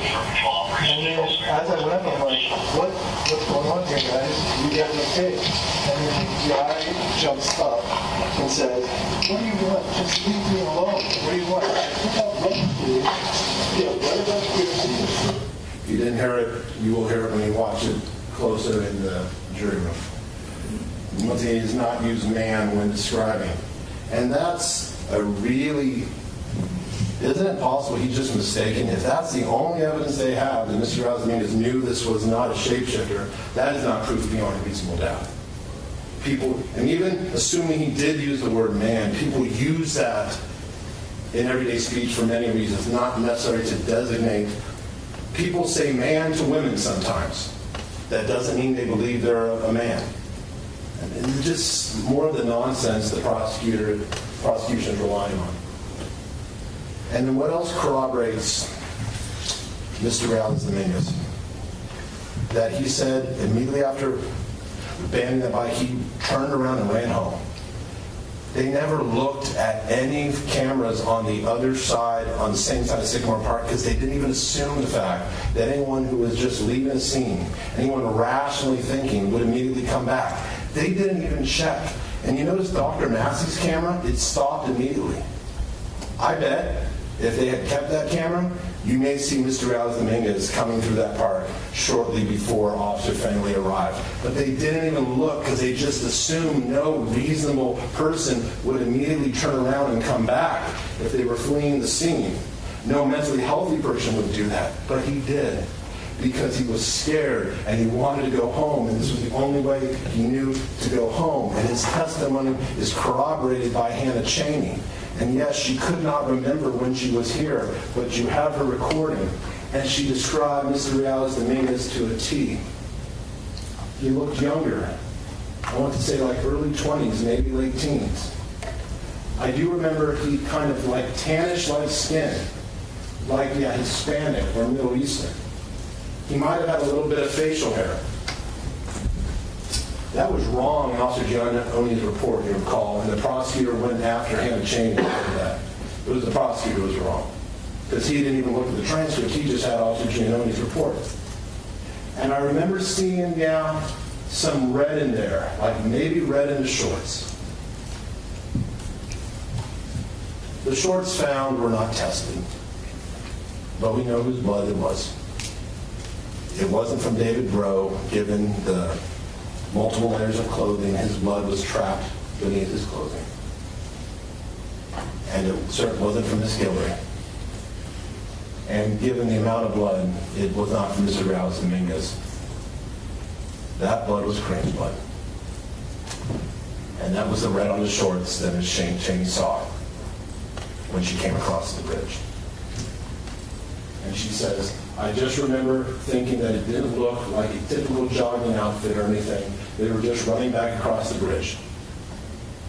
But I know he was definitely turning on the bridge. That was another fact Officer Giannoni got wrong in her report. And then the prosecutor went after Ms. Cheney. And Ms. Cheney, she's a scientist, advanced degree, and she got nervous on cross-examination and started to admitting the same thing she never said. That's what can happen when you get aggressive cross-examination. She was telling the truth. She saw Carlos Dominguez.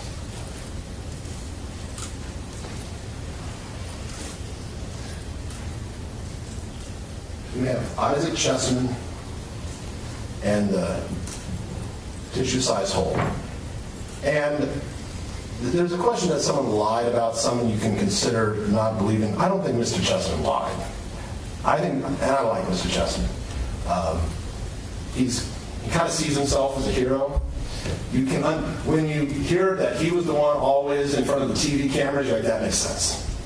That makes a lot of sense. And in his mind, he believed he had chased down the stabber, and he wanted to tell everyone. He clearly told Miss Guillory. And his testimony was not accurate, boy, until where he described that small hole and he did a punch. And you saw me jump up, you saw me hit the tissue, because until that time, everyone had been assuming that this had been a cut down that is inconsistent with Mr. Dominguez's statement that he punched. And you heard from Dr. Weiner, even when he confronted Mr. Dominguez about this, he still said, I remember a punch.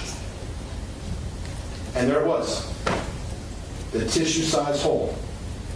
It was ripped further. We know Derek Russell ripped it all the way. Completely corroborated. They're writing to experts, writing a couple that are showing this fact shows that he's lying and he was telling the truth again. Where have they proved Mr. Dominguez's lies? When I asked about whether he had a prior shoplifting, he could have said, no, I never do that. Yeah, I stole a bag of chips. Could they have ever proven otherwise? He's never been arrested. It's a young man with schizophrenia taking the stand in aggressive cross-examination, asked to testify about a time when he was in a florid psychosis, when the experts are trying to tell you he's not going to remember everything. And they criticized him because he said, I don't remember having the knife, because he sat through a trial where people are often guessing and adding facts that they don't actually remember. When people are really telling the truth about memories, it comes out just like Mr. Dominguez. You remember one thing and then another thing. No one has memory. We have all the details. People fill them in. But Mr. Dominguez didn't do that. And the location of the two stab wounds, we don't even remember. We don't even know which buttock it was on because of the inconsistent. They didn't even prove that. They could have asked Ms. Guillory, where were you actually stabbed? But I think the most reasonable conclusion is that she was probably sitting up, that the first stab wound came down and got her in her back. She probably started to stand up and then got it in the buttock. That's the most reasonable conclusion. But it's they have to prove to you beyond a reasonable doubt. This evidence that he's down here like this, there's no evidence to support that, other than the tent that's not even the real tent. I want to talk about the surveillance. Because you have the video of the dark figure, the silhouette, running westbound on 3rd Street. And Mr. Dominguez testified he does not remember running that way. He remembers running south on L and turning west, going back toward the city line. And it's possible that could be him, that he's just remembering it wrong. He does have memories wrong. He remembers the UC Davis van coming toward him. Clearly it's not. But if you look at it, the evidence shows that's not likely Carlos Dominguez. At 11:42:16 to 11:42:19, you see that silhouette. And that's all it is, it's a silhouette. You can't make anything out of it. Running westbound on 3rd Street. But then, only 17 seconds later, Kimberlee Guillory calls 911. Then at 11:45:12, you see the UC Davis security van come into view westbound on 3rd Street. Then at 11:46, that 320 K Street video ends. 11:46, that K Street video ends.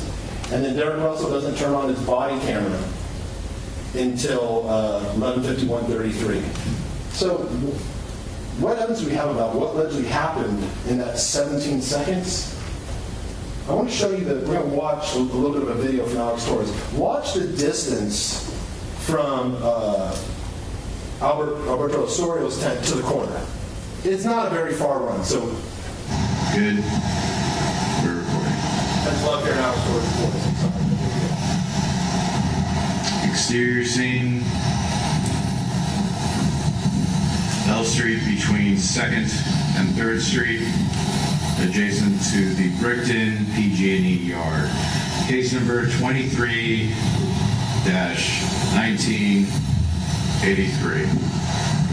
Videographer, Corporal Alex Torres. May 2nd, 1983.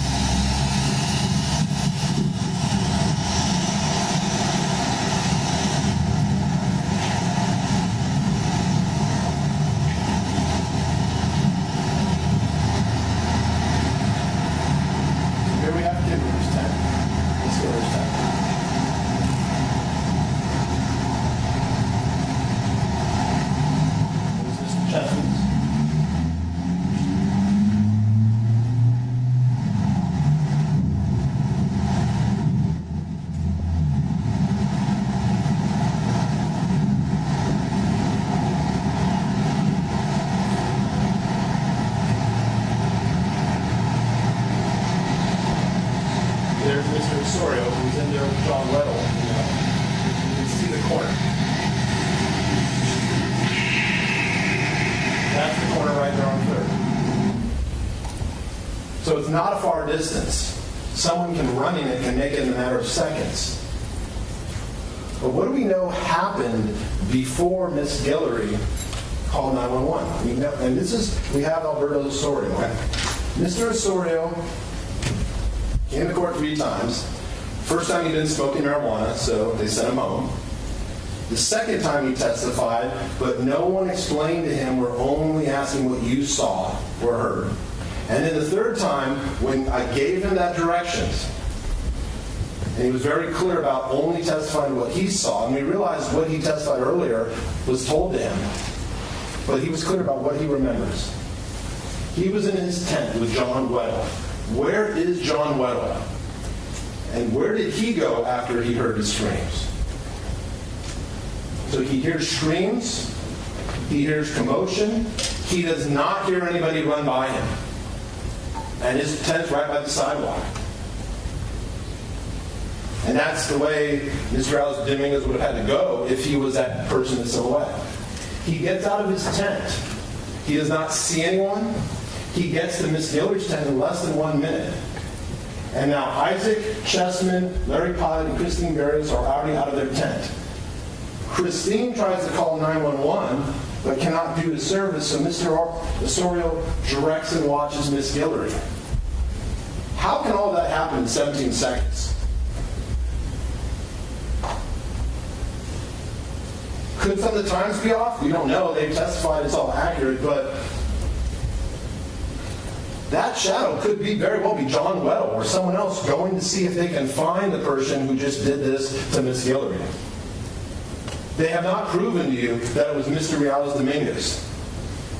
And even if it was him, and it's just because of his schizophrenia, he does not remember exactly which way he ran, you can make it back to the sitting log that way.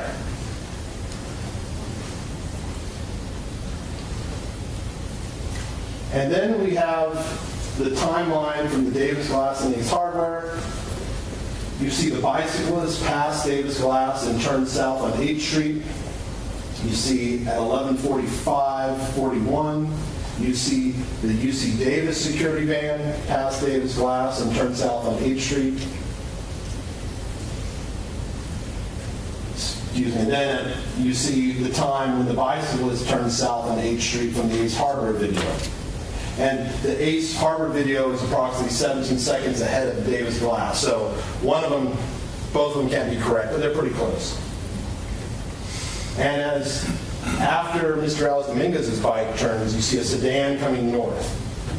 And then you see the UC Davis security van turn south. Now, Mr. Alice Dominguez says he remembers the van coming toward him, and that's what caused him to almost crash and the chain fall off. Well, that can't be correct based on the video. So there's one of two explanations. Either it was sedan that did it, and he just happened to see the security van, and that in his mind now believes it's a security van, or the fact is he may have tried to turn around and saw the security van. But once again, if he's making up a story, why not make up a story that's consistent with the evidence? Because he's telling the truth. And the evidence corroborates that over and over again. And if not from hallucinations and delusions, if he did not see shape-shifting shadow figures he was scared of, what is the motive for Carlos Reales Dominguez to want to hurt David Breaux, Karim Abou Najm, and Kimberlee Guillory?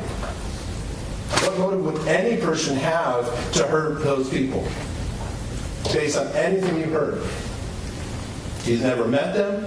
They never harmed him. He didn't know them.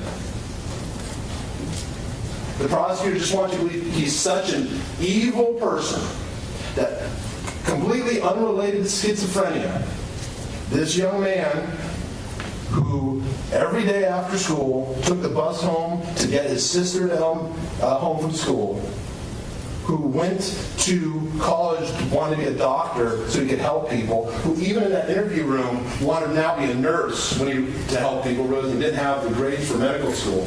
They want you to believe that for no reason, no hallucination, he just turned into a cold-hearted killer who wanted to kill people because he was angry. That's the argument they're making.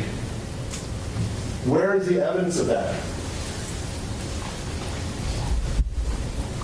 You know, I was struck. There's a lot of parallels in this case. David Breaux went to Stanford. He has a mother with schizophrenia. That was Carlos Reales Dominguez's dream school. You may have noticed on Karim Abou Najm's driver's license, these two young men were born in the same month, the same year, 24 days apart. Karim, no doubt, had the same dreams and aspirations Mr. Reales Dominguez had, or similar. What motive would he have for wanting to hurt these people? None. But he's had to sit here through this trial while the prosecution, not based on any evidence, calls him a cold-blooded killer. Yes, he killed two people. He injured another, and he has accepted that. But you heard Kaylee Gallardo say, that is not the person I knew. The person I met freshman year would not have done that. It was a disease. And he did not believe he was hurting people. But that's what they want to argue, that he's just a cold-blooded killer.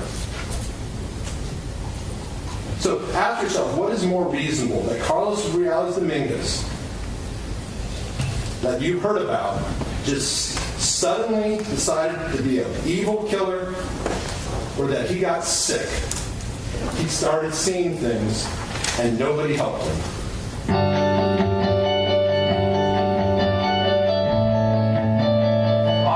So today we're in school. I want you guys to see all my friends, my brother Marwan, and in a little bit I'm gonna show you guys, Taylor, Oliver, those are the people I hang out with. But I'm just showing you a little bit of my life. But yeah, I go to Catamount High School. Many of you guys don't know this, but yeah, Pedro, my other friend. So where is Oliver? Oh, here you have my brother Taylor. Taylor, where are you going? Taylor, alright. Well, yeah, oh, you better do this. He's a supportive one. Oliver's a shit talker. Y'all will see in a minute. I just have to find him. He talks shit all the time. Let's see. Right, he's hella soft. Don't worry about him. But yeah, look. But yeah, this is here you have Paul and Jackson. Say hello to my fans, my subscribers. Follow my YouTube account. But yeah, hold up. mean, where's Oliver? You know, this is the people I hang out with. I'm right there too. Here we have Mr. Bennett, best teacher. I don't have his class, but I wish I did. But y'all see where's Oliver? That's him all. Let's see. Oh, that's the principal. Principal right there. Oh, y'all want to say hello? Damn. Say hello to my YouTube channel. Yep. Oh, here we have Chris. Chris, say hi to my. So I know what I'm gonna do this channel about. I'm gonna be doing gaming. I'm gonna do Fortnite and Call of Duty World at War. Please make sure to subscribe and like my videos. And I'm also gonna do challenges, 3 AM challenges, trail challenges, stuff like that. So, my channel will be pretty lit. Make sure to subscribe and follow. Mr. Dominguez has now been on medication for 2 years, and his positive symptoms are under control. But as he told you, as the doctor told you, he is still mentally ill. And he talked to you about the negative symptoms he still experiences, and you saw them for yourselves. He doesn't express much emotion. He told you he still has a rigid posture. He sits still for long periods of time. That young man is gone and is never coming back. Yes, he is alive. But it is the disease that took the lives of David Breaux and Karim Abou Najm, not the Carlos Dominguez you saw there. And although he does not express emotion, he told you he feels emotion. And he has to recognize that he killed 2 people, he stabbed another. And whether the fact that he didn't intend to doesn't matter. He took lives. And he has had to sit here while these prosecutions call him a liar, call him evil, over and over and over again. And yes, he doesn't express emotion, but imagine the emotion he is feeling. And they do it not based on evidence, not based on anything. So we go back to the presumption of innocence. A defendant, and the issues in this case, ladies and gentlemen, are the specific intents and mental states. Those are the elements in dispute. And unless the prosecution proves those specific intents and mental states beyond a reasonable doubt, he is entitled to an acquittal, and you must find him not guilty. So what is express malice? Go back to the circumstantial evidence. You must ask yourself, has the prosecution proven beyond a reasonable doubt that Mr. Dominguez intended to kill? If you say to yourself, based on the evidence, I think there is a reasonable possibility that he intended to kill the shadow figures. But I also believe, based on the evidence, there's a reasonable possibility he did not have the intent to kill. If both are reasonable, even if you believe one more than the other, the law says you must adopt the finding that he did not have the specific intent. And that means the presumption of innocence controls, and he is not guilty of first-degree murder, and he is not guilty of attempted murder. Those crimes require intent to kill. If they have not proven intent to kill beyond a reasonable doubt, if they have not proven intent to kill is the only reasonable conclusion you can get from the circumstantial evidence, the presumption controls, you must return a verdict of not guilty on first-degree murder and not guilty on attempted murder. And there's no lesser included of attempted murder. They decided to charge all or nothing on attempted murder for Ms. Guillory. So then we go to implied malice, which for implied malice, that's for second-degree murder. They have to prove, once again, beyond a reasonable doubt, that Mr. Dominguez, when he acted, he knew that his act was dangerous to human life, not shapeshifter life, not shadow figures, to human life, that he had that actual knowledge. And he deliberately acted with a conscious disregard for human life. And ladies and gentlemen, there's no evidence of this. Maybe you could believe he intended to kill the shapeshifters. You can find some evidence. There is no evidence, based on what you've seen, credible evidence, that he knew he was acting with conscious disregard for human life. So once again, go back to that circumstantial evidence instruction. Is it reasonable that based on all the evidence, he did not know his act was dangerous to human life, and he did not act with conscious disregard for human life? Conscious disregard means I know something and I don't care. I'm just going to do it anyway. Then that presumption of innocence controls, and he is not guilty of second-degree murder as well. So, once there's the circumstantial evidence instruction. You're not going to need to get to this, I hope, but for first-degree murder, if you find murder for first degree, they have to prove, once again, beyond a reasonable doubt that a defendant had a specific intent to kill. For first-degree murder, you cannot have implied malice, that he carefully weighed the considerations for and against the choice. I'm not going to address this. You can look at it, because unless you convict him of murder, you don't get to this. So what happens if you find him not guilty of murder, first-degree murder and second-degree murder? He is guilty of all the general intent crimes. Because under the law, general intent crimes, it is not a question whether you have a specific mental state. You just have to do the act. There's no dispute he did the acts. So what is he guilty of? For both count 1 and count 2, he is guilty of involuntary manslaughter. And for both counts, you should find true the enhancement that he used the weapon. I'm not even going to discuss the elements, because mental state is not in defense to those. Those are general intent crimes. So you can look at the instructions, but that's the verdict I'm asking you to do. Once again, not guilty on first-degree murder, not guilty on second-degree murder, not guilty on attempted murder. For count 1, I'm asking you to find him guilty of involuntary manslaughter and find the enhancement for use of a weapon true. And for count 2, I'm asking you to find him guilty of involuntary manslaughter with use of the weapon true.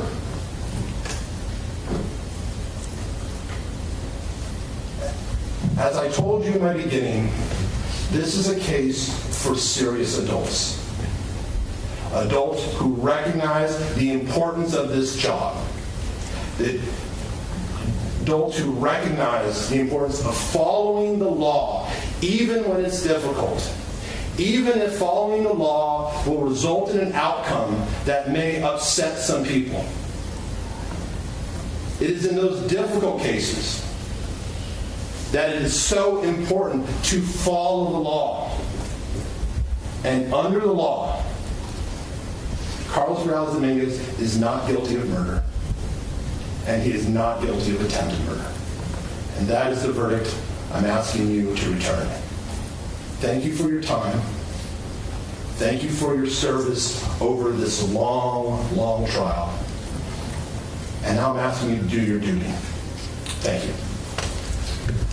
Okay, thank you, Mr. Hutchinson. That was the defense closing argument, and I'm going to stand up and stretch, and then Mr. Moore can proceed with the final argument. Thank you, Your Honor. Off the record.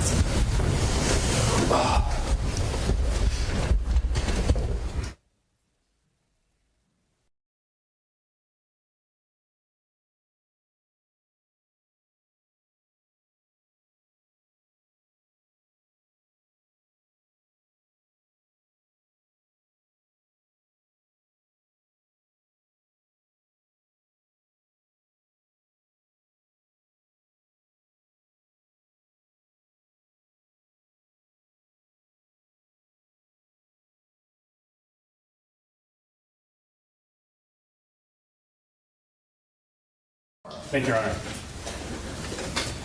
We spent about an hour and a half this afternoon hearing about 21 falsehoods. There are 2 that are missing from that list. One, that schizophrenia killed David Breaux and Karim Abou Najm. Schizophrenia did not kill them. Carlos Dominguez did. And that's a very, very dangerous argument to say that schizophrenia killed them.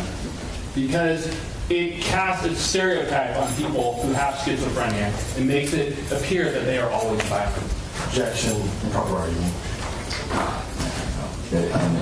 Closing argument.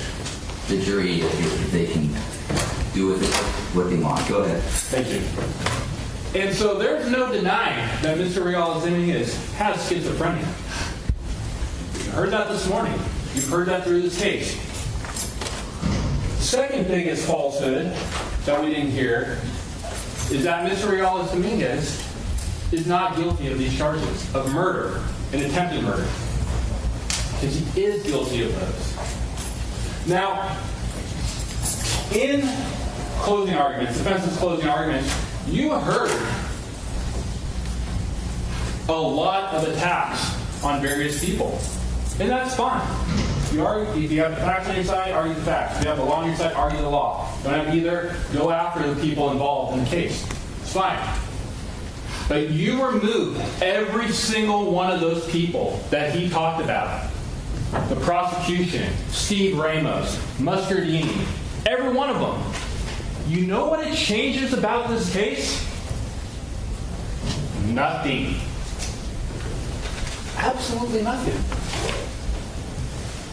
Because the facts stand as they are. The facts are that Carlos Dominguez stabbed them to death. David and Karim. That is what the facts are, and that is irrefutable.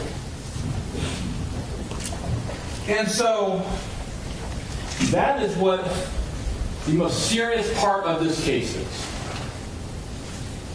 You don't have to like the prosecutors. You don't have to like the Davis Police Department.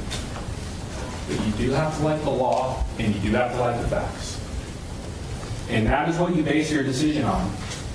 Not personal animosities, vendettas against individuals. And so when we look at the case, when we look at the evidence, and you look at the experts that came in and testified, why wasn't there a fourth expert? Because all the experts rely on the same information. The same information that you have to critically evaluate. The biggest source, as I mentioned, for that information, for the expert reports, came from the defendant. A person, an individual whose credibility is at issue. And if his credibility is at issue, and you find that he had a vested outcome in this case, that he did not answer questions or withheld evidence or withheld responses from that, their opinion about his florid psychosis, their opinion about what he saw falls away. That is the linchpin to their conclusions. And as Dr. Weiner said, and implied in that question about how you control for the truth, and his response is essentially, I can't. And if the experts cannot control for the truth, that brings into question the credibility of the sources. It does not bring into question of the credibility of psychiatry or psychology, but it brings into question their opinions and what they rely on. And so if you're relying on someone with that interest, that vested interest in the outcome of the case, and you rely on someone who took the stand and says things such as, I gave a name on May 3rd, 2023 to the Davis Police Department, that was false, because I had given it before, and they had let me go, so I gave it again, in the hopes of letting me go again. That right there is a credibility issue. That right there calls into question everything the defendant said, the defendant believes. But there's also like the knife, another edge to that.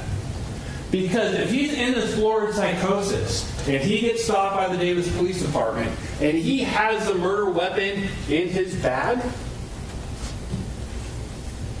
what are you going to do? Oh, it worked before, I'm going to do it again, and they will let me go. Work once, let's try it again. Is that florid psychosis? Or is that awareness of your state of mind, of the situation you're in? Is grabbing the bag and holding it tightly to you because you have the weapon in there florid psychosis or intellect?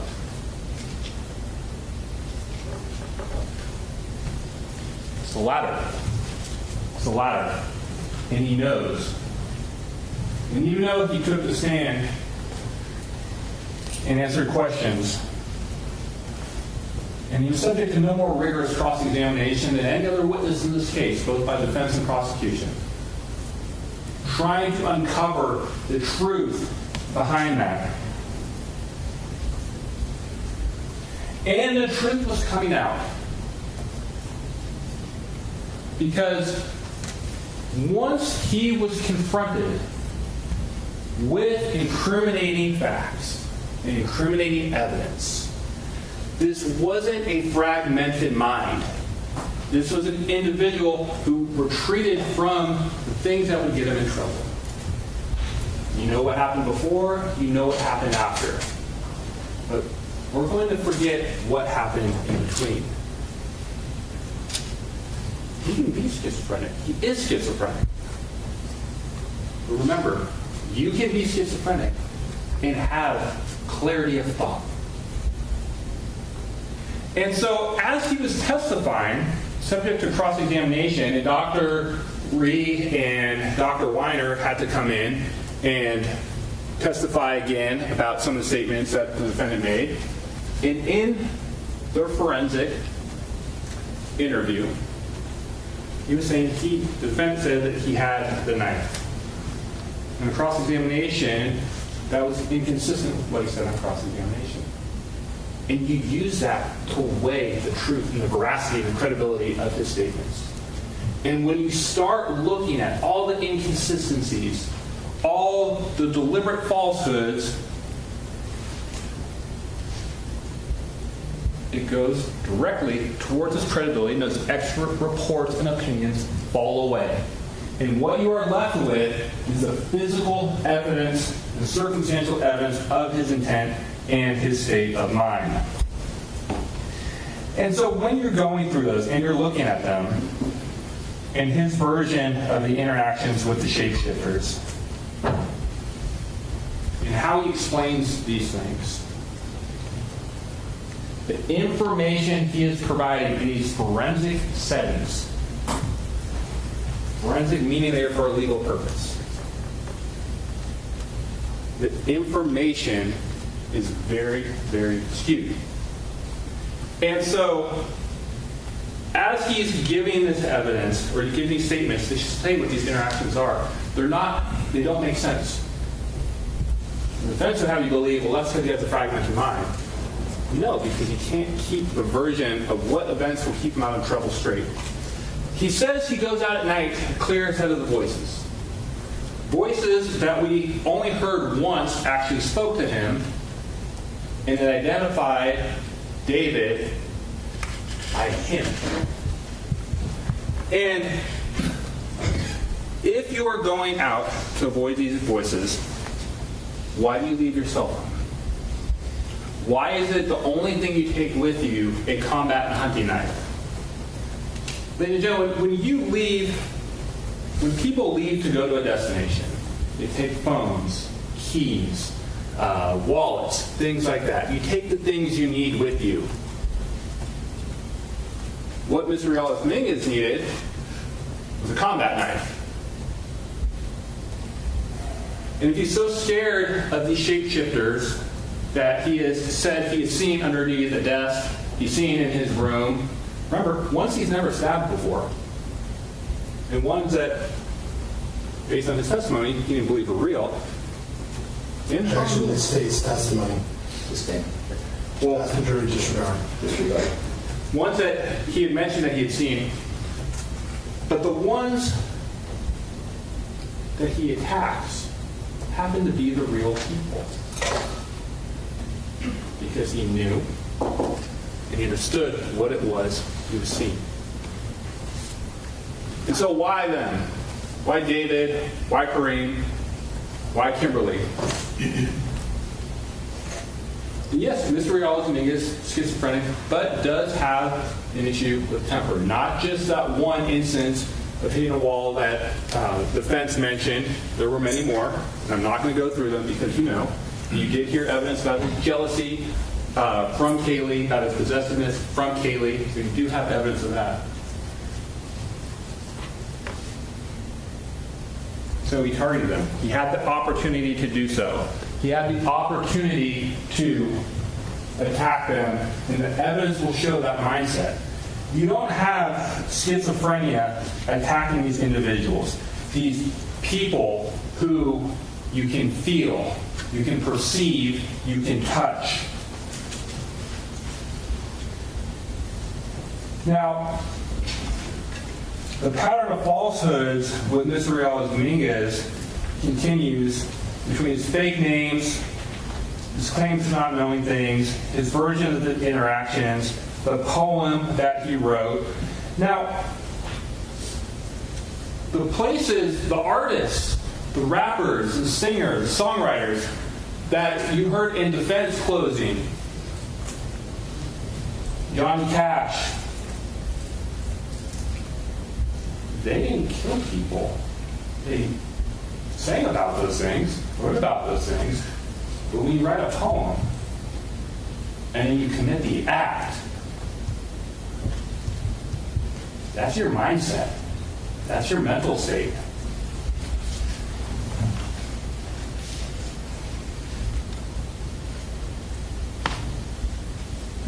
And it brings us back to this pattern. This pattern of Mr. Dominguez going out at night with this knife, finding people in isolated, dark areas, and attacking them.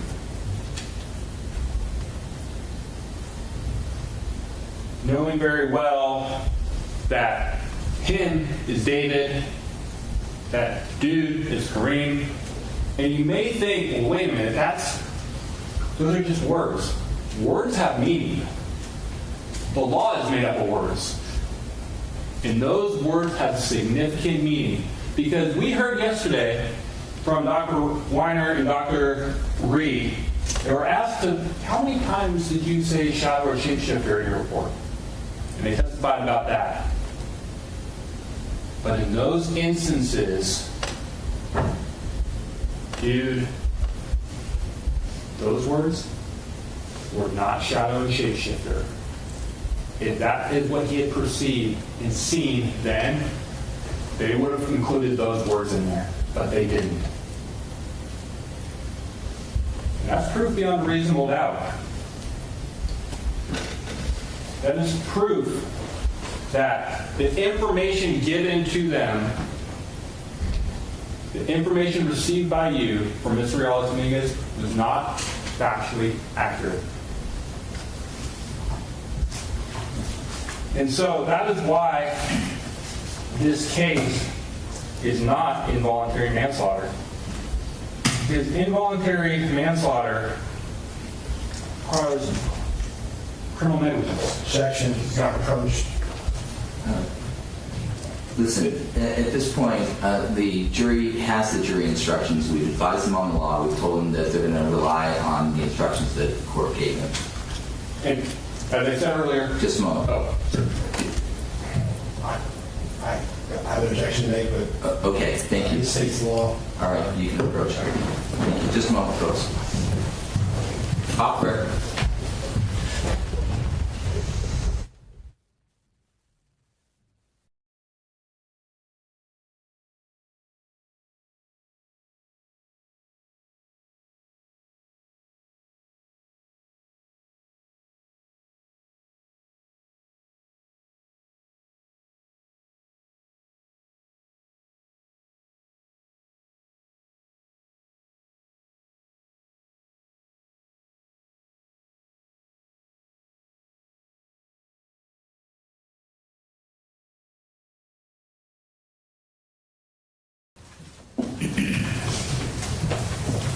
So, because of the intentional acts, you don't get to involuntary manslaughter. The deliberation, the premeditation, and the intent to kill.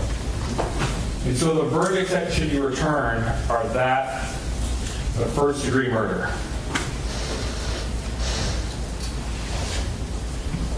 Because what this case is about is not about the falsehood of schizophrenia killing David and Karim and almost taking the life of Kimberlee. The truth is that the defendant did. And for that, he is guilty. Thank you. Okay, thank you, counsel. That concludes the people's final argument, and that concludes the closing argument phase of this jury trial on this Friday at 4:10. And so now I'm going to read to you CalCrim 3550. And I'll remind you that I will have these instructions copied for you. Ladies and gentlemen of the jury, when you go to the jury room, the first thing you should do is choose a foreperson. The foreperson should see to it that your discussions are carried on in an organized way and that everyone has a fair chance to be heard. It is your duty to talk with one another and to deliberate in the jury room. You should try to agree on a verdict if you can. Each of you must decide this case for yourself, but only after you have discussed the evidence with other jurors. Do not hesitate to change your mind if you become convinced that you are wrong, but do not change your mind just because other jurors disagree with you. Keep an open mind and openly exchange your thoughts and ideas about this case. Stating your opinions too strongly at the beginning or immediately announcing how you plan to vote may interfere with an open discussion. Please treat one another courteously. Your role is to be an impartial judge of the facts, not to act as an advocate for one side or the other. As I told you at the beginning of the trial, do not talk about the case or about any of the people or any subject involved in it with anyone, including but not limited to your spouse, family, friends, spiritual leaders, advisors, therapists. You must discuss the case only in the jury room and only when all jurors are present. Do not discuss your deliberations with anyone. Do not communicate using any form of social media during your deliberations. It is important that you not use the internet, not watch the media, not read the media, not follow blogs, don't use a dictionary, don't use a law book, medical book, or anything in connection with this case during your deliberations other than what I give you. During the trial, several items were received into evidence as exhibits. You may examine whatever exhibit you think will help you in your deliberations. These exhibits will be sent into the jury room with you when you begin deliberations. I'll get to work on that on Monday. With the exception of exhibits that may be possibly have blood on it, if you wish to see any of those exhibits that I have not sent in, please make a request in writing. If you need to communicate with me while you are deliberating, send a note through the bailiff, signed by the foreperson, or by one or more members of the jury. To have a complete record of this trial, it is important that you not communicate with me except by written note. If you have questions, I will talk with the attorneys before I answer, so it may take some time. You should continue your deliberations while you wait for my answer. I will answer any questions in writing or orally here in open court. Do not reveal to me or anyone else how the vote stands on the question of guilt or issues in this case unless I ask you to do so. Your verdict on each count and any special finding must be unanimous. This means that to return a verdict, all of you must agree to it. Do not reach a decision by the flip of a coin or by any similar act. It is not my role to tell you what your verdict should be. Do not take anything I said or did during this trial as an indication of what I think about the facts, the witnesses, or what your verdict should be. You must reach your verdict without any consideration of punishment. You will be given verdict forms As soon as all jurors have agreed on a verdict, the foreperson must date and sign the appropriate verdict forms and notify the bailiff.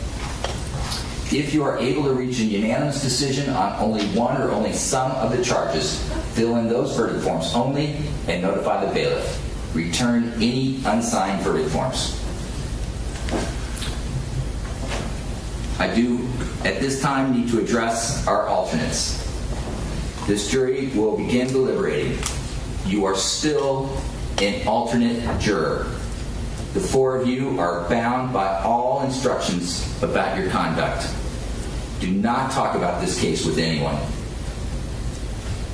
As indicated, not family or friends. Do not decide how you would vote if you were deliberating. Do not form or express opinions about the issues in this case unless you are substituted for one of the deliberating jurors. Before you leave, please provide the bailiff with your phone number, okay, so we can personally contact you. Those phone numbers will be destroyed at the end of the trial. It is important that during court hours, 8 a.m. to 5 p.m., that you remain within 30 minutes of the court. 30 to 45. I need to have you here in a prompt way. When we call, I need you to get in the car and come. So be reasonable. If you're needed, the jury will not be able to do anything until you get here. And as the four of you know, when I substitute you in, that means I will have rolled the dice. Any one of you may substitute in. Okay. I also indicated in an instruction to all of you that this trial has two phases. Okay? So it may be that the four of you will be back for phase 2 of this trial. All right? And so that's the instruction for the alternates. Please stick with the 3-part admonition and be ready to serve when we call. Okay? So at the end here, just a minute, I'm going to direct the bailiff to take the 12 seated in the box to the jury room to begin. The four of you will be excused until I call you. We will be calling you, okay, to update you on the trial, to tell you what's happening, and tell you how you're needed, okay? You are not excused from jury duty until Francisco calls you. All right. Thank you. So, Mr. Clerk, at this time, I'd like you to swear in our courtroom bailiff. You do solemnly swear that you will keep this jury to some private place, that you will allow no one to speak to them, nor speak to them yourself, except in front of the court, that you will return them to open court, and you have agreed upon a verdict, or in order to do so. I do. Please state your first name in the record and spell them down. Mario Aguilar, Mario Aguilar. Okay, thank you. All right. So here's what you're going to do as a practical matter. Grab your badges, all your notepads, all your personal things. The deputy will take the 12 of you to the jury room, say goodbye to our good friends, the four. Okay? And you are setting your schedule. The 12 of you are setting your schedule. You have to be diligent and you have to be reasonable and you have to let me know what your schedule is. I started these trials at 9:30 for a variety of reasons most days. Okay, the courthouse is open from 8 until 5. You must take a lunch break. The bailiff will give you that direction. You must communicate with him clearly about your schedule and so forth. He'll give you further direction on that. Okay, but you, the 12 of you, first thing you do is choose a foreperson and then set your schedule at least for the next day or two. But the schedule is on you now. All right? And thank you. It's an honor to have you here. Good luck. Thank you. The bailiff will now escort you to the jury room.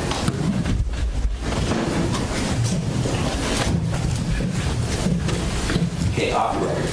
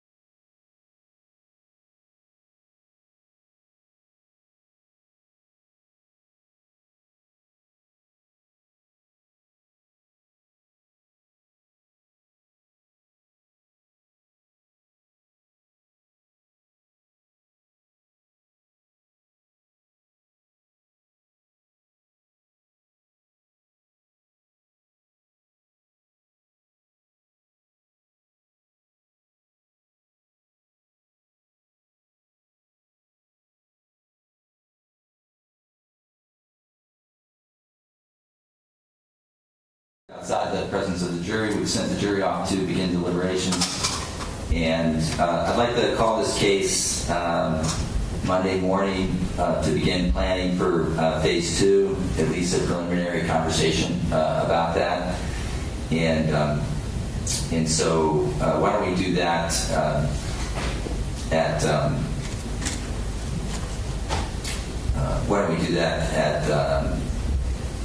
9:30, since we've been calling cases at 9:30. We'll do it at 9:30. All right, and then if the court reporter is asked to read back testimony, do the parties waive any right they might have to be present for that? And we can just send the court reporter in. Mr. DeMar, agree? Agreed. Mr. Hutchinson? Yes. Right, and I will tell you my practice is when I get a request for read back, it's to send the whole testimony in of the witness, even if they identify subject matter.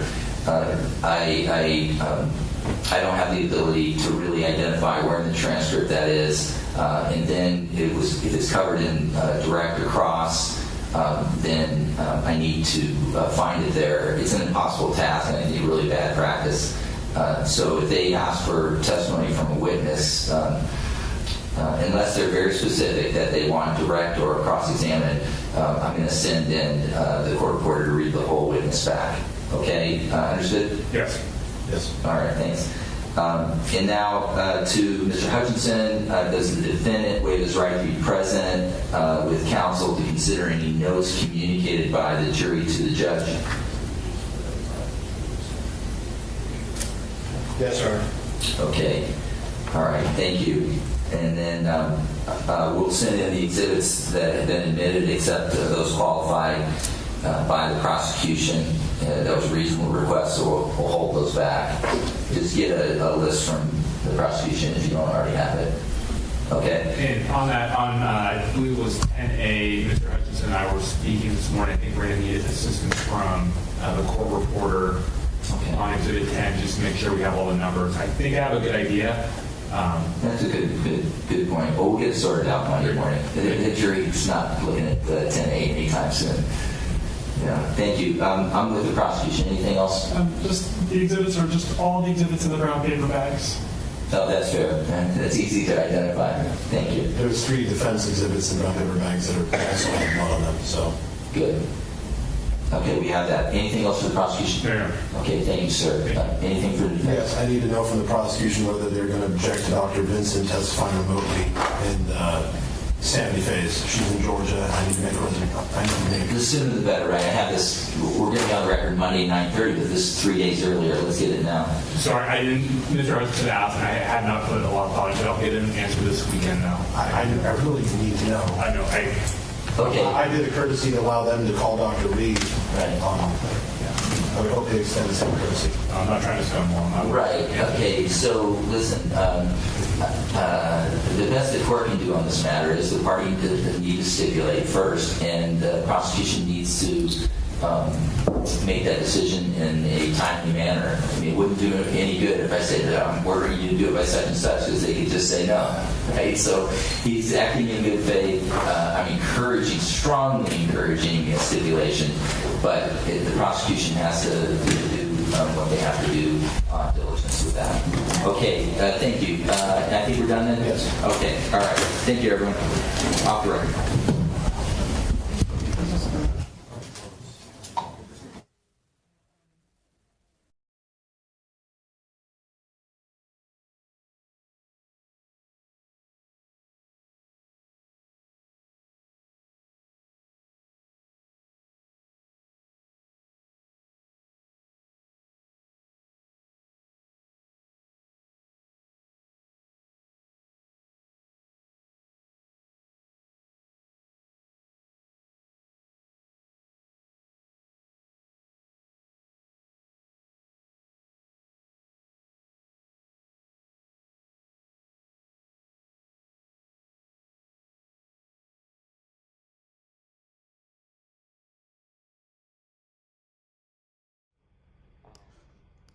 All right, let's go through while we're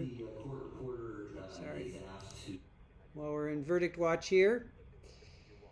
All right, thank you. Widespread panic and Capri.